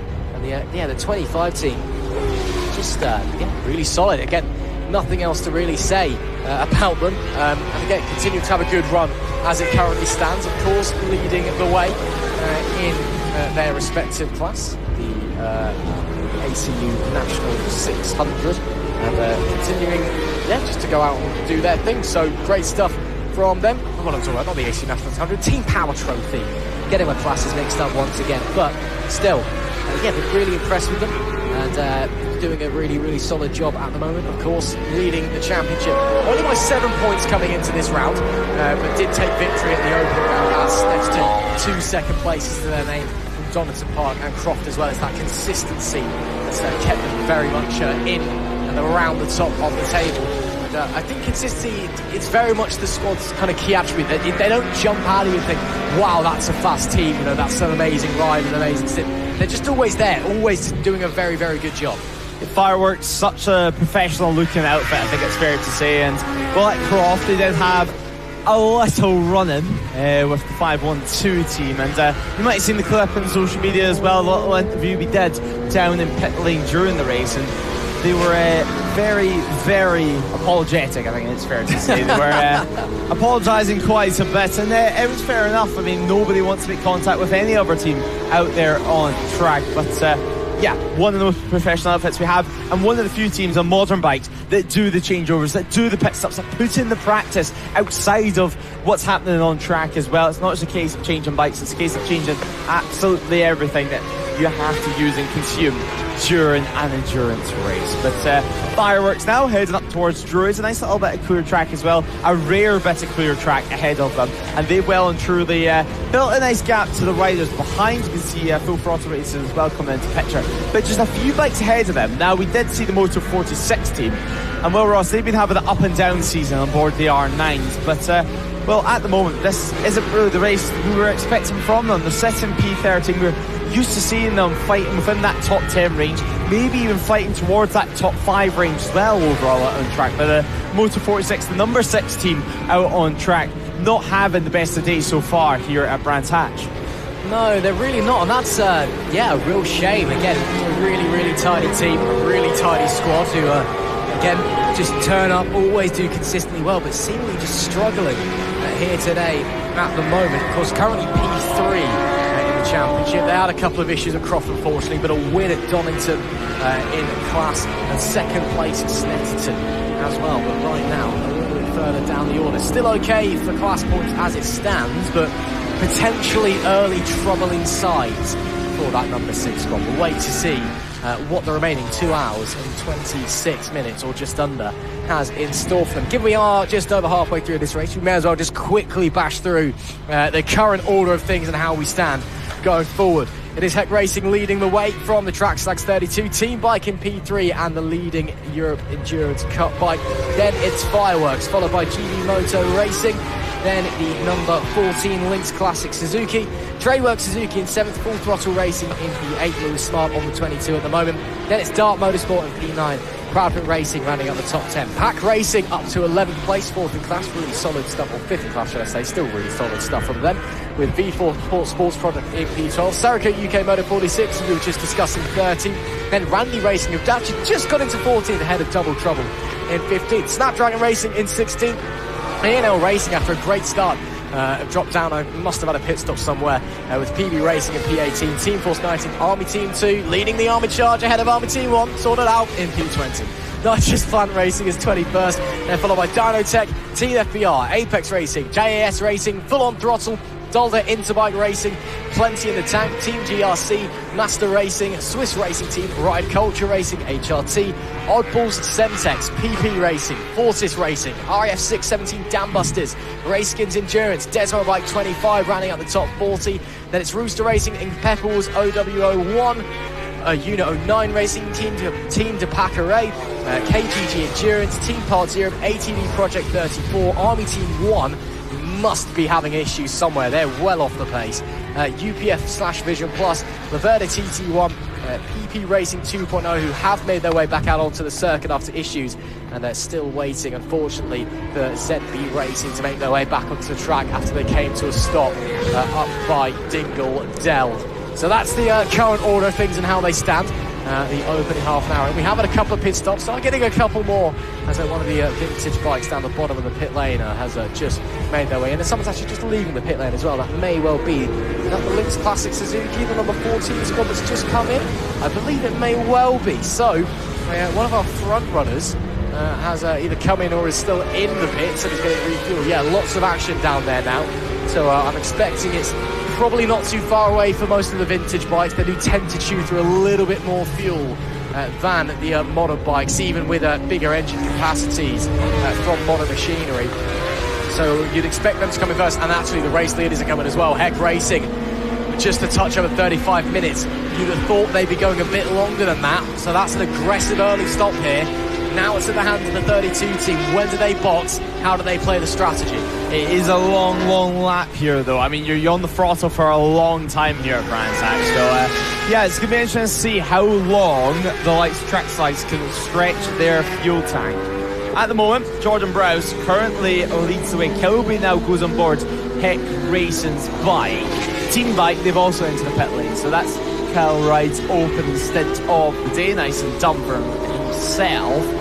Obviously, we'll see him back on track later on as well, because, well, Team Bike, they're one of the few teams that are only using 2 riders. So Dean Ellison's going to go on board that bike in a few months' time. Of course, Dean, well and truly part of the No Limits family, part of the Trackday side of things, helping out with lots of coaching as well, does Dean Ellison. But they're going to drop right down the order while they do this. Dart Motorsport as well, capitalising from that. Tommy Caldwell on board that one with Lewis Mason. Tommy currently on board with Dart Motorsport machine for the time being. But Team Bike dropping down the order while they complete their next pit stop. It's going to be interesting how much time they're actually going to lose now. P12 rejoining out the circuit, it does look like in the open class. 7.5 seconds drift on the V4 Sports Project machine. So, yeah, they set P1, of course, in category as well for themselves. But still, green flags from start to the current running order so far. And yeah, 2 hours 21 seconds left on the clock. So still plenty of time, plenty of new faces in the paddock this weekend. It's exactly what we love to see here at No Limits Race. And I believe in a few moments' time we will be able to head down in pit lane into the heart of the action, where Ross will be speaking to some of the stars of the show so far. Hopefully a little word as well with Jack Bednarek, because it was a mammoth opening stint. He strips himself a margin, what looked to be, well, not necessarily the bike of choice, being the Pirelli, but what looked to be a well set up bike for sure. He looked calm, he looked confident on board it. And just putting the laps as KGG Endurance makes their way through, and quickly being chased by the 43. So the 43 looking to pick up a few more positions in this one. Kieran Nicholson currently on board that one for the Nitrous Plant team. It did look to be David Williams who started it. Paul Bowrick should be out later on. Hopefully all electrical gremlins of his bike is sorted. Lewis Smart as well. Now we did see Lewis run into a couple of issues at Donington Park, as we mentioned, on board his Suzuki. Now he's using Nicky Williams, he's using his Kawasaki. So Nicky putting a lot of trust in Lewis Smart for this one. Hopefully no issues in this race for them. The 34 also coming for a picture, as is Chris Taylor. He had the crash earlier on in the day in the F900s. But the 34 of ATD Project 34 doing their running out on track, of course, part of European Classic Cup. As 21 and 19, they continue their fight. The Moto 46 as well. They're beginning to lock horns with Oddballs Racing. So Oddballs Racing hoping to pick up some points, but nonetheless, it currently is Trick Slags continuing to lead, Fireworks in second, Heck Racing after their pit stop in third. How long will it take to reclaim the race leads? Let's head down to pit lane where Ross will be speaking to some of the stars. That's Rob Lewis already pretty action-packed down here in the pit lane, but I thought I'd try and grab a couple of words out of our early race leaders, even if it was an early stop. I'll let him get the leathers back on first before you're going out. But of course, Heck Racing, you can see Pitbull behind us down here again. Really early start, or solid start, should I say, but an early lead as well. So just want to see what the deal is with the stops and the lights and see what's going on. See, let's why don't we run in and see if we can have a deal instead of Jack even. How are you going? You okay? Yeah, I'm all good, thank you, all good. Yeah, so how's things going for you guys? I mean, great start early doors, but early pit stop with the team. What was the decision behind that? I just did I did a 20 lap stint, so I thought we'd come in, just get fit out there, and then I can go again in a half an hour or so and get some laps under the belt. Okay, so you guys are just you've time. There's no need to worry about who's around you, whatever. Just get it in and stick to game plan. Yeah, no, fair. I'm using this endurance as a bit of practice, getting used to the new Aprilia RSV4, so I'm not too bothered where we end up, but it would be nice to have a little win. Well, still, it was a great start from you. Really solid way to get the gap up early in the stint. So the pace is certainly there. You just guys got to stick with it, surely. Yeah, maybe later on I'll have to do a 40-50 minute stint if the bike will let us, and hopefully we'll claw back some positions and go for the win later on. More stuff going on. We'll let you cool down with your plan, but great first stint. We'll see you a bit later on. Perfect, thanks a lot. So interesting that's a planned pit stop. I was thinking that maybe the fuel line had come on, maybe there was some issues or just struggling a bit with fatigue, but no, 20 laps in him, that was the game plan. I can see the 49 bike even just making their way in for PP Racing. I'll head back out actually. We'll also just get out there on the Brandy Racing bikes. It looks like they're getting ready to send somebody out. Again, it's a hive of activity down here in the pit lane. Most of our Bike Alloys No Limits endurance guys are over kind of towards the latter end of the pit lane, and then all of our European endurance cup riders are all down that end towards the pit entrance. So we'll head down there a little bit later on, I'm sure. For now, we'll focus on the No Limits side of things. We are just outside the number 32 Trackday squad pit garage.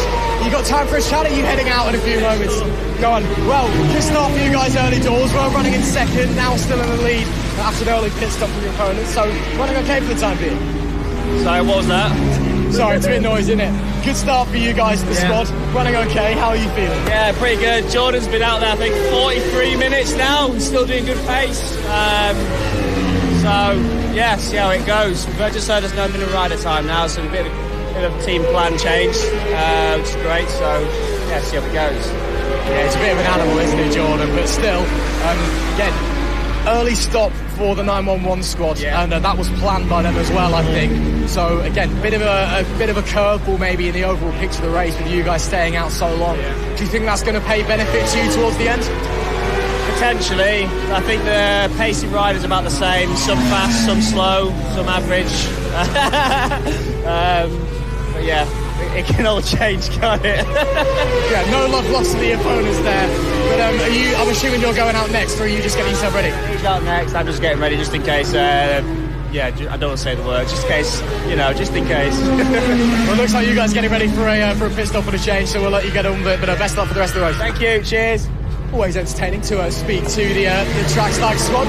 We'll just head down, see if we can grab anybody else down here a little bit more. See the Dark MOTORSPORT 92 in Aprilia. Someone's got the full MotoGP seat out here, you know what, fair enough. I do want to try and speak to the Nitrous competition squad, if possible, because they look absolutely knackered after that opening stint. So let's see if we can jump in and speak to the 43 team just here in garage number 8. I think you see me coming. Any chance I can grab a few words, boys? I suppose so, mate, yeah. How we doing early doors? We all okay? Yeah, only managed 14 laps. It's very tough in this heat, very, very tough. But it's kind of got me in shape for next week's Nessun BSB, so, yeah. Yeah, no, I was going to say the main reason I came over was because when I walked past you, looked absolutely destroyed, to be honest with you. No, it's tough out there in the heat. I'm still in recovery mode now. You got the fan help, but still, it was a solid 14 laps. You did all right for yourself. You can be happy at least. No, I come in about 4 laps early, I think, so I just had nothing left. 3 laps is the official team word from the corner, but still, that's stuff you can make up with a little bit of fuel saving later on. That's still laps you can make up with a little bit of fuel saving later on, so not too tricky as we're getting shouts about, we're doing a rider change by the looks of things, potentially, or I'm not sure what's going on. The minimum laps has been finished now, so there's no minimum laps required by any rider, so I'm done for the day. You know what, I'll let you stay there and cool down then. Awesome speech, mate. See you later. Always a pleasure, never a chore. Down the end of the pit lane now. Looks like it's still a hive of activity and a bit crazy. But Lewis, let's head back up to you in the commentary box for the time being. Maybe next time we'll try and get down the other end of the pit lane and speak to some of our classic European Cup riders. But for now, we'll head back up to you, Lewis. Thanks for us. Always lovely to hear from the riders down there in pit lane. And well, yeah, it would be interesting to see exactly what they were shouting about on pit wall. Nonetheless, Paul Verbank has his levers ready, and it looks like Dave Williams is done for the day. That's going to be well, how do we say this? A mammoth stint needed from every single rider involved in that team. But if anyone can do it, I'm sure it will be them. Now, look, we do continue on. Trackday is still at the front of this race. Still yet to pit, and it's getting to the point where it is simply impressive from them, the fact that they're able to keep going out here on track. But well, Joshua Proudfoot there getting mixed up on his Honda. I mean, look at the amount of riders out on the circuit. GS Racing continuing on, and well, the 73 just getting ready to go out in a few moments time. That is the KTM. The Kawasaki is now in.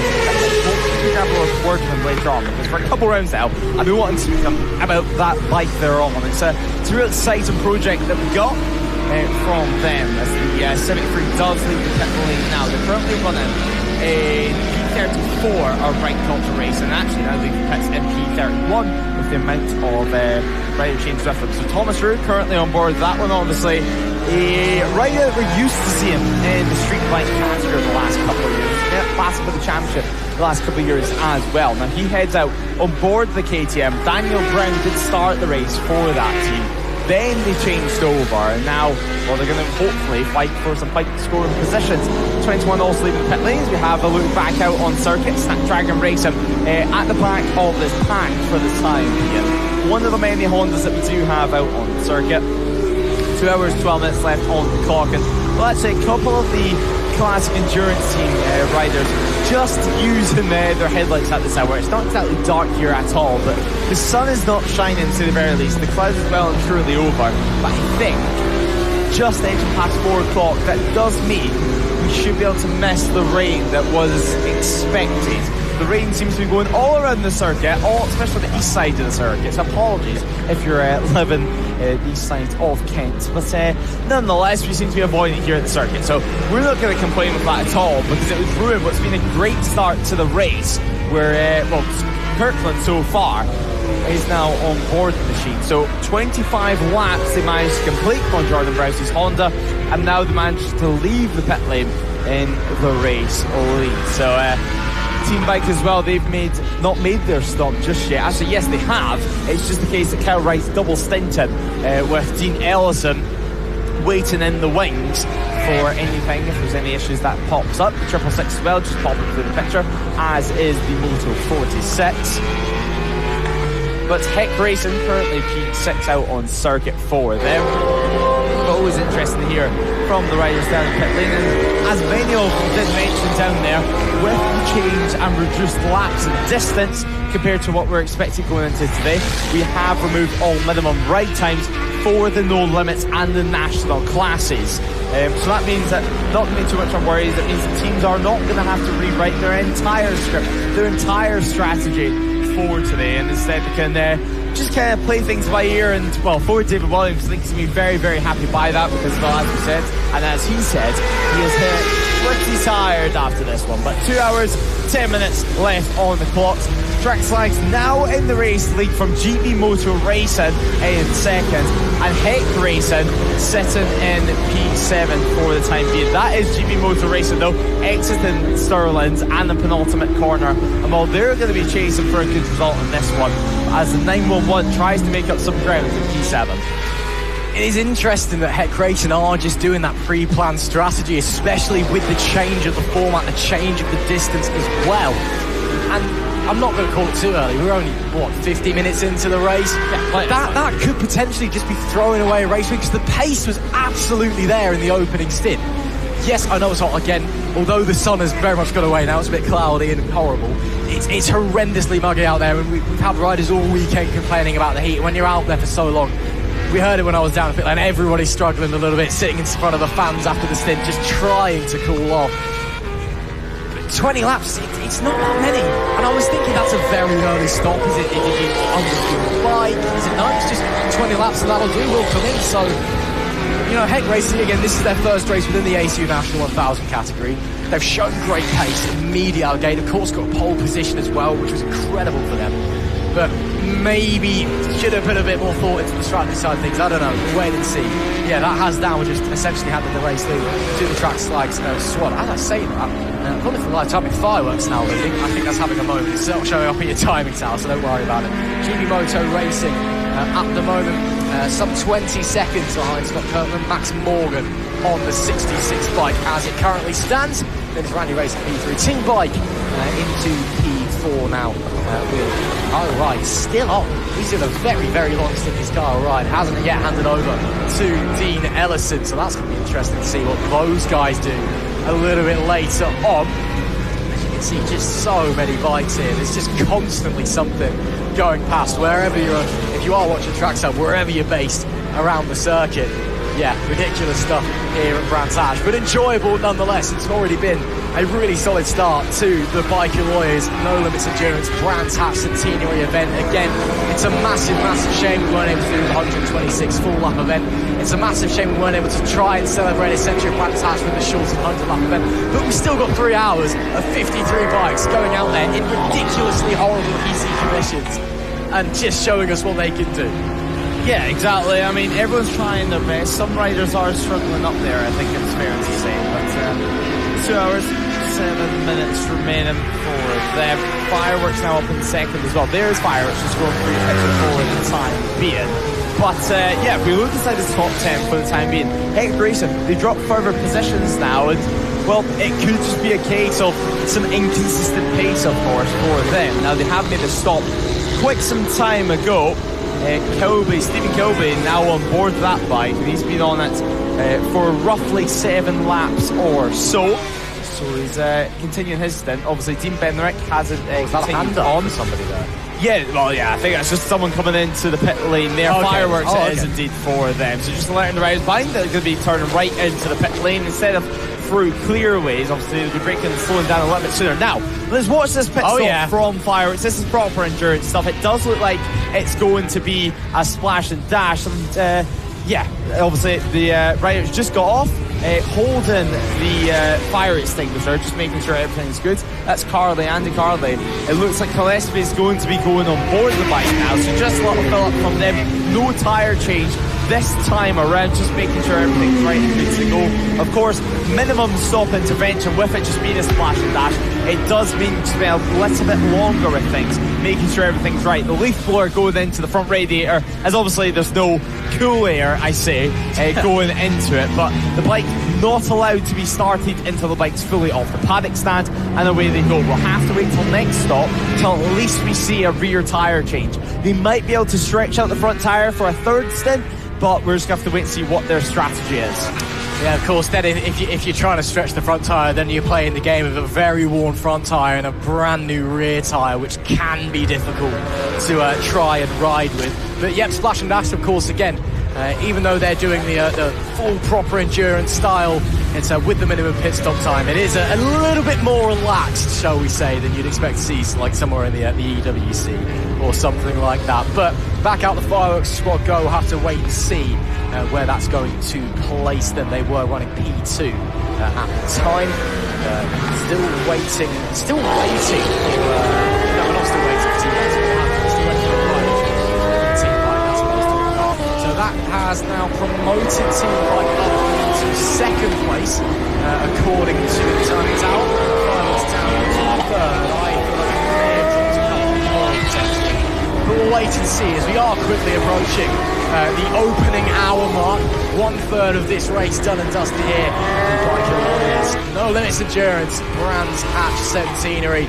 It's been a fantastic day of racing so far at Brands Hatch. And of course, even though this isn't as long as we would have liked it to have been, it's still been so fascinating so far. It's been great to have such a huge field with the Guest Championship, the Vintage Europe Endurance Cup, and the 53 bikes out there. It is brilliant to watch. There is the 32, the track slacked, like Scott Kirkman out there on the foam at the moment, currently leading the way, doing a great job again. We know how good that 32 squad is, even with a bit of a core piece in Harry Dennison missing.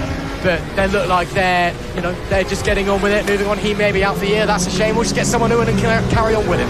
Yeah, the show must go on in some sense. I'm sure Harry would love to be involved in this one. I hope that we can see him back as well later on in the year, even if it was just a case of reducing his ride time to the absolute minimum for the final round, just so he could take part and finish the season with the team. Because, I mean, what a start of the year it was for them. Croft, a real blip for them, and I think in general they were lucky that they could even take part and still score some really valuable championship points. I mean, they had to rein in some riders from some unexpected places, definitely not what they were expecting going into the weekend. But nonetheless, we do continue on as, well, you can see the 32 that we're speaking about, the race leaders just at the back of this pack for the time being. And it's Kirkland currently on board. I mean, Scott Kirkland, really, really happy rider usually for himself as he gets by some of the classic bikes as well out there and track. You could just see the complete difference in terms of power from them. As the number 18 as well does continue. Oh, hello. There's some issues there for the number 30 stop track side. So the Laverdat TT1 having a few issues. Now, we did see them get lapped not long ago.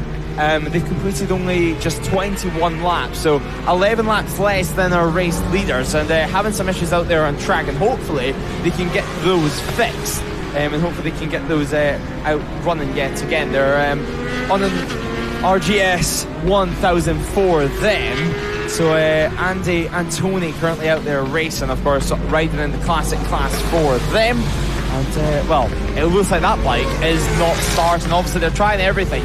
You don't want your race to be over this early. We're less than an hour into it, but looks like the bike has given up the ghost. It does indeed, and that's in a pretty awkward spot as well.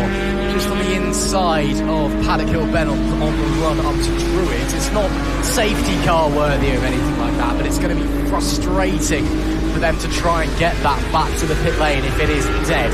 So fingers crossed they can get it fired and at least try and crawl on home and see if they can get some repairs to that machine. But we will wait and see. Push onwards, quickly approaching the 2 hour mark here at Brands Hatch. And And again, not too many issues. We've not had any incidents in this race so far. A couple of people with mechanical problems. Again, we've just seen with the Laverda squad. We also saw it very early doors with the ZB Racing 37 Suzuki. Again, they have not, well, if they have gone back to the pits, they've not come back out again. They haven't gone back to the pits, or they haven't gone back to the pits yet, so says all you need to know. So they are, 28 laps down now. They have got it going. Oh, they have got it going. Oh, there we go. At least they can get it home. And number 30, yeah, it's going to be a bit of a cruel home job, I think, but at least they can get the bike back. That gives them the chance to at least get to the end of the race. Exactly, and well, I mean, fair play for trying that hard, and fair play to the battery they've got installed in that bike. For how many times to try to start it for it still to fire into life? I mean, fair enough to them, and hopefully they can at least make it to the end. I think with you run into issues this early on in an endurance race, your mindset very, very quickly changes, and it's a case of redemption. It's a case of making it to the end rather than fighting for the result you had in your head pre-race. Now though, looking further back, one of the Ducatis, the 639, continuing out there on track, so having a good battle out there as well, having a look just round the outside. There you go, on board the Ducati, and well, yeah, Ducati not necessarily the most notorious endurance bike that we have out there, certainly a classic Ducati, but well, they've had some solid results with the positive Ducatis that we've seen over the last 5 years or so. As well, KGG Endurance does continue their running as well. They're in a very similar mindset as the number 30 team now, where it's a case of making it home and just picking up whatever result they possibly can. Just for Proudfoot there on board the 69. What result are they going to be looking for today? As well, just popping up actually from race control, we do have our first penalty of the race. Number 4, pit stop infringement, 25.205 second penalty. Snapdragon Racing, of course, the Honda CBR 600 team. Very, very distinct livery for them, black and orange for them out on the circuit. But Snapdragon, disappointment for them, a 25-second penalty for them. And, well, that is quite a hefty penalty, if you would say so, obviously. Oh, just over 5 seconds or so they went under pit stop intervention, and that is the sort of time that you've almost got to realise, or almost got to have something in the back of your mind that potentially you could be under, because it's quite a lengthy time. It is, and of course it gets immediately added to your race time as well, so you could just drop positions without changing place on track at all, and it can kind of throw your mind out a little bit where you are actually running, which is a real shame. Will Snapdragon Racing, and well, I'm sure they'll have the time to continue onwards and push through. Now an hour and a bit into this race, it's now the 32 Trackday squads that leads the way. Team Bike in P2, Dart Motorsport, not really talks about them much in this one. They're up to P3 overall, the 92 second in class in the ACU National 1000 category. Then it's the Tradework Suzuki, I think, are just running really, really long stints, and they've been quick, but they've been really just quietly working their way through just by running long out there. Then it's Brandfixx Racing, Fireworks, Full Throttle, Serica UK Motor 46, Chibi Moto Racing, Lynx Classic Suzuki in P10, followed by ANL Racing, Brandy Racing, Team Force, Double Trouble, V4 Sports Pro, Heck Racing, your early race leaders, and Pole City down to P16 overall, 4th in class, and not very far ahead of the 50 of Pack Racing. Then it is PB Racing, Nitrous Plant Racing, then it's Snapdragon with the penalty applied, Apex Racing, Dynatech Racing, JAS Racing, Army Team 2, Team FBR, Full On Racing, Ride Culture Racing, Master Racing, Oddballs, Fortis Racing, Dolder Interbike, HRT, Plenty of the Tank, PP Racing, the original number 1, the RF Dam Busters down at 35, Racing's Endurance, Unit 09, Swiss Racing Team, Team GRC, Centex, Desmo Bike 25, Impeccables, Team de Pacorette, KGG, Team Parts Europe, Rooster Racing, Army Team 1, ATD Project 34, PP Racing 2.0, who have rejoined the race now, UPF Vision Plus, and then the Laverda TT1 after that issue. And then, of course, we did lose a little while ago the ZB Racing 37 up near Dingledale, and they have still not rejoined the race, which is a real shame for them. So that's just a quick blast through what's going on so far in this one. And expect to see some more battles from going forward over the remainder of the race. As I was saying before I went through that, though, yeah, very impressed with the Dart Motorsport number 92 squad. They've been very, very quiet so far this race. They've not done anything to disappoint, but at the same time not really done anything to amaze, just kind of there or thereabouts, but are doing really, really solidly at the moment. They've only got the one entry this year so far, back at Donington Park. It was. Did take third place in class with a really solid ride, but again, nothing that was, out of this world. Really well done, kudos. Just, classic, you made it to the end of the endurance race, you got a podium. Very well deserved. Well, it had just come to the pit lane actually, but again, very, very quiet day for them so far today. Not done anything, not caught a ride, but just slowly worked their way up. Now with P5, of course, after that pit stop, still second in class, running very, very solid. Yeah, it's one of these rides which goes almost under the radar. It's super uneventful, but yeah, it's really solid, honest work that they're doing out there on the circuit. Dart Motorsport, of course, a big presence in the No Limits racing paddock.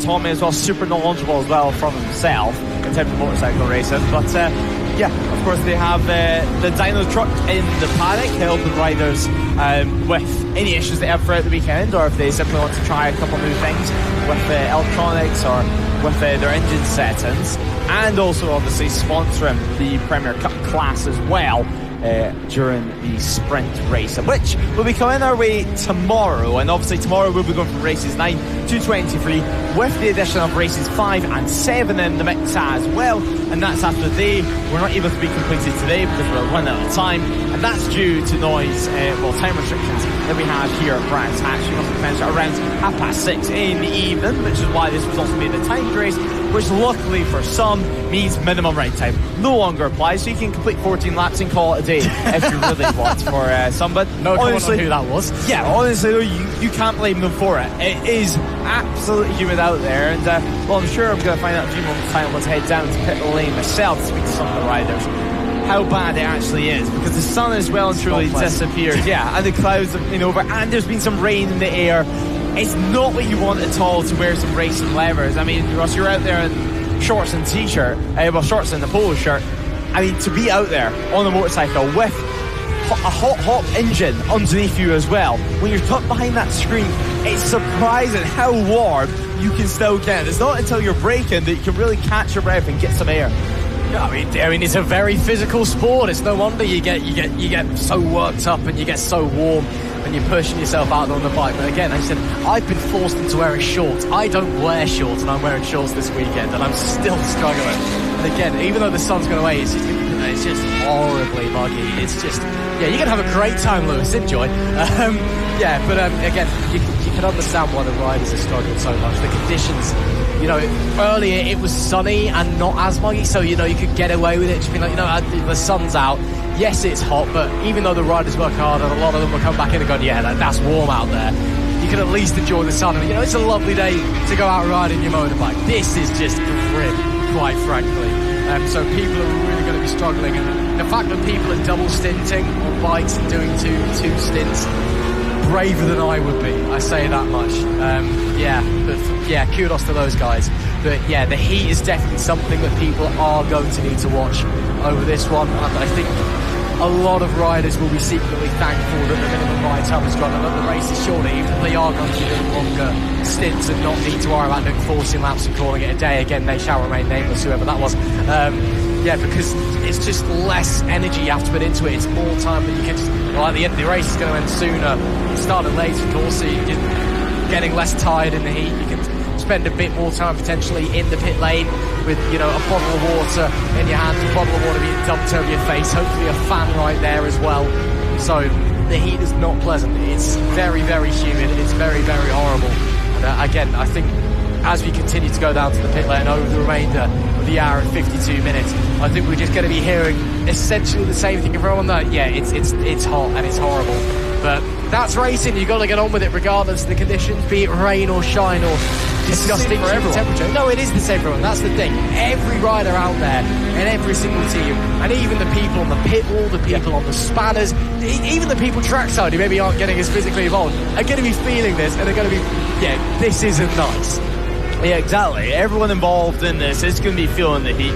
Obviously, we speak about riders a lot, but it is also the helpers out there, especially on these tag team machines, where they're going to be basically stuck in the pit box the entire race. If there's any minor issues, which usually does occur over a 3-hour race, whether it just be a quick shifter playing up or a squishy brake lever, not exactly acting how you want, or a little loose part or two, or just tweaking little things to the bike during the race.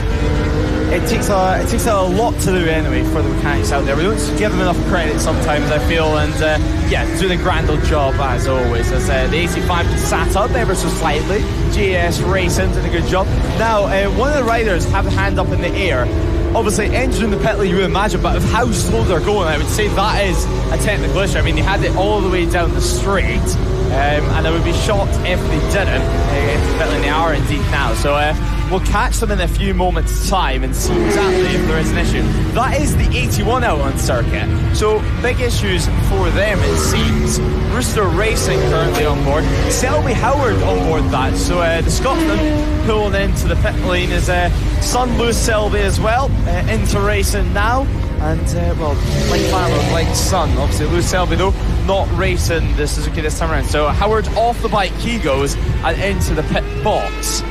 He shares the bike with Mullet, and they'll get working, and a little look down at the side of it to see what the issue is. As looking around the commentary box, I can see some spots of rain landing on the glass now. So I almost wonder if we're going to have a second spell of rain here at Brands Hatch. Rain lights on the starting gantry as well, all riders being told.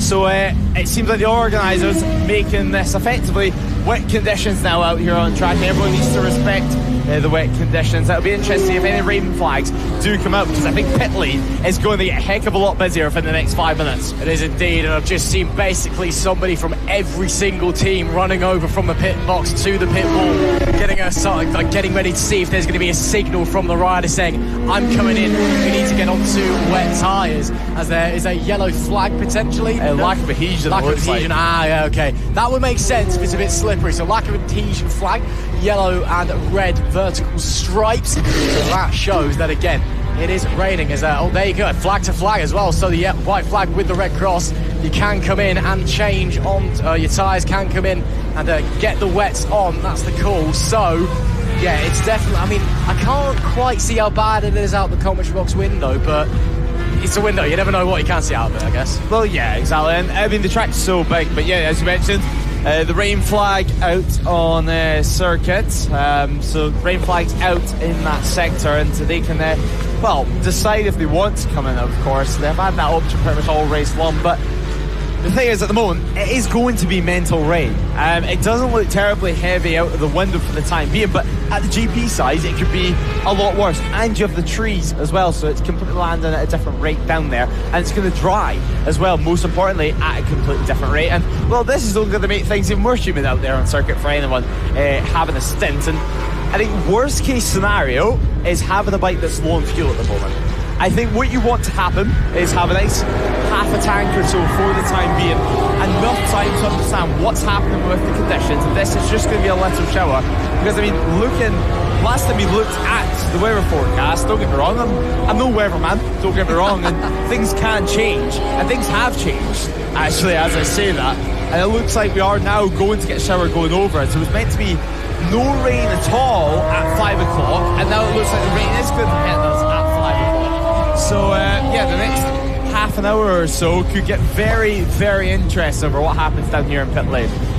Yeah, we have had a few teams coming in, but one of them seems to be some sort of mechanical, and everyone else seems to be just splashing and dashing potentially. I'm not seeing any tyre changes just yet. Yeah, Heck Racing was that in Heck there. Racing? Yeah, Heck Racing. Oh. Now they've dropped all the way down the order. Okay, well, that's interesting then. So issues for the 911 squad, who again, pole position, led this race early doors, and down to 20 seconds. That nitrous plant dropping down as well. And who was on the Heck Racing one? Was it was Dean Bednarek who was on it. So Jack was the one who started the race, his brother. Someone's smoking very heavily down in the pit lane as well, and coming into big issues for another one of the riders a bit further down. Yeah, it could be expired. Yeah, that's something's gone very, very wrong there. We'll try and figure out who that is that's just come into the pit lane. Again, there's a hive of activity. We'll figure it out as we go along, quite frankly, and see who's dropping down the order. It's all kicking off here at Brands Hatch, as we're not far from half distance in this Bike and Lawyers No Limits Racing Brands Hatch Centenary. It's raining, people are coming in with issues, who knows? Yeah, it looks like the bike we've seen coming into the pit lane not too long ago was a Ducati, and a Ducati that's just entered the pit lane was the Semtex team. So they're currently running P43 out on circuits. Hopefully, no crazy issues for them. Of course, running part of the classic category, but you can really hear the wind now starting to gust around the camera up there at Druids. Obviously, much higher up than what we are on the start-finish straight, but waved rain flags at the final corner as well. So it's going to be interesting to see, as I think Ross is doing a little bit of live weather reporting as well, so we should have the latest update on just how wet it is outside on circuit. So over to our weather correspondent, Ross McIntyre. Having done an academic test of sticking my head out the commentary box window to see what's going on, it is now coming down. It's light, but it's coming down. Again, not quite enough to justify a change of tyres just yet, but it's definitely going to be having an effect on the mentality with the drops on the visor. And I think it is only going to increase from here. I don't know how long this shower is going to last, though. That's the only thing. And again, it is light, and you won't really be able to see it on your picture, I don't think. And I think it's mainly on the Indy circuit at the moment. Again, I can't really see down the GP section, unfortunately. I may have to head back out in another couple of minutes to, again, give another academic review. But yeah, that's what me sticking my head out of the window is saying anyway. We'll continue on, as you can see riders are already starting to take it easy. Be that because the conditions are actually problematic, or if it's just, again, that it's coming down a bit. You can see it on your visor. Yeah. And it's looking heavier now. Yeah, visibly heavier from a commentary box window. And we had small rain earlier on, as Ross called it. And I think it's fair to say now we have what Ross McIntyre, as I think he would tell us in a few moments, is what is called big rain out on track. So Ross, can you confirm, is it big rain? Oh yeah, it's raining now. Yep. It's raining, so I think we are going to see a flurry of activity down in the pit lane. We've also got yellow flags out. No, that is a lack of adhesion flag still, just couldn't quite tell it on the digi board. But this is going to get very, very hectic very, very quickly. And you can see now, coming through the GP section into Stirling's, they are cruising. Yeah, they're right now. They've lost temperature in the slick tyres. And at this point, when you're riding on slick tyres, it's almost, if anyone's ever been on track day, not even in the wet, just simply going through the gravel trap, keeping it on two wheels, and then riding with dirty tyres. That's what it feels like. You're riding on eggshells, it's super slippery, you have no feedback from the bike, and you're tipping in, and the bike, it feels heavy, it gets no feeling underneath you, it feels like you're floating, and you just know if you twist that throttle too hard, the rear is going to spin up, and down you go. I mean, it's not necessarily conditions that might high-side you, it's more the conditions which just have you face planting, especially during braking. If you brake too hard in these conditions, front end, it just locks while you're completely up, and suddenly you're getting a face full of tarmac. But I mean, Ross, if you're a team that's petty 5 minutes ago, this is a lot of time to be suddenly losing from your rivals, because they've essentially got a free pit stop. People are staying out though, so maybe that suggests that the rain isn't going to be lasting too long, even if it is coming down a bit. And again, looking at the skies, I can see blue skies in the distance as well. And according to our weather app, we're looking anywhere between 10 to 25 minutes though. So I don't think anybody's got a clue what's going on. As you can see teams, or we're trying to see teams anyway, see what's going on, see if anyone's putting any wet rubber on their way out of pit lane. Just trying to keep my eye open. But a lot of people are staying out and just braving the storm. Dark Motorsport looks to be coming out of the pit lane. Yeah, that's definitely wet, I think, for those guys, to my eyes anyway. Just wait to see if anybody else is going through. Again, a lot of riders staying out though, so is it a gamble? Is it the wrong decision to go into it? Is it the best to just stay? This is what the weather introduces to motorsport, because when you have short or potentially short showers like this anyway, is it better to stay with it and just brave it out, deal with the ice cold tyres and the greasy track and just try and stay on two wheels? Or is it better to lose a load of time in the pit lane, then be faster than everybody else who stayed out for about 10 minutes, and then you've got to come back into the pit lane again and change tyres? So this can completely change the picture of a race, and we could be seeing different leaders. We could be seeing people who are well down the order suddenly shooting straight up. We're not far off half distance, and we've been thrown an absolute curveball. Yeah, a curveball to say the very least. I think we're going to have a lot of hot, sweaty riders after this one. It's just going to make community even worse out there, and it's going to make their brains hurt as well, I think, with strategy. I mean, the only plus side to this race so far for the riders in terms of strategy is the fact minimum ride time has gone now. You can afford, at this time being, put the most experienced rider you have out on circuit in these types of conditions and suddenly go out there. I mean, we've seen last year, actually, it was a couple of riders anyway at Alton Park being able to master the tricky conditions that we had near the end of the race. And actually, I believe it was Callum Grieger that ended up taking home victory for his team. Meanwhile, we had a few top teams struggling with mixed conditions. It's a real test of talent. It's a real test of how relaxed, how comfortable you can remain on the bike. Because in these conditions, if you start riding tight, you're losing a lot of time. And I think, as well, Ross, for a lot of these riders that have came over across the pond from the likes of Belgium, from the Netherlands, from France, they've came here, seen the weather forecast and think, wow, we're coming to the UK during a heat wave. This is going to be amazing. However, British weather has other ideas. Oh, it's some country we live in, isn't it? The Pack Racing number 50 squad are coming. That looks potentially mechanical. Wait to see if they're going out on wet tyres, as the rain flags have been tucked away. So I'm wondering, it is still raining, but I think it's lightened up. I might have to do the academic stick my head out the window again and see what's going on in a few moments' time. Yellow flags are now out, though, on the main straight. We have had a rider go down at Paddock Hill. I can see that they're up on their feet, though. You can see them just above the Hyundai banner on the bridge there.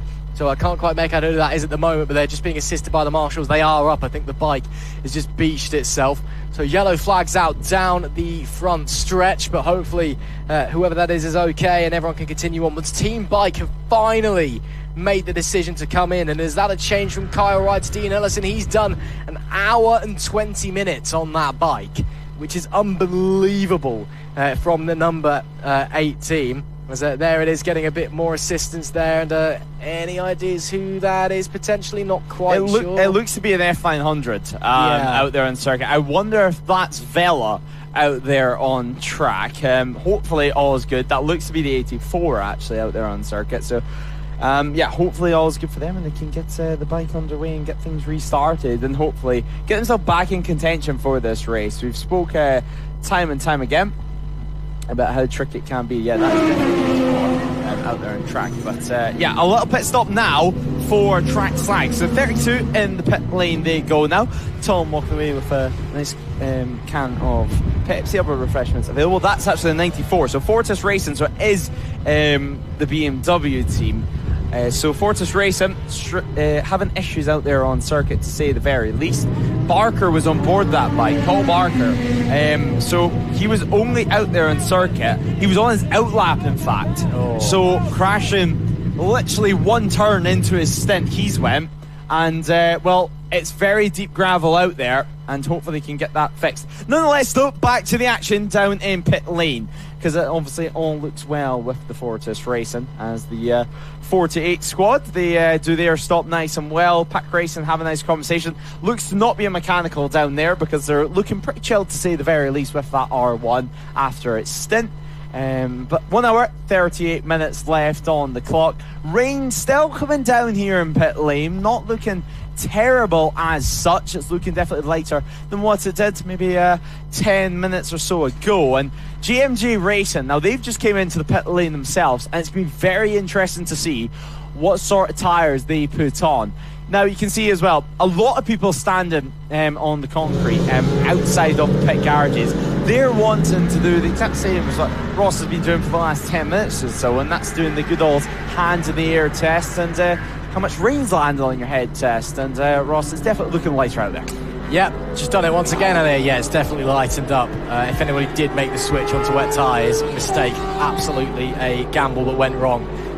It was definitely better to stick with the slicks because the rain is pretty much wrapping up now. We'll be stopping. Looks like that 94 bike is almost out of the way, so there'll be green flags down into Paddock Hill Bend fairly shortly, I would imagine.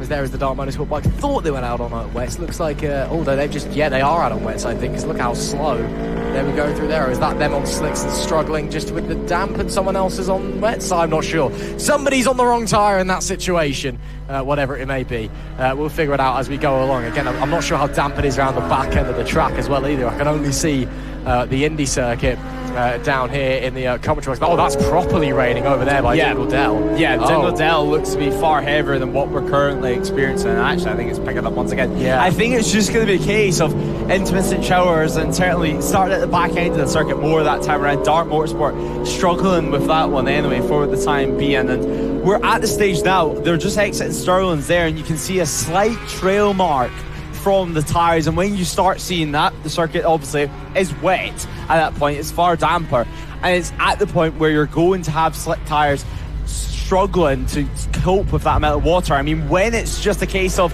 some rain landing on the circuit, it's just a case that it's all meant to rain. As long as you can continue to heat up the slick tyres, you're fine. But as soon as you start having that line of leaving from your tyre, that's going to be a case of your bike basically sits on top of water, especially during these slick tyres. Some of the bikes out there, they are running treaded tyres, and they might be able to cope slightly better. Obviously, the treaded tyres not necessarily designed for proper water dispersion, but it's going to be far better. I'd rather be on that sort of tyre right now than something like a slick. Obviously, you're not allowed to make cut slicks anymore like the 90s, so we won't have that this time around. It's going to be a case of really picking one. And well, the more this rain continues, I mean, you can see it on the camera, the more this rain continues, the easier the decision's going to make, because more and more riders are beginning to crawl out there. And it does definitely seem that the rain is worse through the Grand Prix loop compared to the Indy circuit. You can see that riders really, really struggling. Although it is, it was, and now he's starting to throw it down here at the commentary box as well. We're just situated on top of the pit building in the infield paddock, so we get a good view of the Indy circuit at least, and can kind of make a guesstimation of what's going on. Not seeing anybody else coming into the pit lane. Everyone pretty happy to keep doing their thing, be that on slicks or on wets. The team bike number 8 is definitely on slicks, and still Kyle Ride apparently. I didn't quite make out who was on it. But he's clearly brave. I'll give him that much. But yeah, it's who knows what's going on, quite frankly, with the tyres. That's wet tyres for the 178, so they'll be going out and hopefully getting a bit more grip. But again, what's this doing to the track? Again, some bits you're getting trail picked up, some bits it might be relatively dry. The track is pretty good at drying up here at Brands Hatch as well.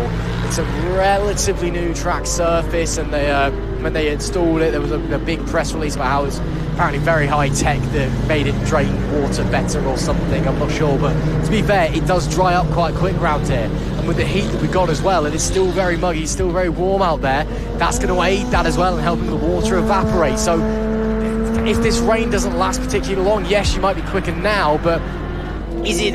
You still don't know. You can see they're crawling if you're on slicks through the Grand Prix loop.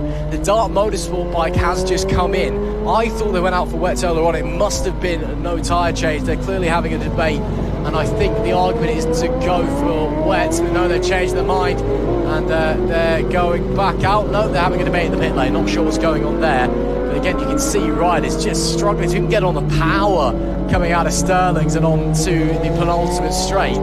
It's tricky for them out there. But that being said, from this point, it looks like the rain is now ceasing down at the Grand Prix circuit. So no one knows what's going on. The weather's off doing its own thing. No one really, it's clear what tyre's better at the moment. But the weather app's saying the rain isn't going to last very long. So is it worth getting on the better tyre? I don't know.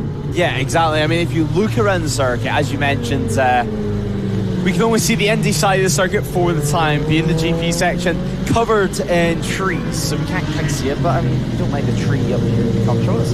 Nonetheless, though, we will continue on with the action on circuit. And yeah, look at that rain there, Ross. That is that's properly teaming it down. That is in the GP section of the circuit as well. So yeah, definitely heavier at that side. It looks like it's increasing here yet again. And there is your race leader, still out there on slick tyres for the time being.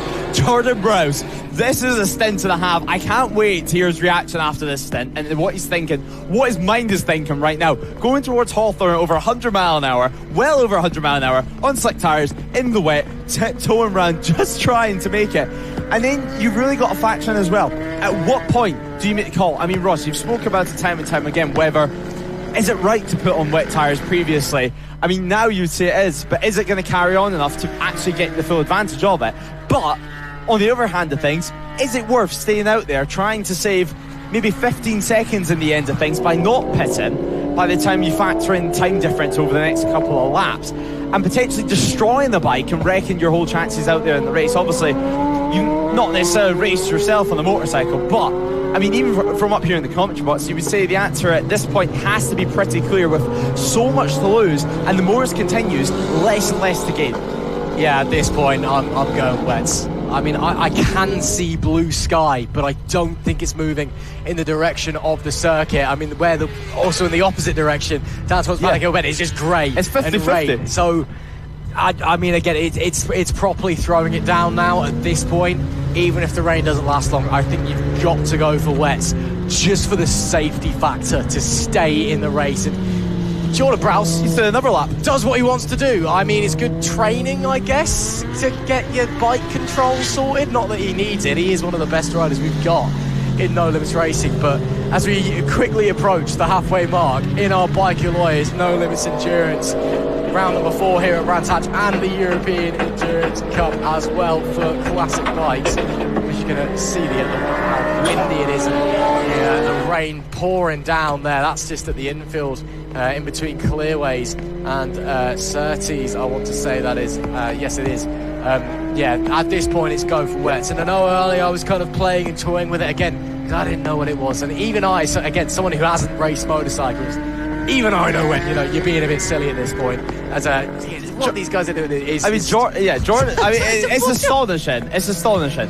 I mean, Brad Binder 2021, anyone? Yeah. I mean, it's possible. I mean, we've seen gambles like this work before, but you need such a level head, and you need to know how to ride in these conditions. It's a whole different art form to normal motorcycle racing. This is not attack. This is survival mode for the time being. But the rain's getting heavier and heavier. If he stays out another lap, my jaw will be on the floor. I mean, I'm not seeing anyone come down the pit lane at the moment. But I think the majority of the riders for the time being have made the swap, as we await to see what's going to happen. I mean, they're definitely on slick tyres. You can see the way they're turning.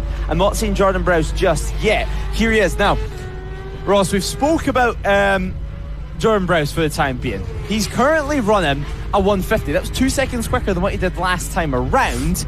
But if we compare this to some other bikes out there on track, they are all running within the same time bracket. And actually, I have to say, Jordan Browse not losing too much time for the time being. I mean, lap time's definitely slowed out on track. And, well, a 150, that's his second fastest lap of the stint. The 49 was his quickest. Obviously, they were running, Jordan anyway, was running within the 130 bracket, so about 20 seconds lap or so slower than what we've previously seen. Now, the 94, we spoke about them previously. They ran into some issues, and they're going to have to wait till 5:01 in the evening to be able to restart in this race. You mentioned it earlier, the 15-minute cut-off time, that's coming in effect for them. And, well, hopefully we'll be able to pop down pit lane in just a few moments' time, and hopefully before then this rain does clear up a little. Otherwise, I'm going to get very, very drenched. Well, hopefully the camera works as well. It seems to be struggling a little bit earlier on. Out comes the Dart Motorsport bike once again. No, not the Dart Motorsport bike. JMJ, it looks like there. JMJ, yeah. And I didn't quite see what tyres they're on either, but at least the camera's working. We can establish that. So you can head down. Looks like it's relented a little bit for yourself, Lewis, but good luck is all I'll say.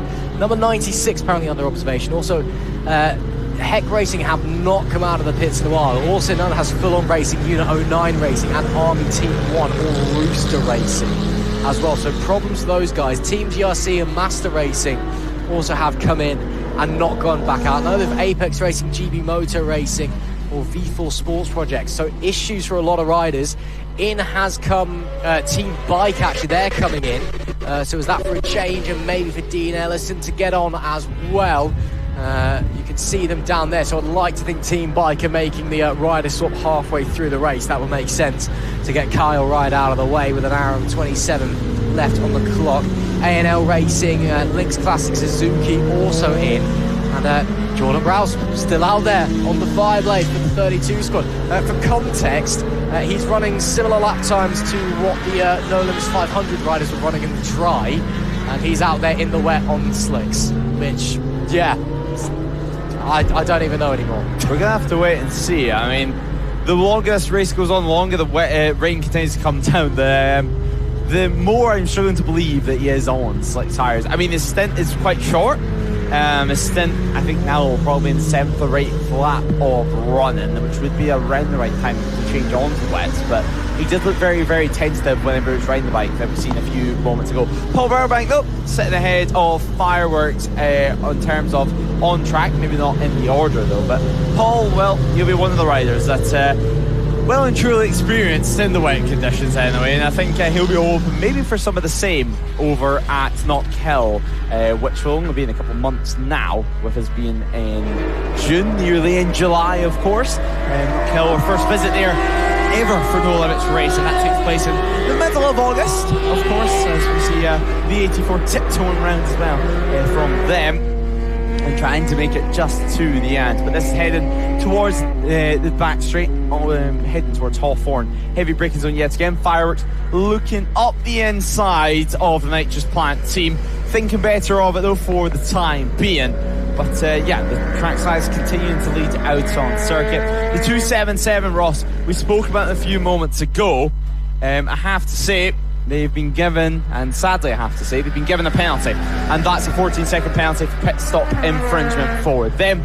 Meanwhile, 94, they are under investigation for the restart time. Now, we did see they were not allowed to take part before 5 in the evening, and that would suggest they've exited pit lane before 5 in the evening, which means, well, as you mentioned, a big penalty might be coming their way. Yeah, that's a real shame. It's an easy mistake to make, but one that has a very harsh consequence. I think that Team Bike might have a transponder issue, because there's definitely been a rider change and it's still saying Carl rides on it. So maybe he did double stint. Maybe it's just an issue there. I'll have to go down and ask him at some point, I suppose. But they have re-emerged from the pit lane in P8. I think they're still on slicks as well. I think there are a couple of people that are now on to the wet tyres. I think Fireworks may have made that call at their last stop. I can say that's definitely Kyle Wright still on the bike. No, it is Kyle. Yeah, so triple stints in there for him. Yeah, was he the triple stint or it was Dean Ellison on the bike last time? But no, it was Kyle. Yeah. So he's just running 2 hours by himself, basically. The guy's mental. Right, okay, fair enough, Carl. I mean, he clearly knows more about riding a bike than I do, so I'm not going to have a go at him for it. But wow, that's hats off. He's going to be knackered at the end of the day, isn't he? Wow. Yeah, as I was saying, I think that the 25 squad have made the call to go on to wets at their last stop. Just wait to confirm that next time they come into view, but I was just watching them go past the commentary because they were getting a shift on, which tells me they've got a bit more confidence in the tyre at least. It's either that or a slick that is very fresh out of the tyre warmer. They've been able to keep some sort of heat in it, which means they can just push it a little bit further. Again, a cold slick on a wet track is just like riding on ice. You just get no grip whatsoever, which is why most people are just tiptoeing around at this point. Again, I'm not seeing any real makers. Randy Racing are up in place ahead of Snapdragon. Nicholas Round on the bike at the moment. That's up to P7 for them, and P4 in class for them. It's the 22 Full Throttle squad who've worked their way up into second overall. Super impressive of that race. Yeah, that's really impressive. Again, it's all been a bit chaotic. I think the pit stop sagas and the rain and the tyres, it's all kind of shaking it up just a little bit. But yeah, great job from the 22 squad. Full Throttle Racing up into the lead and second overall as well. Currently Dan Burnham out there at the moment. He's out there on a Triumph 675, a whole different host of bikes for that team, but making it work to his advantage at the moment. And I'll tell you what, Lewis, it looks like to me that the rain's actually stopped out of our window. So maybe the track's going to start drying up again and the slicks will come good in a little bit. We'll just have to wait and see. Yeah, we'll have to wait and see how the track dries for this one, of course. Yeah, I did think the same. It's definitely looking a little bit lighter out there. There's slightly less grey clouds. I just didn't want to say it, otherwise everyone's just going to blame the Scotsman for it. So, yeah, we're continuing on. 1 hour, 20 minutes left on the clock. And Trackside leads, as we mentioned, from Full Throttle Racing. And let's not forget as well, Tradeworks Suzuki doing a great ride right now. They're in, of course, part of the European Classic Cup, and running P3 overall. James Westmoreland currently on board that bike. I mean, super quick rider. Obviously, a lot of experience as well from British Championship days, does James. And Bob Collins as well. British Championship experience as well from him. Super quick rider. Helps out a lot of people as well with his business. So, two British riders at the moment leading the way in terms of classic machines. Yeah, brilliant work from the Tradeworks squad as well. Of course, with that last pit stop, that's dropped Team Bike back to P11. Still second overall in the European Endurance Cup. But again, that 100 squad have been running a very, very tight race and have just been there, just constantly pounding the laps. And of course, they're part of the Evo category. 5 bikes, or 5 teams in that one. Well, it is 5 bikes, it's the European Endurance Cup in that category. Joining Trevor Suzuki, 2 other British squads in Team FBR and Team Pots Europe. And as well, 2 French teams, Desmond Bike 25 and teams of Pirelli out there. They're all a little bit further down the order. I think Team Pirelli may have been one of the bikes that came into the pit lane at the start of the rain. There's still no Heck Racing back out there. Desmond Bike 25, is the bike that's come in a little bit earlier on and has not ventured back out into the pit lane. It's Jean Renaudot on the bike, or was so when they came into the pits a little while back. And rain's definitely stopped here on the Indy circuit anyway. Yellow flags out at Druids. That'll rider come to a stop, because that is up into Druids. Can't quite see what's happening. So hopefully everything's okay. And I'm not seeing any marshals rushing anywhere either. A big thank you, of course, to all of the marshals and the medics and all of the like here at Brandfixx with us this weekend. Of course, do a fantastic job in enabling us to go racing as safely as possible. Haven't said that yet today, so thought I'd get it out of the way. Can never praise the marshals, the medics, the championship organisers enough for enabling us to come here and enjoy ourselves at No Limits. So a huge thank you and a kudos to them, and for braving the conditions clearly as well. I think that yellow flag may have been retracted now, so hopefully everything's okay, and it was maybe just a little bit of an issue for somebody. And we'll continue on our merry way. We'll continue. Also, again, not really had any major incidents in this race as well, which I must say, given the fact it's been raining and most people are rather on slick still, phenomenal to see. Yeah, phenomenal to see, and not to forget as well, the amount of pit stops we've seen in this race, more than usual. Not too many penalties, I would say, for that one. And just looking, as we say that, there has been a penalty given. That was, of course, for the J&J squad. We're still waiting for the restart time investigation to be concluded. But yeah, I think finally the yellow flag is away at Druids. Still unsure over what that was. It could just be a case of a bike stopped just out of our view up here in the commentary box, actually. But you can see the yellow panel still flashing, actually. So maybe it isn't. It's back out. Nonetheless, as you mentioned, Marshall's doing a great job out here, as is the organisers. I wonder how many of them, and same with everyone watching trackside, have actually brung a coat. I wonder how many have actually brung a coat for this one. Because certainly I haven't, and luckily the weather looks like it's finally beginning to settle. Yeah, it does indeed. You can see as well, riders already starting to gain a little bit more confidence on the bike, starting to just tip it in a bit more, and a couple of dry patches already starting to form out there on the racing surface. So that's going to be interesting to see how it unfolds going forwards in this one. Wind is still up a little bit, but again, rain has now subsided. Most riders did stick it out on the slicks. It's going to be interesting to see if anyone did go onto the wets, who they are, if they need to come back in, if they can manage for the time being. But yeah, confidence, heat in the tyres slowly starting to come together. So we'll keep our eyes peeled firmly on that one. 1 hour and just under 18 minutes left to go in the Biker Lawyers No Limits Endurance, and of course European Endurance Cup as well. Brandfixx Centenary. We're here this weekend celebrating 100 years of motor racing at this legendary circuit, nestled in the Garden of England, as it's so called here in Kent.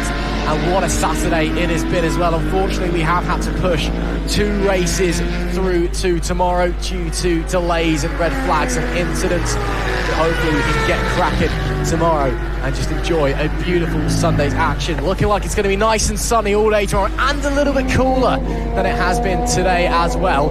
Still see it's a little bit down there at the top of the circuit. There's the 32 bike, the racing, and just behind them, the fireworks bike, I want to say that was the 25, I think I just saw going through P5 and leading the way in their class as well.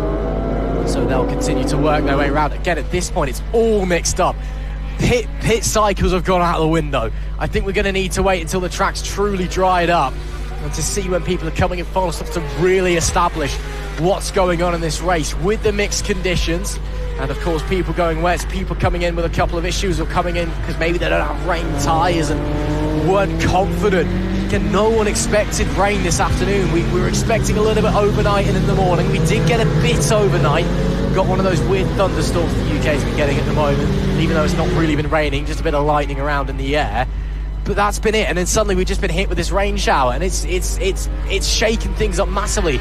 Army Team 2 are up to 10. Like, it's chaos out there. Not in terms of people firing themselves all over the place, but just in terms of the running order. It's been so shaken up just by the extraordinary conditions we've got, and the fact that people have gambled on wets or stayed out on the slicks, and then who's able to make the slicks work the most in wet conditions. So it's anybody's guess as to what's going on right now.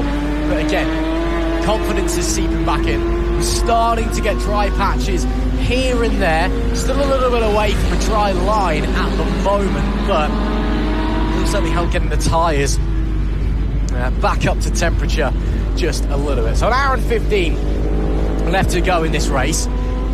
No idea who's where at this point, to be brutally honest with you, because the order is so all over the place. I think we're just going to have to wait to see the next pit cycle, if there even is a pit cycle at this point, given everyone who was in and out, before we really give you a full race rundown. And I know it's been a while since the last one, but again, it's just all over the place at the moment. Current top 10, I'll run you through that at least. We've got the Trackday squad back in the lead after Heck Racing, who pulling into the pits when the rain started falling seemed to be some sort of mechanical issue or just no wet tyres for the pole sitters and the initial race leaders. A real shame for them. They were showing really strong pace. Full Throttle Racing up to second place in the National 600. And Serica UK Moto 46 in third, second in class.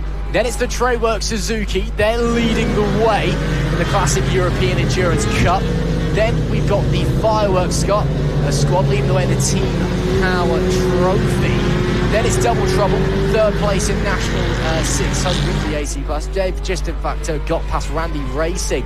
That's an overtake for class position and the podium. Oh no, they've swapped back around. Maybe a moment there on the timing screens. And then it's the Dart Motorsport number 92 bike. They were having a lot of twos and throws about what to do in the wet conditions, what tyres, and I believe they may have gone onto the wets potentially. They've worked their way back into second as a result in class. They're followed by PB Racing, an Army Team number 2, the first appearance of the secondary Army Team this season here at No Limits, and they are running in the top 10 and second in class as well. What a performance from those guys, again assisted by the weather chaos. But yeah, crazy stuff out there at the moment here at Brands Hatch. It's just what you want from an endurance race, the pure chaos to sink your teeth into. Still, what a crazy way to end the day here for Saturday's action, round number 4 of the 2026 No Limits Championships here at Brands Hatch. Of course, our Brands Hatch centenary race for the Bike Alloys No Limits Endurance Championship, joined this weekend by the Classic European Endurance Cup. Of course, only a couple of weeks away from the marquee event for the Bike Alloys No Limits Endurance. We are heading to Anglesey in a couple of weeks' time for our 12-hour race. That's the biggest endurance event we'll have ever had here at No Limits, and we're really looking forward to bringing you all of the action live on NLR TV. You can join myself, Ross McIntyre, and Lewis Rae, of course, alongside me for all of the action that weekend. And if there's ever going to be anywhere that's going to throw up weather chaos, much like here at Brands Hatch, it is Anglesey. So we'll have to wait and see what's going to be happening there. Again, 12 hours. It's a long old race. It's the biggest race we'll have ever had in the Bike Alloys No Limits Endurance. It's the biggest race we'll have ever had in No Limits Racing, full stop. And of course, there's a quiet whisperings that if it all runs okay, it could be the start of bigger and better things in the future. And well, in terms of endurance racing, after 12 hours, there's only really one step beyond that, isn't there? I won't say what it is, but I'm sure you can work it out at home what I'm referring to. And, well, that would be exciting if that does come into fruition. We'll wait to see what the future holds here at No Limits, but 2026 has been a barnstorming year already. Almost, well, technically halfway through the season already, because although there's 9 rounds, there's only 8 rounds for the sprint and the endurance. The 12-hour coming on to the endurance only event, and then Cadwell Park is that the sprint only event? I want to say no, it might as well actually be when we head back to Anglesey, in fact, for the what am I talking about? No, it is when we go back. When we go to Cadwell Park, it is that's a sprint only event. That's the back of July 24, 25 and 26. So yeah, technically halfway through the season here at Brands Hatch for Motorbike Classic. It's amazing how quickly we've gone through it. And again, including here at Brands, we've got 3 rounds in the space of a month. Anglesey, safety car's been called. What's going on? There's been a problem somewhere. Is that for the rain, or have we had an incident? We have our first safety car, and that massively shakes things up, as if the weather wasn't just enough already. I'll wait to see what's happening if there's been an incident. But we've had a safety car call. Glyn Tor, our safety car driver, out in Hyundai for the first time this race with 1 hour and 10 left on the clock. I ran into Glyn earlier, and he was a bit worried about the fact that he was going to have to be out pretty often in this race, given that we've had a fair few incidents across Brands, not just today, but this weekend. But this is the first time he's been needed, and it's 1 hour and 50 into this one. So I'm just going to wait to see on the timing screens what's gone on, and if there's been an incident, or if it is due to the conditions, potentially. Of course, clock's still ticking down. Looks like, is that the number 34 squad who have caught the front of the safety car queue? It is indeed. That's the German AD Project 34 bike.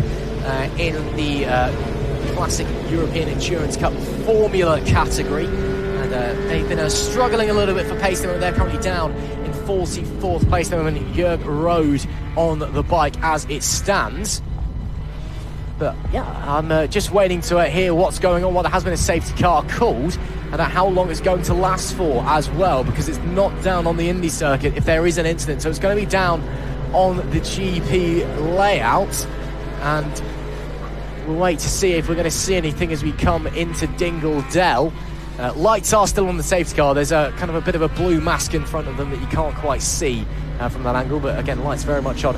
Leg out from the Track Slag squad. Is that the indication they're coming in potentially, or is that just getting a bit of stretching? And I can't see an incident, so I might have to just I might have to see what's going on. I may nip down into race control fairly soon. But yeah, very, very another twist, another turn here at Brands Hatch. Who knows what's going on here? We've had rain, we've had shine, we've had slicks in the wet, and now we have a safety car here at Brands Hatch. And well, yeah, I don't really know what else to add to this one. We do have some bikes into the picks. The PB Racing bike has come in. Somebody else has come in as well. That was, in fact, the ATD Project 34 bike who caught the safety car who's come into. It's actually the Track Slags bike that is right at the front of the pack now that have made their way in.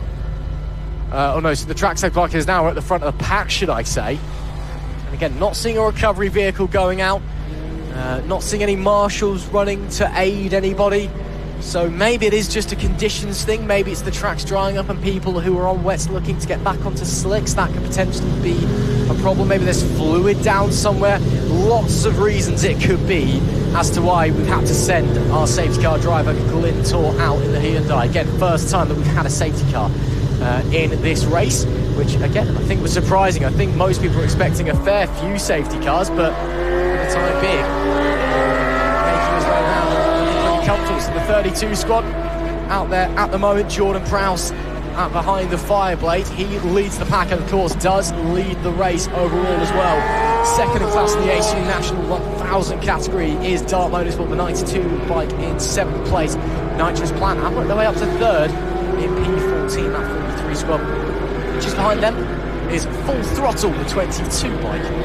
Leads the National 600 class ahead of, just behind them, the Cerakote UK Moto 46 bike. They are a lap down on their rivals. So while we're under safety car, we may as well try and grab some words out of some of the riders. We know it's been a while because it was raining and Lewis didn't want to go out, but finally the Scotsman's realised that he's from Scotland and can deal with the conditions. Lewis Rae, over to you.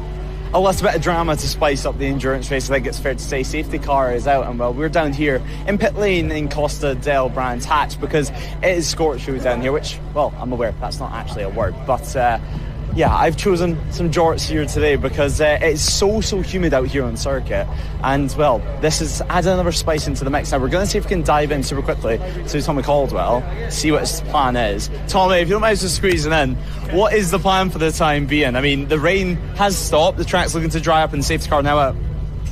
That's yeah. I mean, it did us over a little bit when the rain came. Like, he had 2 laps left of his stint before I was going out, so no chance to change to the wets. So I just went out and went round and round just to get some laps in while he changed his bike to wet. So I think he's come past and kind of given it like an iffy hand gesture. So I think we'll be going bolt some slicks back in, wait for him to come back in. Tricky with a 2-man team. Yeah, tricky with a 2-man team, but it's been a great first half of the race for you guys. Not necessarily the most eventful, but it's been real honest work, climbing your way up the order and getting yourself in a good position for this final half. Yeah, it's really handy having like Lewis as a teammate. We're both bang on each other's pace, so we're not kind of reliant upon one or the other. So we just kind of like keep plugging away. Had a bit of a game plan just to try and set a time and go, let's hit that time as consistently as possible, and see where it puts us at the end of the race. Yeah, exactly. See what happens at the end of the race. Best of luck. I'll let you crack on, change the wheels. Cheers. So yeah, Tommy doing a little bit of work. I was going to speak to Nicky Williams, but he looks busy in chat. So we'll head over just a couple pit garages up and see if we can pop our heads into what I believe is Randy Racing, if my memory serves me correct. And it is indeed Randy Racing, Nicholas Ram currently out there. Now, hard at work, so we'll pop in. Just quick little words. What is the plan at the moment? Changing tyres? Well, we think it's drying out, so we're going to go to dries, and then Nick might come in, and then hopefully it'll dry out and stay dry. So slick tyres for the rest of the race? If it doesn't rain again, yeah. We'll have to see what happens though. But busy. Yeah, you've got to be happy so far with the race so far for you guys. Yeah, it's been tough. Nick's done really well in the wet. I think he was lapping really fast compared to some of the others. We just need to keep it going, really. See where we end up. Well, best of luck. We'll let you crack on. Thank you very much. Randy Racing there doing a great job, as I mentioned. Nicholas Rand has done a great job. Actually, a class change for these guys for this round. We were hoping to have a little chat with them about it. Hopefully later on, though. But for the time being, Ross, it's pretty quiet down here in pit lane. Everyone's semi-relaxed, I think it's fair to say. Although some stress, some tension about what the next 20 minutes or so hold in terms of tyre choice. So we'll pop up, back up to Scottish Ross in a few moments' time because I think we might have a little bit of circulation. But yeah, green flag's now up. Thanks a lot, Lewis. Yes, good timing there. Safety car has just ended, and yeah, so we'll see the riders going around. They've actually just made their way through Paddock Hill Bend, so the 32 squad has led them on their way, and we'll just wait for them to emerge coming down Pilgrim's Drop to see what's going on, I suppose. But yes, safety car has come to an end, but everyone is very much mixed up. Again, I am still pretty unawares as to what the safety car was for, so hopefully Lewis on his way back up can give us some insight into what happened there. I'll tell you who the safety car really hurt was Team Bike. The number 8 squad may have come into the pit lane potentially during that one. They have dropped a lot of positions. Apparently it's Kyle Wright still on the bike, so unless he's doing the whole race by himself, there's a transponder issue going on there, so we'll wait to see. But yeah, bizarre stuff. So safety car is ended, we're back out and we're back racing with just over an hour left to run here in the Biker Lawyers Brands Hatch Centenary, celebrating 100 years of motorsport here at Brands Hatch. A couple of riders did come into the pits at the end of the safety car period, but they are heading back out now. The number 26 bike has just come through. That is one of our classic bikes, I believe. They're heading back out now. So riders still, again, cold tyres from the safety car. Dry line is starting to form in some places on the track. So once the tyres are up to temperature, you'll see riders with a bit more confidence. Of course, the mental rate not being there as well, and able to push on a little bit. But up at the front of the overall standings, the 32 squad track slags are in complete control. They are a lap ahead of anybody else, and a long way clear of their nearest rivals as well.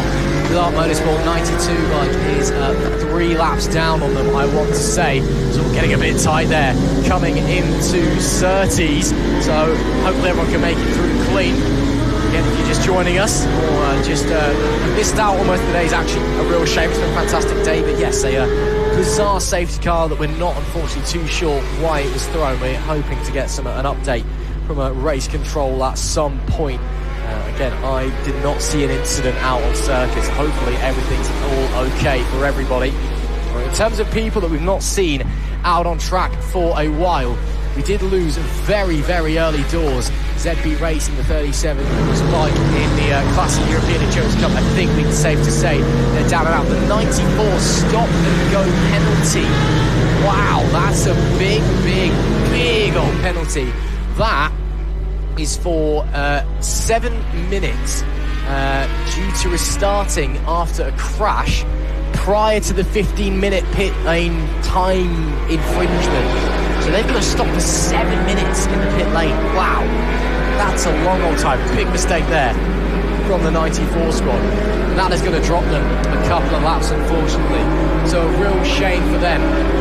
Hopefully they'll work their way back forwards, but yeah, that's really unideal for the 94. That is in the Fortis Racing BMW team within the ACU National Twin category. Their only competitor is Racekins Endurance, who I believe are in front of them at the moment anyway. So won't affect the race too much there. But yeah, just under an hour to go now, so approaching the dying phases of the day. We are set to finish bang on time. In fact, which is great to see. We continue to push onwards. So, bit of chaos with the weather, a safety car deployed, and we can get back on it. The order's all mixed up, and everybody doesn't particularly seem to be fighting with anybody immediately anyway. So, not too sure the nearest battles are. Just got to wait to see who's coming out, where they're coming out, why they're coming out as well, as we do have a bike down in pit lane and pushing their way through. Out the front, the Trackday squad have just disappeared off into the distance. They don't have any more competition. Again, the Heck Racing squad came into the pits a while ago and have not rejoined. So too have Army Team 1, Unit 09 Racing and Rooster Racing. So seemingly losing 5 teams so far over the 2 and a bit hours we've had, which is a real shame. I mean, that does still mean we've got 47 bikes out there still pushing on to try and make the end of the race, which is great to see. Again, making the end of an endurance race, even a shorter one here, unfortunately only 3 hours due to time constraints at Brands Hatch. It is an achievement, and it's something that you can be proud of. So it's great to see them putting in so many in this huge grid of bikes, getting all the way down to the end. Wait to see again current order of things. Let's have a little bit of a run through the order for you, shall we? Seeing as that's one of the Army team, is that Army Team 2 that are working their way back into the pit lane, and the RAF Dam Busters as well. No, that's Army Team 1. No, it is Army Team 2 that have just come in. So hopefully they've sent someone back out and everything's okay. But yes, let's run through the order of things for you as they stand. Of course, leading the way is Jordan Browse on the Fireblaze overall and in the ACU National 1000 category. P2 in that class is Dart Motorsport down in P7. P3 class is Nitrous Plant Racing, Paul Baubank on the bike at the moment for the 43 squad. In the National 600, it's Full Throttle Racing P2. They're a lap clear of the Sericum UK Moto 46 squad in P3, who really used the rain to their advantage and jumped well up the order. P3 in class is Randy Racing. And then in the ACU National Twin, it will be Racekins Endurance leading the way. again, after, as we just heard a moment ago, we now get the confirmation from Racing Control. The Fortis Racing 94 bike, 7 minutes stop go for a pit lane infringement after crash left the pit lane far too early. Over in the No Limits Endurance side of things, leading the way in the Team Power Trophy. Seemingly the fireworks squad is in fact the fireworks squad. They've been there for a while, don't know what I'm talking about. So it's the fireworks squad. Second place, Army Team 2 now in second place. They're having a great run of things, the second Army Team squad. Need to teach Army Team 1 how to go about their business. They put in their sister bike to absolute shame. Third place, I believe, is JAS Racing down in P32. Is that? Yes, it is. The Team Sport Trophy. It is PB Racing, currently P8. Paul Bloomfield's just going to head Dunlop NL. I think he made a pit stop. Then in P2, it's Motorsports Racing, currently P14. P3, Ride Culture Racing. P18, our Sol Team Swim Trophy bike. KGG Racing, they're down in 23rd at the moment. And then I'll try and figure out where everyone is in the Classic European Endurance Cup. Currently leading the way in that one is the Trainworks Suzuki bike, number 100 in the Evo category. 5 bikes in that one.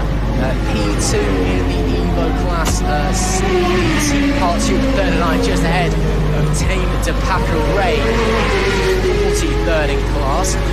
Then we will have the Young Timer Lynx Classic Suzuki. They're leading the way in that one, ahead of Team Force, who are in the pit lane, and then Dynotech Racing in P3. So that may change. In terms of the open category, still Team Bike leading the way, despite the fact that Kyle Wright, who may well be trying to do the whole race on his own, he's dropped down again. I'll wait to see what the pace is like.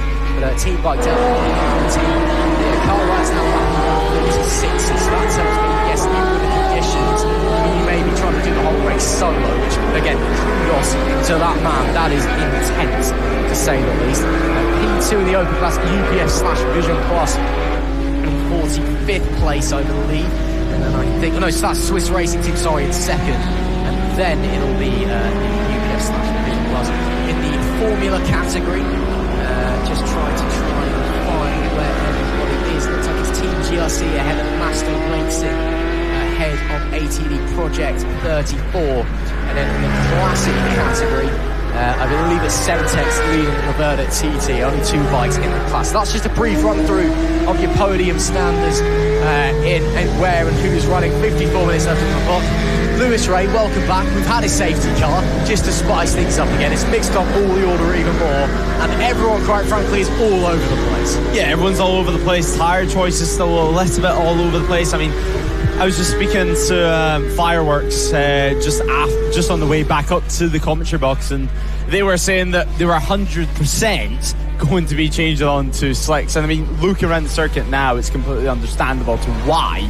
The only maybe iffy part is going to be underneath the trees, which, well, you're not really going to know until you're there. Maybe a little word to your teammate, but then at that point, you almost need to have both riders ready to go if you're a free bike team, and then have one bike on slicks, one bike on wets, and then find out what the best case is when the rider for all the information comes into the pit lane. But yeah, it's going to be an intriguing end to this race. Obviously, still going to have to be a little bit careful with things like curbs and white lines, and definitely not wanting to brake on any white lines around there, around Brands Hatch. Luckily, it's not really a track which you tend to go too near the white lines in the braking zones, with the fact that there's grass literally next to them at pretty much every single corner. It's not necessarily a circuit where you have loads and loads of runoff on the exit of curbs. It tends just to be the wildlife on the exit of curbs. So Randy racing right now, side by side. Now, we did speak to them down in pit lane. They were kind enough to give us a quick word while they were flat out, completely busy. And, well, that was the main issue. Everyone down there, whenever we were down there in pit lane, was just changing tyres left, right and centre, getting things prepared for the end of this race, because I think everyone's just crossing their fingers, crossing everything they possibly can, and hoping that there'll be no more rain. And, well, looking up at the sky and looking at the brightness around the circuit, it looks like it could and should potentially stay that way. But this is British weather, anything can happen. We know this already. But yeah, really shaking things up. Trackside still at top of the standings, as you mentioned, and Streetworks Suzuki yet again building himself up yet another couple of places over the last hour or so. So super impressive from the 100 team.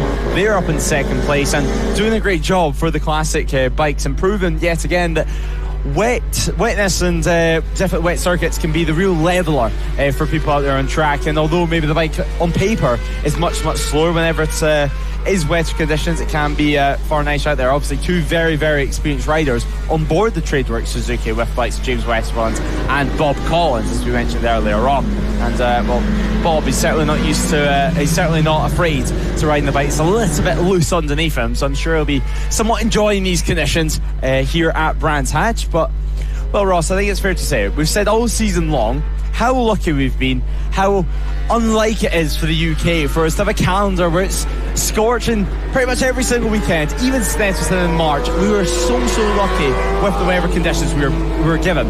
And here this weekend, it looked just a little bit too good to be true, and it certainly was. Don't get me wrong, it's not exactly comfortable out there, but to have yet another weekend where we're comfortably above, even in the 30s, degrees wise, it seemed a little bit too good to be true. And that has proved to be the case here today. And I think we're somewhat lucky this has arrived during the endurance and not during the sprints, because this would wreak absolute havoc with restarts, having to get people back into the pit lane to change tyres, give them the opportunity to change tyres. Meanwhile, the endurance, they can kind of just get on with it, except for, of course, when we have safety cars, and then they're kind of stuck out there, locked out there on circuit. But you can see there a rider leaving the pit lane, and that is definitely a wet tyre in the rear of it. And again, I think at this point it all comes down to how much confidence you have with the bike, and that looks to be PB Racing. So Bloomfield now out on board that bike and changing onto wet tyres, so maybe not comfortable anyway to go out there and venture out on slicks yet. Yeah, well, you know, if people were able to survive the downpour on the slicks, I mean, it's probably fine now, isn't it? Again, it's amazing we've made it to almost July without rain so far. Yeah, it's very ironic. It's now summer. Yeah, and now we get the rain when it wasn't supposed to rain as well. And again, we've been Parising on and on, you know. I know me and you both have a little bit of an obsession over the weather when it comes to racing. You know, we've been Parising on and on. Oh, there might be a chance of rain on Saturday afternoon, and then it never happens. And in the day when there was no rain at all, it rained a bit overnight, but today was just supposed to be dry and sunny, as the sun has now just come back out as well. No, we just get a half-hour downpour for no reason. Do you know why this safety car came out? Did you ever find that out? Because I was at a loss. Yeah, I was at a little bit of a loss as well, down in pit lane, but yeah, potentially, who knows? It could be something as small as debris, or perhaps the organisers thought that was the best chance to neutralise the race when conditions were, at that point, they were definitely at the most in-between that we've seen them since the rain started. Yeah, absolutely. I thought I'd have a punt and ask just to see if you'd heard anything, because again, I was at a complete loss up here as well. I'll poke my head down in race control in a little bit and see if I can ask what the situation was. But time ticking away, we are now getting into the back end of the show. 49 minutes and 27 seconds left on the clock here in our Bike and Lawyers Brands Hatch Centenary. Again, unfortunately, we were hoping to get 126 laps out due to delays. That was shorter to 100, and then due to current constraints, we ended up having just to revert to a 3-hour race just to fit it in to the end of the day, which we are very much going to do so at least. We'll get all 3 hours, which is great to see. We do have a very harsh, well, I say harsh, but a very stern is what I was looking for, 6:30 cut-off. That is it. So, but at least we are going to get all of our 3 hours into that time slot, which is fantastic, and we will complete our Brands Hatch Centenary. And it has been a great event so far. As you see, the Fireworks bike making its way past some of the other riders. They've dropped down to second in class now following a pit stop. So Army Team 2 are leading in the ACU National 600 category, which is ridiculous, quite frankly. And you know what? Fair play to them, not the ACU National 600, I was going to say, the Team Power Trophy. But the fact that this is the first time that the second Army bike has made an appearance all season long, and the fact that they now lead the race, again, Fireworks, they're on a different pit cycle maybe, and will probably re-inherit the lead. They are now behind them on the road. The fact they've led a race in their first time of asking this year is phenomenal. So kudos to the 114 or to that second Army bike. That is awesome from them. And they have all right to be delighted come the checkered flag, regardless if they take the victory or not. They're still set up for a really, really solid podium. It's a long way back, I think, to the next Team Power Trophy bike. So, yeah, congratulations to them. Well in advance. But, yeah, phenomenal stuff from them. The Tradeworks Suzuki still running in second place and still leading the way, of course, overall in the Classic European Endurance Cup. Of course, joining us as guest championship this weekend. They had their first round about a month ago under the lights of Paul Richard, as we should say in this proper country. Paul Ricard is the actual name. But again, they got a fair few rounds in front. Heading to Manicourt as well.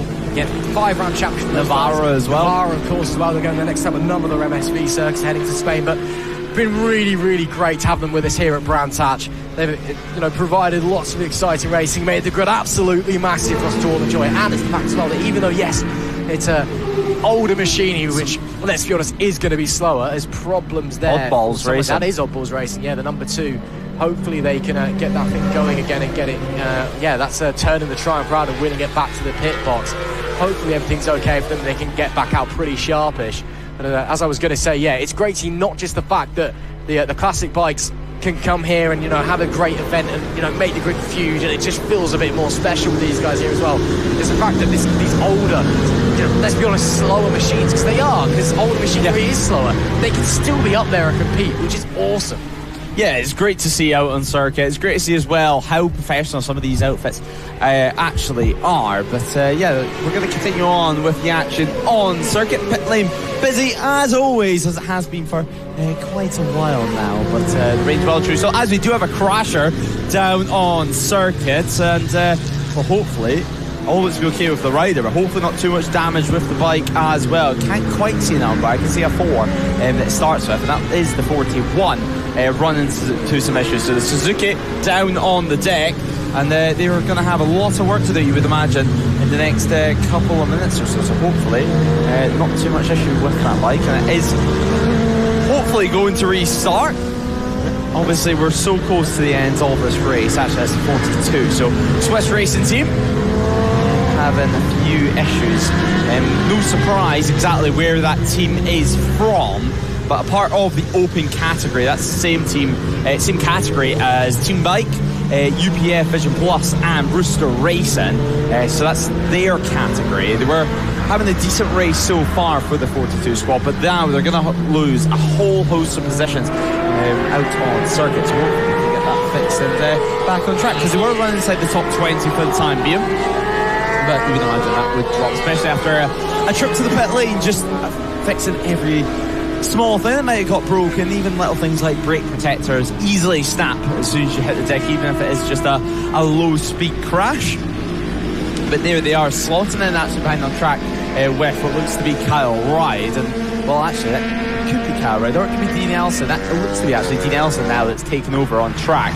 Judging by the levers that they're using, I can tell you as well, David Williams is back on track. So after jokingly saying in pit lane earlier on that he wasn't going to be taken to the track for any more stints here today, well, he is indeed. And now we're getting another penalty confirmation from race control, and that's going to be a stop and go penalty for the number 91. A 60-second stop and go penalty, so 1 minute, and that's for leaving the pit lane under safety car conditions when the pit lane exit is closed.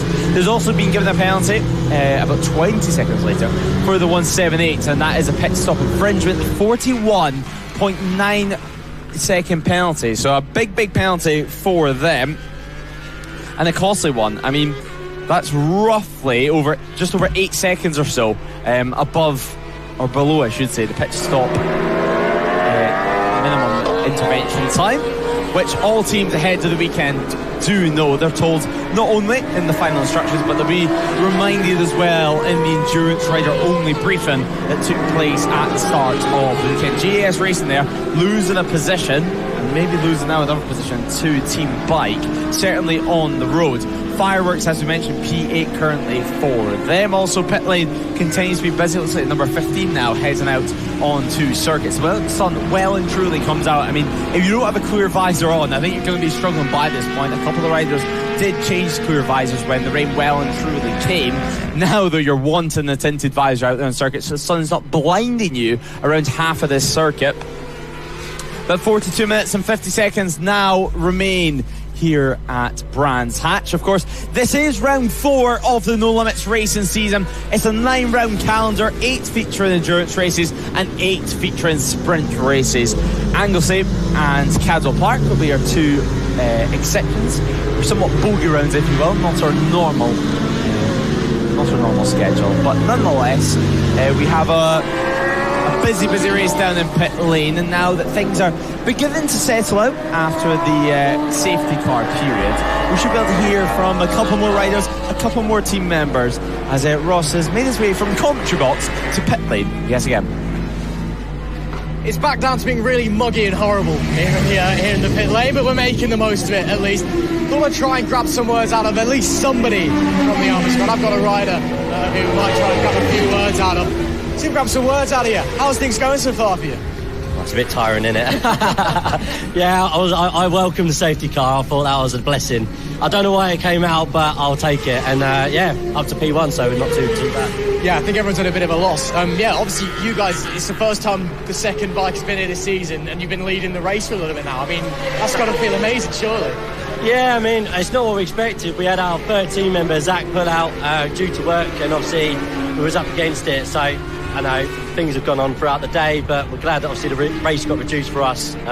It's helped us out as a 2-man team, and so let's keep it going and see if we can get something out of it. And of course, obviously issues for the number 1 bike as well. They've had to pull out of the race. So is that a bit of a we're beating you, we've not been here? Is that just a shame and the whole squad's just banding together behind you? No, that's it. I mean, I always want a result because we were faster, we done better on the day. Like mechanicals or crashes on, I'll take it, but it's not the way we want to do it. So, but we'll just keep cracking away, trying to focus. Now, how much are we expected to see you guys over the remainder of the season, or is it going to be back to more of a 1-bike effort? No, this was a one-off.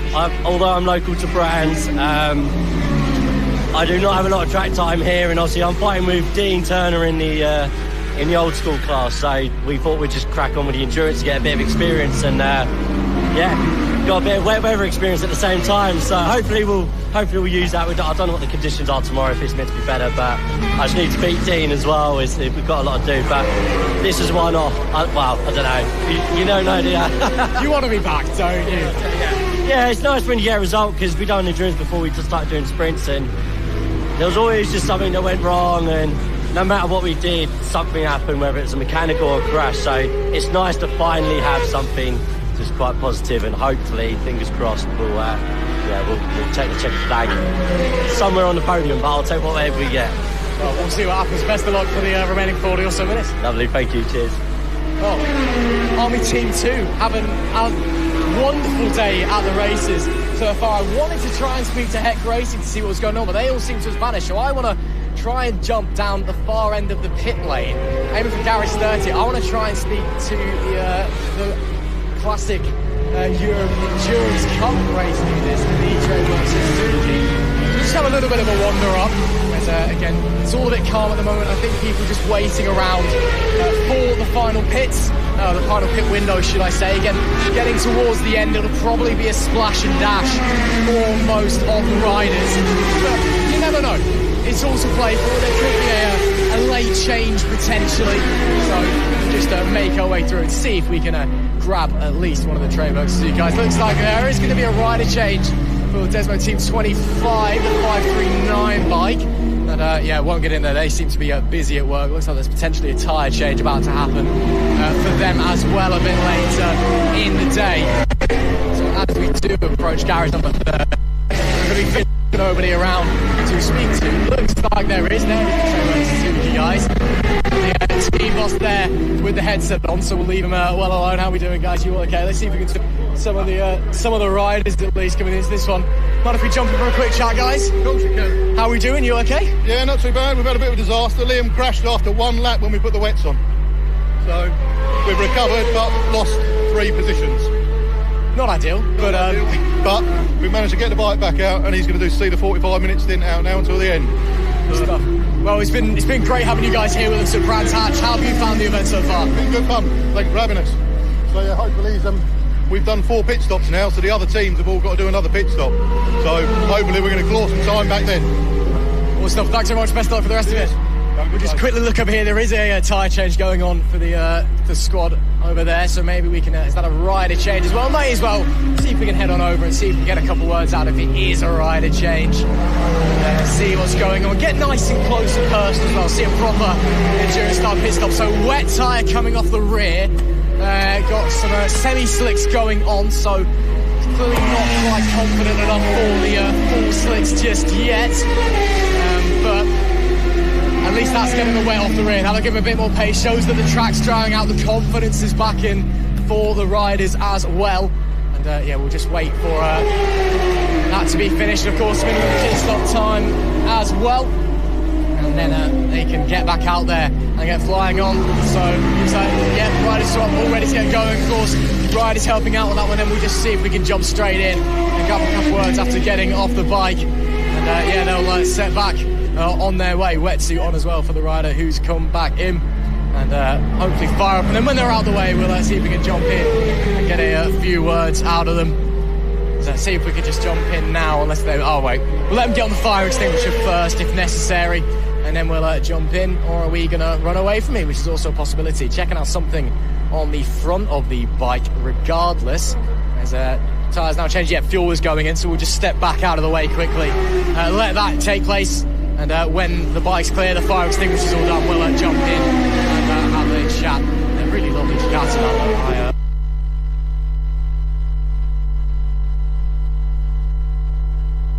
Bit of an issue there potentially on the rear of the bearing and a bit of fuel spillage, but looks all okay. Fire the bike up, set it on its way, and a pretty efficient pit stop there for the Desmo bike 25 squad. We'll see if we can jump in and speak to the rider. I'll have to run my way through into the pits potentially. Excuse us, is there any chance we can grab a few words out of you maybe? Hang on, we'll let him settle down. Is there any chance we could grab a few words out of you? Parle français. You okay? Okay. Oh, is it no English or? No English. Oh, sorry. Je ne parle français, sorry. Merci. I tried my best. Again, no problem for me with my language stuff. Well, I tried my best. Back up to you, Lewis. Thanks, Ross. Great to hear your attempt at some French. I think maybe some work in French GCSEs might be needed for that one. But nonetheless, good to hear from a couple of riders. Good to see the pit stop as well from the team. And yeah, always nice to see the classic endurance teams.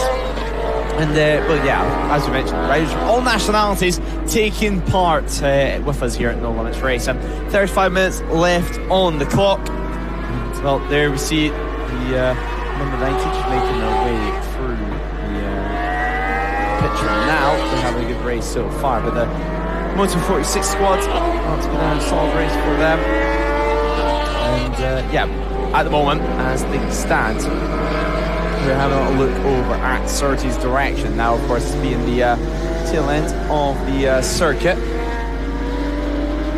But now we do continue on.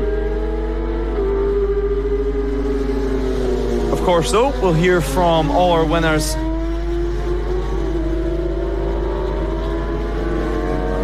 at the end of the day. But yeah, it is an exciting end to this race. Of course, safety car coming out earlier on. Safety car coming out earlier on, and now we're seeing the battle continuing on track. Everyone else, Snapdragon Racing, they're in the middle of that pack. They're having a good fight. Obviously, entering the last half an hour of action so far. As a big group of riders are continuing, as does Paul Holden. Now, Paul Holden, a part of the Motor 46 squads, of course, third in this group for the time being, but more importantly, third on track. And Paul Holden, he's had a tremendous day, I think it's fair to say. So a real good day on track in terms of sprint action as he looks to make a move over at Hawthorne. He's made it work on one of the classic bikes. But as it stands for the Moto 46 squad, they were all the way outside of the points overall anyway. They were sitting on the edge of the top 20 or so. And since then, they've been chipping away. It seems like they've been pitting at the perfect time, certainly working away on track and doing exactly what they're doing at the moment. They're sitting just behind the 666 for the time being.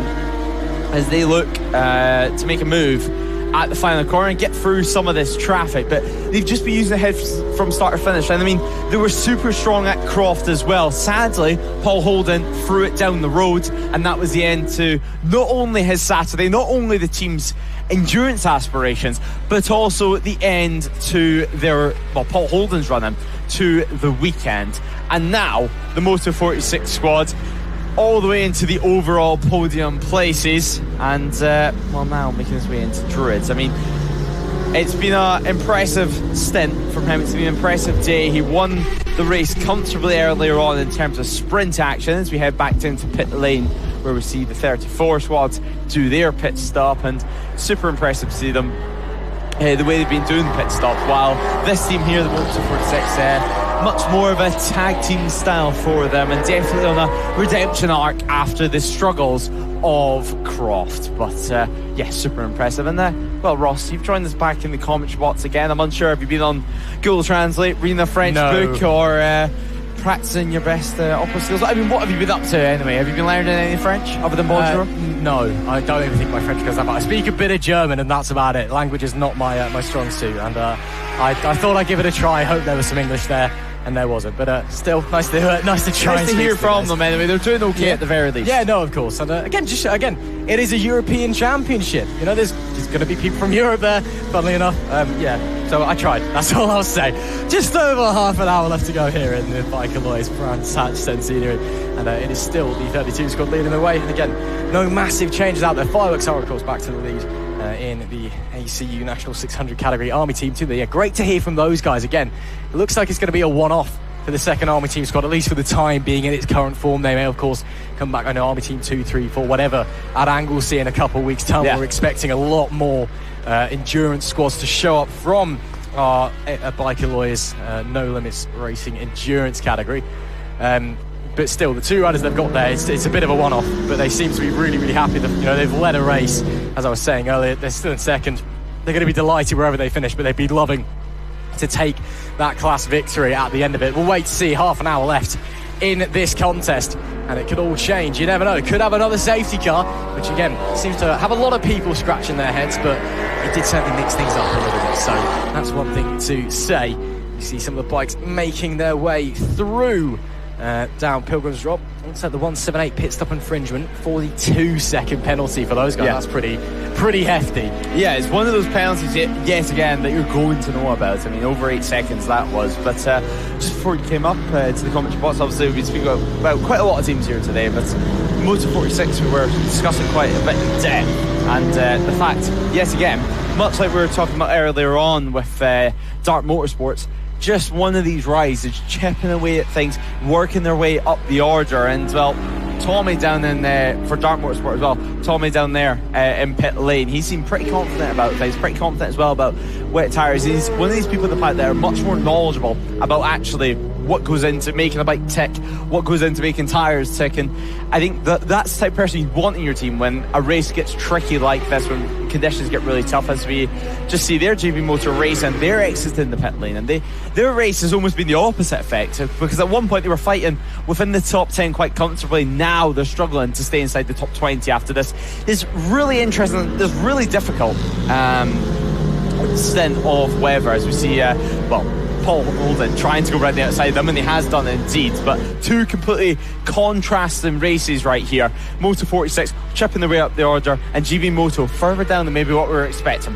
Still P3 in class for the time being, to be fair, but given how well Nitrous Plant have been running, there's a bit of a pit cycle going on at the moment for the last kind of splash and dash. I wouldn't be surprised to see the 43 get through. Although GB Motor Racing have just got through the I was just going to say, Ross, how well Nitrous Plant Racing are doing. Well, they've just been handed a 68.985 second penalty from the race, Stuart. So I'll be going down there at some point, tell David Williams, to tell Paul Bowerbank and Kirkland, tell everyone involved, basically, that, that's all your fault. You said they were doing well, and now they've been handed a mammoth penalty for a pit stop infringement. So that's well and truly below. We did see David Williams go back out there on circuit, and he's came back in, it seems, from his pit stop, and now it's Kieran Nicholson out there. So it's Bowerbank, Williams, Nicholson and Mitchell Baines on the 43 squad.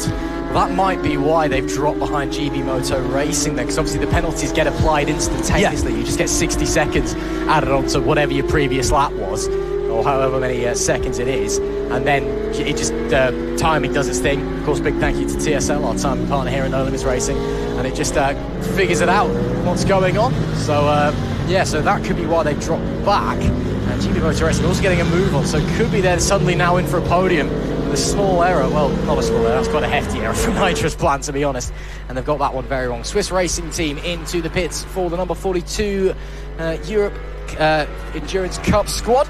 And they'll continue on their way. So 27 minutes to go. Okay, so it's a stop and go penalty. There's 60 seconds for the number 2 bike.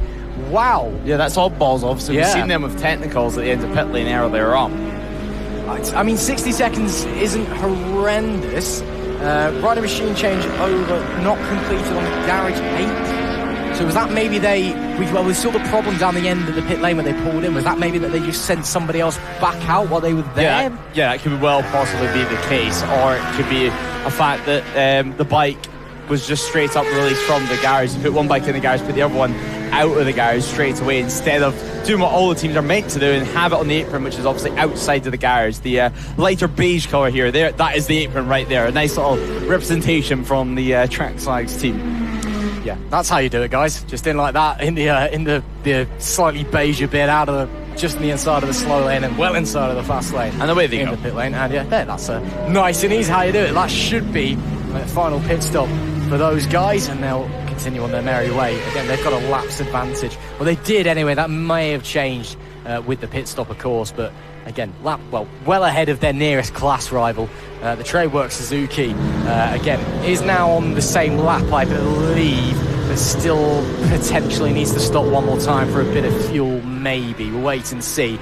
Again, the rain has just thrown basically everything we were expecting out of the window. Again, an hour into this race, we thought we had a very solid picture of what was going to happen, and it's just completely different now. With the rain, with the safety car, it's just shaking it up so much out there. And, this has certainly been a bit of a chaotic endurance race. Not in terms of everybody firing it off and smashing into one another, but in terms of just the actual story of what's been happening here in the Bike at Lawyers Brands Hatch Centenary. And you never know, could be another twist and turn, or maybe a couple over the remaining 25 minutes. So we'll wait to see how it's going to unfold. Yep, making their way back out is Scott Kirkland for the 32 squad, and he is set to finish the race, I am assuming, unless Tracktags decide that they want to have another rider swap for some reason. Again, if it's a mechanical, fair enough. If they decide to do that on their own, not really sure what the strategists are thinking on that one. But they'll still continue their way around, looking pretty comfortable at the moment. Again, pretty far clear, about 2 laps or so ahead of the 92 Dart Motorsport bike in P2 in the ACU National 1000 class. It's looking pretty good for him once again. Of course, already had a very solid season, a race win at Snetterton, and then 2 second places at Donington and Croft, and again with a bit of a ragtag team at Croft with injuries.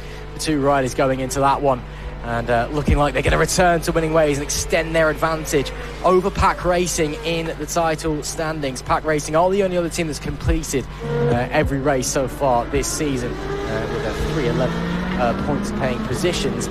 But yeah, so it'll be out of 4 races so far this year, 2 wins and 2 second places as it currently stands for 32 team.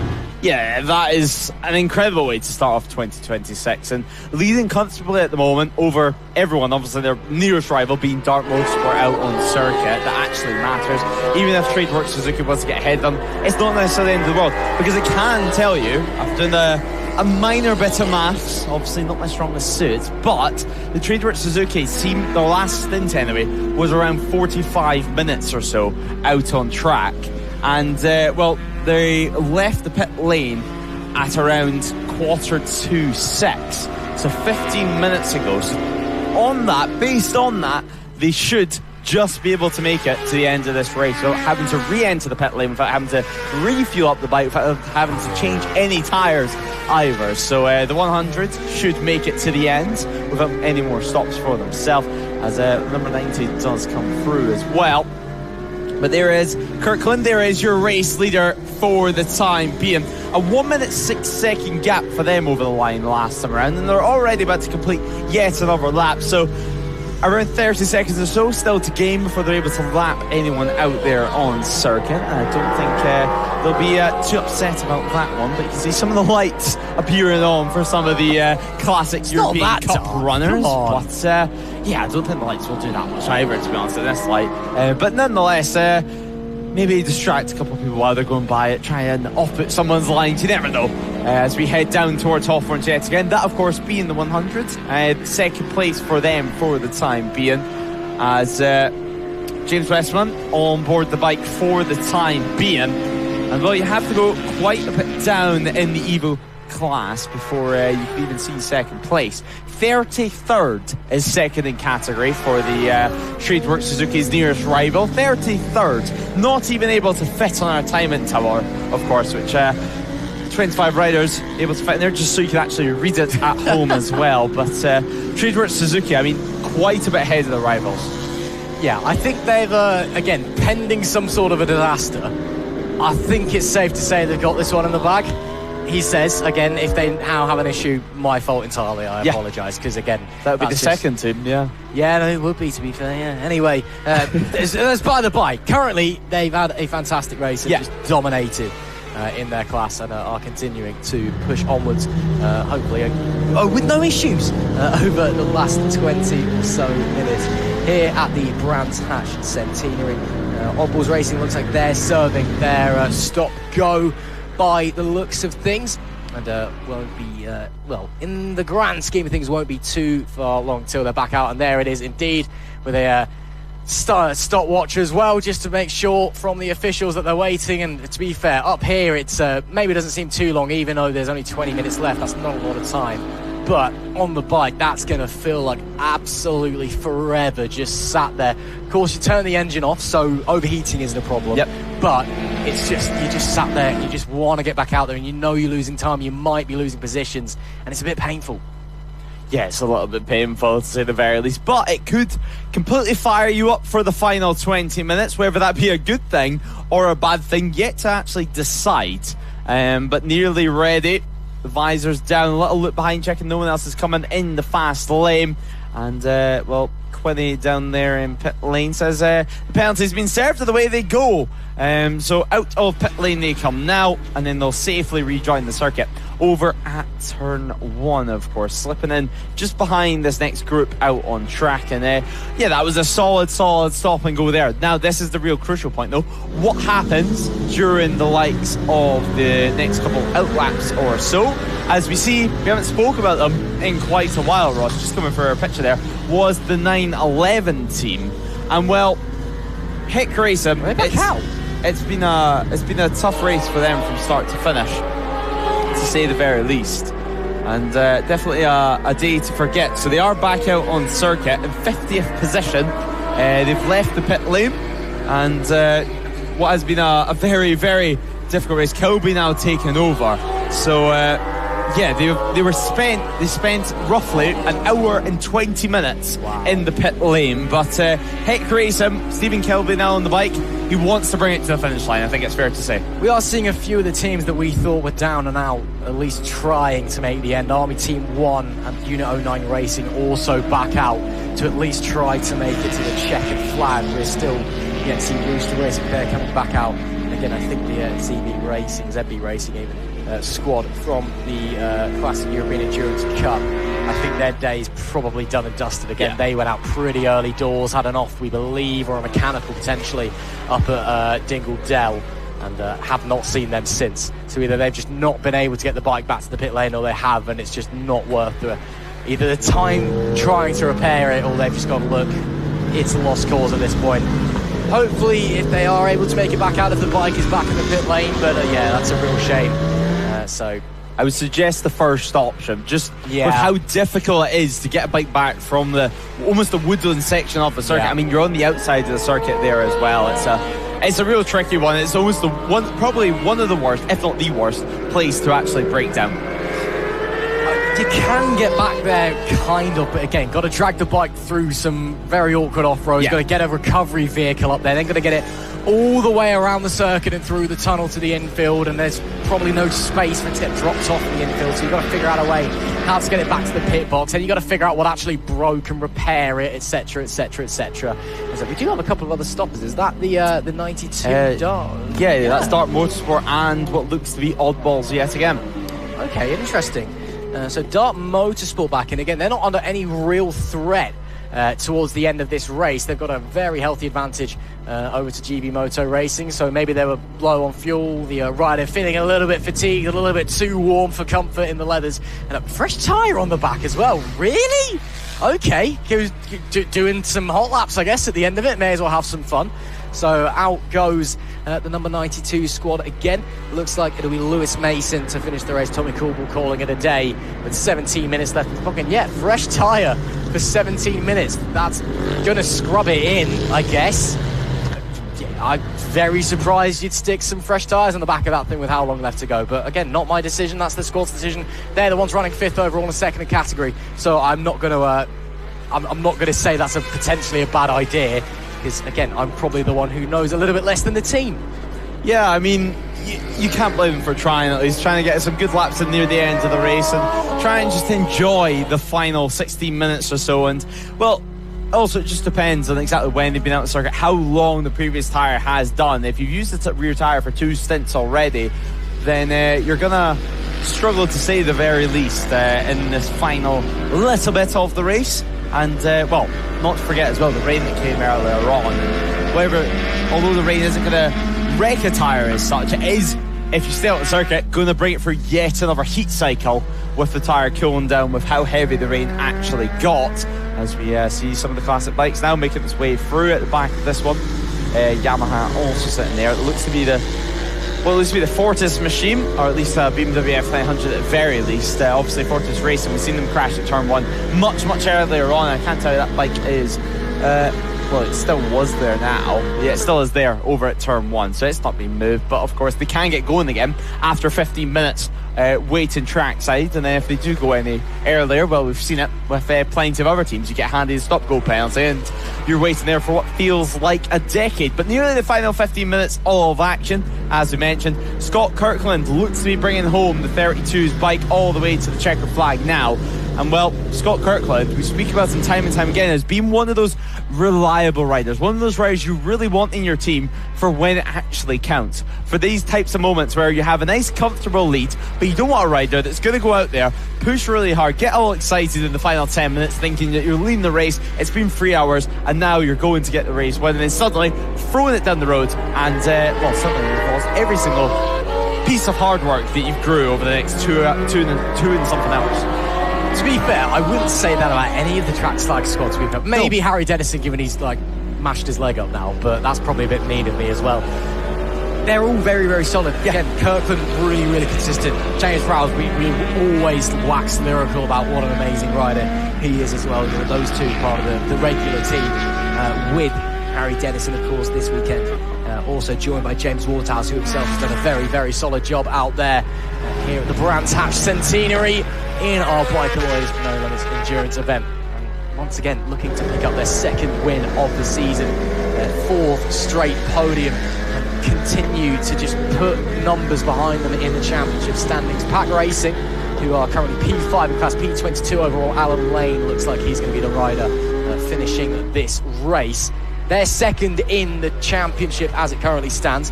They've been okay. It's more been a consistent points finishes that's getting them there, consistently getting to the end of the race. But they will be the first to admit, they're fairly new to endurance racing as a team.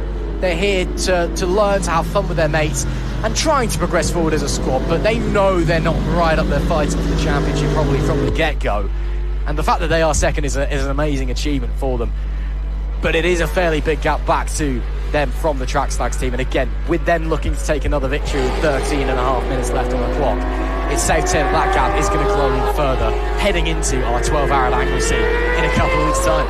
Yeah, that is, of course, the next challenge for all the teams, all the riders, everyone involved, is this 12-hour race. It's coming up in, well, not too long, as you mentioned, 2 weeks' time. It's a 1 week rest, for the paddock before we get going again, and then it's to Cadwell Park 2 weeks after that, 1 week off, and then yet another round. I mean, it's a busy summer period, a summer blockbuster of no limits racing action. Fireworks though right now, just trying to get to the end at this point. They've enjoyed the race so far, and well, speaking to them as well, obviously at Croft they had a few issues. We spoke about the apology that they gave the 512 team at Croft. We spoke of that a couple of times, but they also had a mechanical issue, and the mechanical issue was something pretty strange. It was the curbs that were hitting at Croft were that aggressive that the tip over sensor of the bike activated, and suddenly the bike just cut out on them out of absolute nowhere. And well, speaking to the team, and they said in the 25 years they've been riding fuel injected bikes, not once has that ever happened. And of course it happens during an endurance race over at Croft. And yeah, they're really struggling. And not to forget, yeah, they're not going to want that to happen ever again. Hopefully they found some sort of a solution, but it's one of those things. Electronics are not the most simple things on a motorcycle nowadays. They help, supposedly. I mean, I know some riders aren't big fans of things like anti-wheelie and whatnot, but it is supposedly makes it easier to ride anyway, and supposedly makes you faster as a result. But yeah, modern motorcycles, they're a different beast from even 10 years ago, quite frankly. Just so much stuff going on in the internal computer, the brain of the bike. It's so complicated. Bikes now have the way to measure exactly where it is, and its pitch, its yaw, it's what it's doing. Again, you talk about the tip-off sensor, and it kind of thinks it's falling over when you're at a certain lean angle if you're really that aggressive on it. It's ridiculous what bikes nowadays are able to process. And again, when you look at what these guys are racing against in the Classic European Endurance Cup and in other championships here at No Limits, the old school 1K trophy, maybe not so much those guys, they tend to have a bit newer bikes. But especially the pre-injection 600s, you know, where there's no electronics there, it's just you, the bike and the track and what you can do. And some would argue that's a more pure form of racing. I've been quite to agree to a sense, as in it is just, as I said, you, the bike, the track. But at the same time, the electronics, it's such an ingrained part of bikes and of motorsport now as well. And it's the direction the sport's going in. So like them or love them, they are here to stay, even if, you know, they are trying to change regulations in international bike racing now to get rid of them to a degree. But they're there. You can't really do anything about them. Electrics, hey. Yeah, they're there to stay, it seems, anyway. It's helping a lot of riders out there, especially in these types of conditions. I mean, with mixed conditions here today, it is the type of day that you root by a tiny bit of traction control just to give you a helping hand in those really tricky parts of the circuit. But, well, just coming through the 43 on board the Ducati, one of the couple of Ducatis that we have racing out here with us at No Limits. Obviously, we used to have a Ducati Challenge class. Sadly, no longer. Numbers just weren't enough to keep it going. But, yeah, always nice to see a Ducati out there in club racing. I mean, we spoke about it time and time again with the battles from last year, of course. John Harwood, he was really the star of the show in terms of Ducati runners. And now this year, a lot of new V4Rs out there in the show with the double-sided swing arm instead of the single-sided swing arm, like we've seen on the old V4. And Dave Williams being one of them. He's had two stints today, two shorter stints than maybe what he was imagined at the start of today. But just proving yet again a real team effort here today, no matter what bike you're on, no matter what electronic settings you have, and well, for the classic runners, no matter what age you have, because well, they have absolutely nothing helping them out on circuit. There's no traction control, there's no anti-wheelie, it is just all with the right wrist and maybe a little touch of the right foot as well, just to keep the front wheel on the ground. But nonetheless, we do come up towards Druids yet again, and well, this is what endurance racing is all about. We just had an F900 from two classic bikes, then a Superbike following it through it yet again, and now one of the new R9s, yet another classic Suzuki 1000, an R1. So much selection for everyone on circuit, and then yet again an R6, a Ducati, you name it, is on circuit right now and competing at high level as the bikes come down and start finishing straight. This is probably the most painful part of the race for the riders actually out there on track, though. It's knowing that the checkered flag is so close. You're knackered. Here today especially, you're probably absolutely boiling and you can barely take any more physical exercise. And just knowing you're that close. And of course there's a lot of pressure on you at this point as well, because you know you need to get it across the line. You know you don't want to throw it away at the last minute, and then you've got to go back to a very annoyed team, to put it mildly.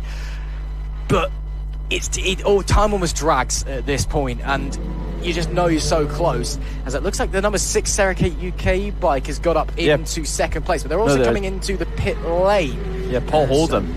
So I'm not sure what's going on there. Is everything okay for Paul Holden? Did they have a penalty potentially that we missed or / forgot about? I'll just check.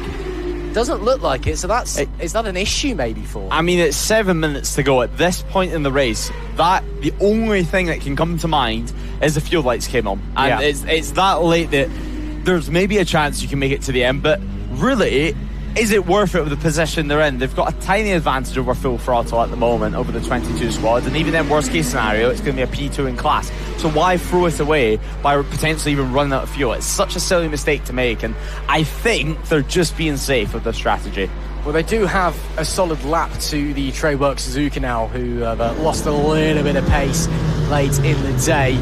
So, and again, they're quite a way ahead of Throttle Racing as well in second in class. So I don't think there was any particular worry about losing time in the pit lane. Maybe if you were in a direct battle with your competitor out on track for the win this late in the day and the fuel light came on, maybe at that point you'd think, okay, let's just try and eke this out and see what happens. Or maybe, a short shift here there. Yeah, sure, a little bit of roll off a little bit before you get to the braking zone, get some coasting in to go in. Also means you can get on the brakes a bit later as well if you really fancy that style of riding. But just playing it safe. Again, the full throttle is Tradework Suzuki coming to the pits. They've lost a lot of time, in fact, because nowadays, they've gone behind full throttle racing as well. So, maybe some drop down. issues for the number 100 bike, maybe. And I think actually they haven't crossed the line in about 4 minutes. They may have stopped. Oh dear. That's really not good if they have. And on the live timing screen, they do have the little icon next to them that you get on TSL live timing that suggests they've had a problem somewhere, either an incident or a mechanical problem. And the number 100 bike, which has led for the majority of this race now in the Classic European Endurance Cup, with a little over 5 minutes left to go, may have just come grinding to a halt. And that would be devastating for that team if that is the case, to get so close and then have an issue. I'm not seeing any yellow flags out here. There's a bike down, that's a big one. That's the 48 bike that's gone down. That's coming, where is that coming through? Is that coming into down out of Druids even? Yes, it is. That's on the way into the corner, into Graham Hill, should I say. So a bit of late drama here. So we may well have lost the number 100 Tradework Suzuki. The 48 has gone down on the run into Graham Hill Bend, and that bike's in a pretty precarious position as well. And that could see potentially a late safety car. Red flag. And a red flag. So that could well be it. Because with 5 minutes left to go, there's not going to be time to restart the race. What a bizarre way to end it here. That's, of course, the PP Racing 2.0 bike, that 48 that's gone down. Is that the rider that's up on their feet, or is that the Tradework Suzuki rider maybe? That's up at Dingle Dell. So is that potentially what happened to the Tradework Suzuki number 100?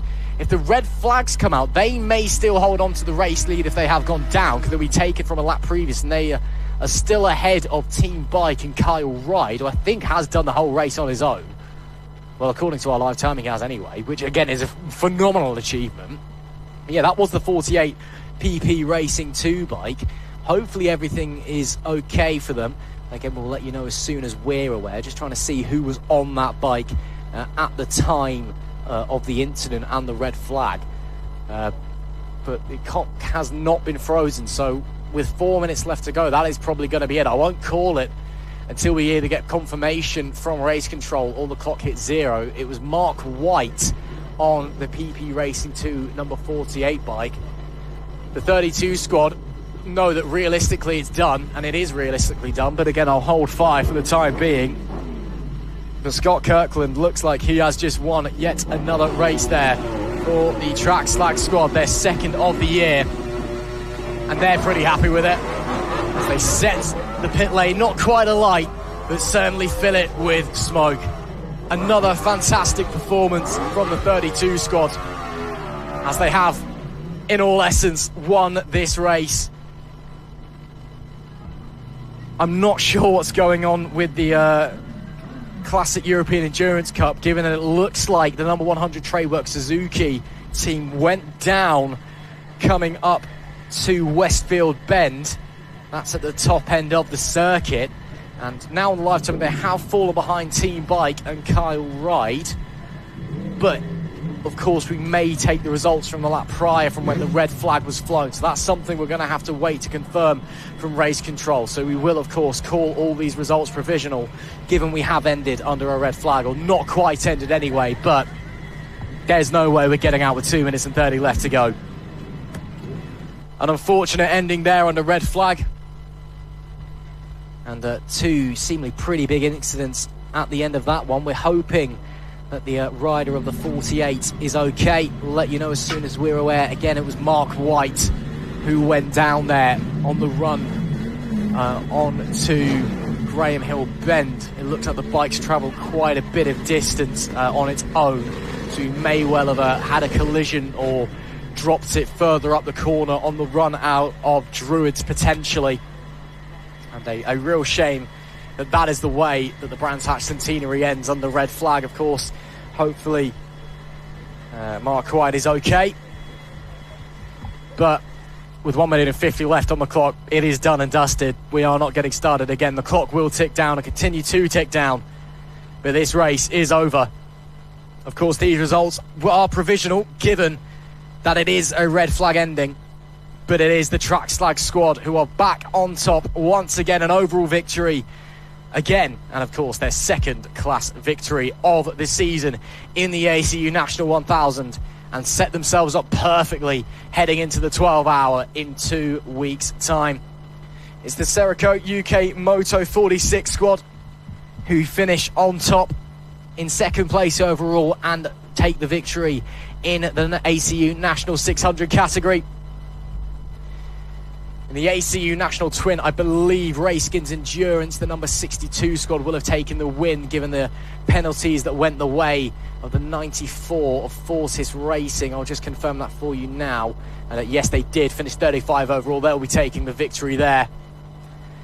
In the Bike Alloys No Limits Endurance Championships, Team Power Trophy goes the way of Fireworks. The R1 had a great run out there today. Of course, Fireworks, a squad that does run a more pure endurance style, just the one bike shared between two riders. As you can see, Lewis Rae down there having a look at the spectacle. In the Team Sports Trophy, looks like it was Snapdragon Racing, the number 4, that took the victory. KGG Racing, of course, took the win in the Team Twin Trophy, as they were the only bike out there in that category, but still, it's 25 points. And they made it to the end of the race as well. That is an achievement. And we wait for the clock to hit 0, which it will do around about now, and we confirm that the race is over. In the, again, it's tough to call in the Classic European Endurance Cup due to the Tradework Suzuki going down just before the red flag was flown. But they were still in front of Team Bike before the red flag, or when the red flag came out, even though it then said that Team Bike were in front of them. So they may well have won overall in the Classic European Endurance Cup, despite the fact they went down. And of course, taking the victory regardless of that in the Evo category. It was Team Bike that did take the victory in the open class. And again, I believe Kyle Ride did do that race solo, 3 hours on his own on the Honda 750 RC30, which is phenomenal from him. So if he did do that, fair play, mate. Well done.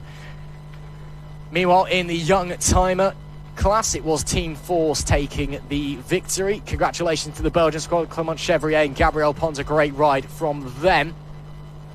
Then in the Formula class, I will just check for you. I believe, I want to say, it was Impeccables that took the win. And indeed it was, by my estimations. I'll just double check that for you just in case I've missed somebody out. No, it looks like it was the Impeccables team taking the victory. And then in the Classic, it was Semtex who won ahead of Levada TT. But that is it. We are done and dusted here in the Brands Hatch Centenary race here for our Biker Lawyers No Limits Endurance, the 4th round of the season for these guys. And, of course, joining us for their 2nd round of the season as well, the Classic European Endurance Cup. It was amazing to have those guys with us. And a real shame that we did end that one under red flag. And it looks like all of the riders in that incident, well, we're hoping that they're okay. We did see Mark White have a big off there that did bring out the red flag to end the race. And again, an unfortunate ending to what was a fantastic race that had it all. A little bit of chaos, a little bit of drama, weather no one expected. Somehow we get rain for the first time this season on the warmest weekend of potentially the year, not just in No Limits, but in the UK. And then, of course, a safety car to shake up the action as well. But I can see there Lewis Rae is ready and raring to speak to some of the riders post-race in the pit lane. So we'll get ready to hand over to him. It's unfortunate it ends under red flag, but still another great race here in the Biker Lawyers No Limits Endurance. Down to Lewis Rae.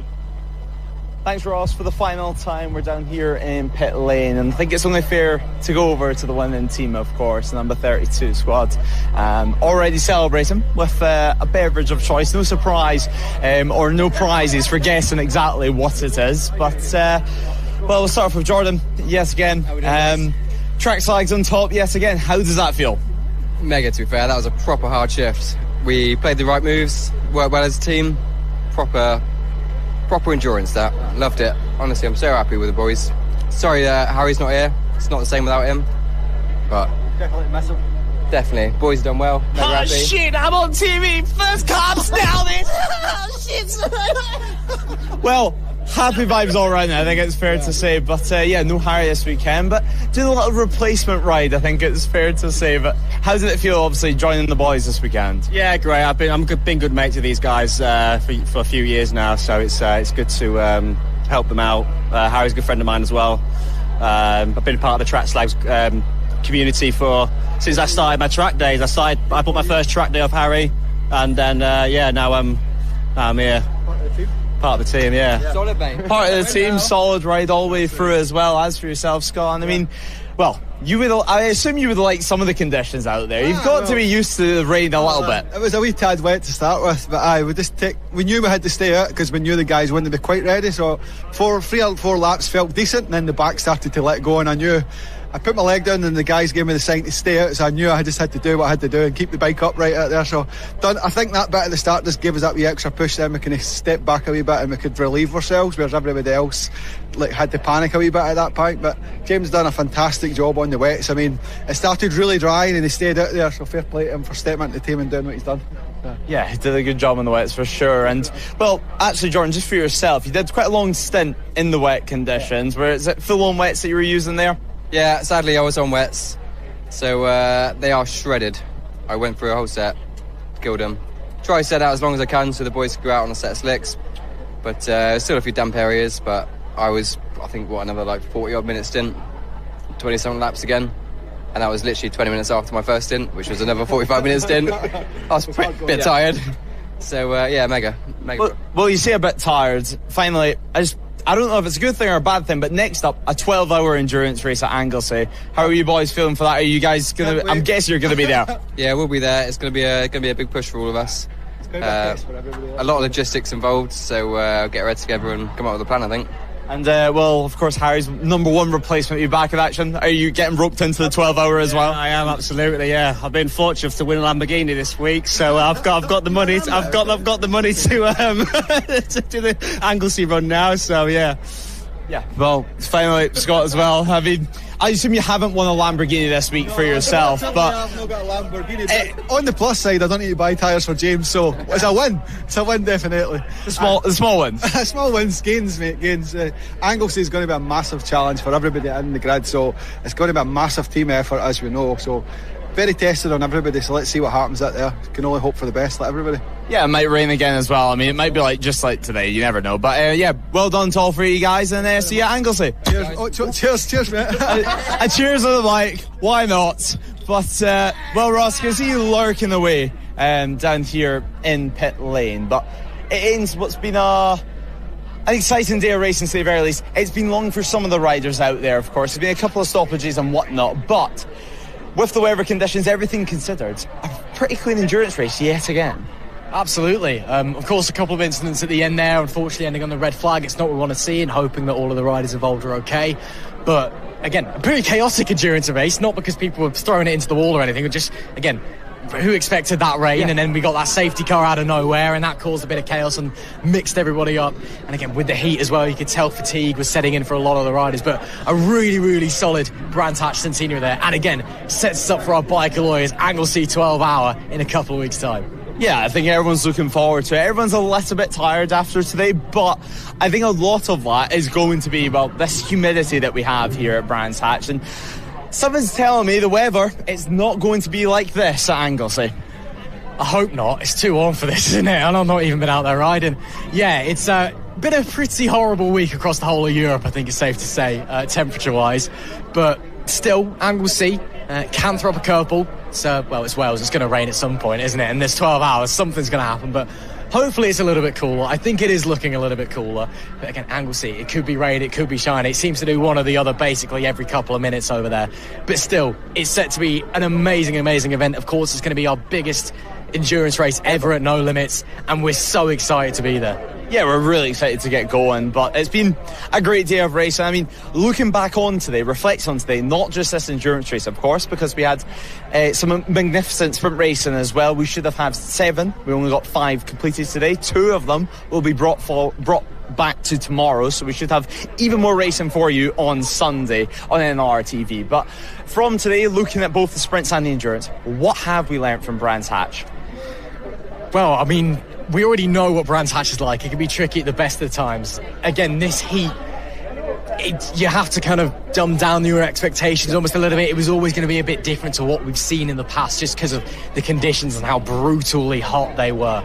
But what we've learned, again, really exciting racing. There's some new faces here who are straight on the money that we need to watch out for across tomorrow. And again, tomorrow, with the races being pushed forward, not quite sure what's going to happen with the race lengths. We were expecting 11-lap races across the day. Could be a couple that get chopped short. Expect it's probably the ones that are pushed forward. But the racing was very, very aggressive all throughout today. Really, really excited as well. People being very, very brave, really getting the elbows out and just enjoying this amazing, amazing racetrack. So I think tomorrow, sprint races all throughout the day, it's going to be more of that. Just brilliant racing from start to finish, from front to back in the pack as well. And hopefully runs very cleanly, hopefully it's brilliant, and hopefully we can have a great Sunday to wrap up round 4. Yeah, let's hope so. I mean, and let's hope the weather a little bit more consistent, maybe a little bit cooler as well, and maybe some less humidity anyway for us down there doing the interviews down in Park Fermi. I mean, we live a difficult life, but yeah, the riders today, they've been pushed to their limits for sure, especially the conditions. But yeah, as you mentioned, full day sprint racing tomorrow, and the extra addition of some races that had to be moved back to tomorrow as well. It seems like it's going to be a full-on day of racing yet again for the class. And then, of course, at sprint racing, they're not going to be here at Anglesey. They've got a slightly longer wait before they go to Cadwell Park as well. But we can wrap that up tomorrow, of course, before the weekend completely finishes. But we've seen some heroic rides. It's not just about Trackside's here today. It's about the number 16. I mean, they were outside of the top 15 overall, and they've worked themselves up inside the top 3 by the end of the race. It was a heroic ride. Not to mention as well the European Classic Championships, the Cup classes that are here with us this weekend. Awesome to see them. I mean, sure, they might not all understand your accent, Ross, but great to have them on the grid. And it was so special at the start of that race to see 53 bikes lined up at the start finish straight here at Brands Hatch. Yeah, that was a really special moment. And again, seeing the contrast in the modern bikes compared to the classic bikes as well, it was really something amazing. And, you know, I hope we can have them back in the future. It was great to have them. I do just want to say, I do think Cartwright did do that entire race solo, according to the live time he did anyway. So if you did, fair play, mate. No complaints there. You're a braver man than I am. But, yeah, it was great to see them again. Not quite sure on who gets the overall result, given the red flag and with the teamwork Suzuki going down.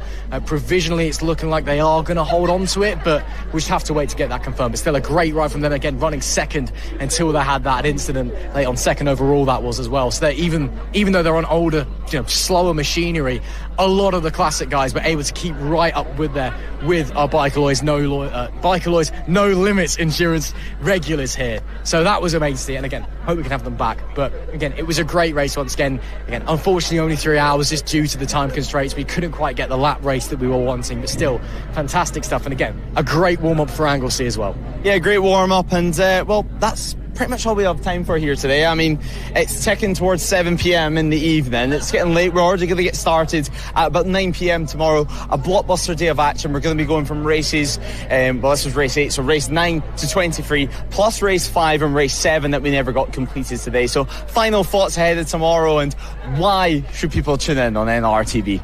Well, final thoughts, please be colder. Again, it's not like we haven't got aircon in the commentary box, because we do, which is really nice. Yeah, we've had it easy. Yeah, we've had it very easy. But yeah, final thoughts, a great day, sets up Sunday fantastically. Of course, make sure you tune in. It's going to be action-packed from start to finish. Of course, if you are local, head on down. Tickets are still going as well. It'd be great to have you here with us at Brandfixx to see No Limits in person and see what the best club racing in the UK has to offer. But I'm sure we're going to have another amazing day of sprint racing. Of course, we've got the return of the UK Armed Forces in Services Championship as well. That's always a treat to watch, because we know how much those boys dislike each other, to put it mildly. It's a friendly rivalry, but it's still a rivalry nonetheless. So that's to look forward to. And then again, race 2s and 3s for everyone else, apart from the race 1s, 2s and 3s for the 2 races that we've had to push back, or the second attempt of them anyway. So plenty of action to sink our teeth into. We're here at Brandfixx, one of the best racetracks in the country. The racing here has been amazing today. What's to suggest it's not going to be better, or even better, if not the same as it was today? Yeah, I think it is. I think it's been more comfortable for them as well. Plenty of racing, as you mentioned, plenty of championship points to be won as well. Points make prizes, and we're beginning to enter the crunch point of this. It's going to be a very important day, so make sure you don't miss it, either trackside or on NLR TV right here. We'll bring you through all the action live and free. Myself, Lewis Rae and Ross McIntyre for the entire day, beginning early in the morning all the way until the end of proceedings at around 5-6 o'clock on Sunday afternoon. So that's all from us today. I think it's fair to say it's been a great day of action, and still we can do it all again tomorrow. So make sure you tune in on NLR TV, and until then, it is good night. Mwah!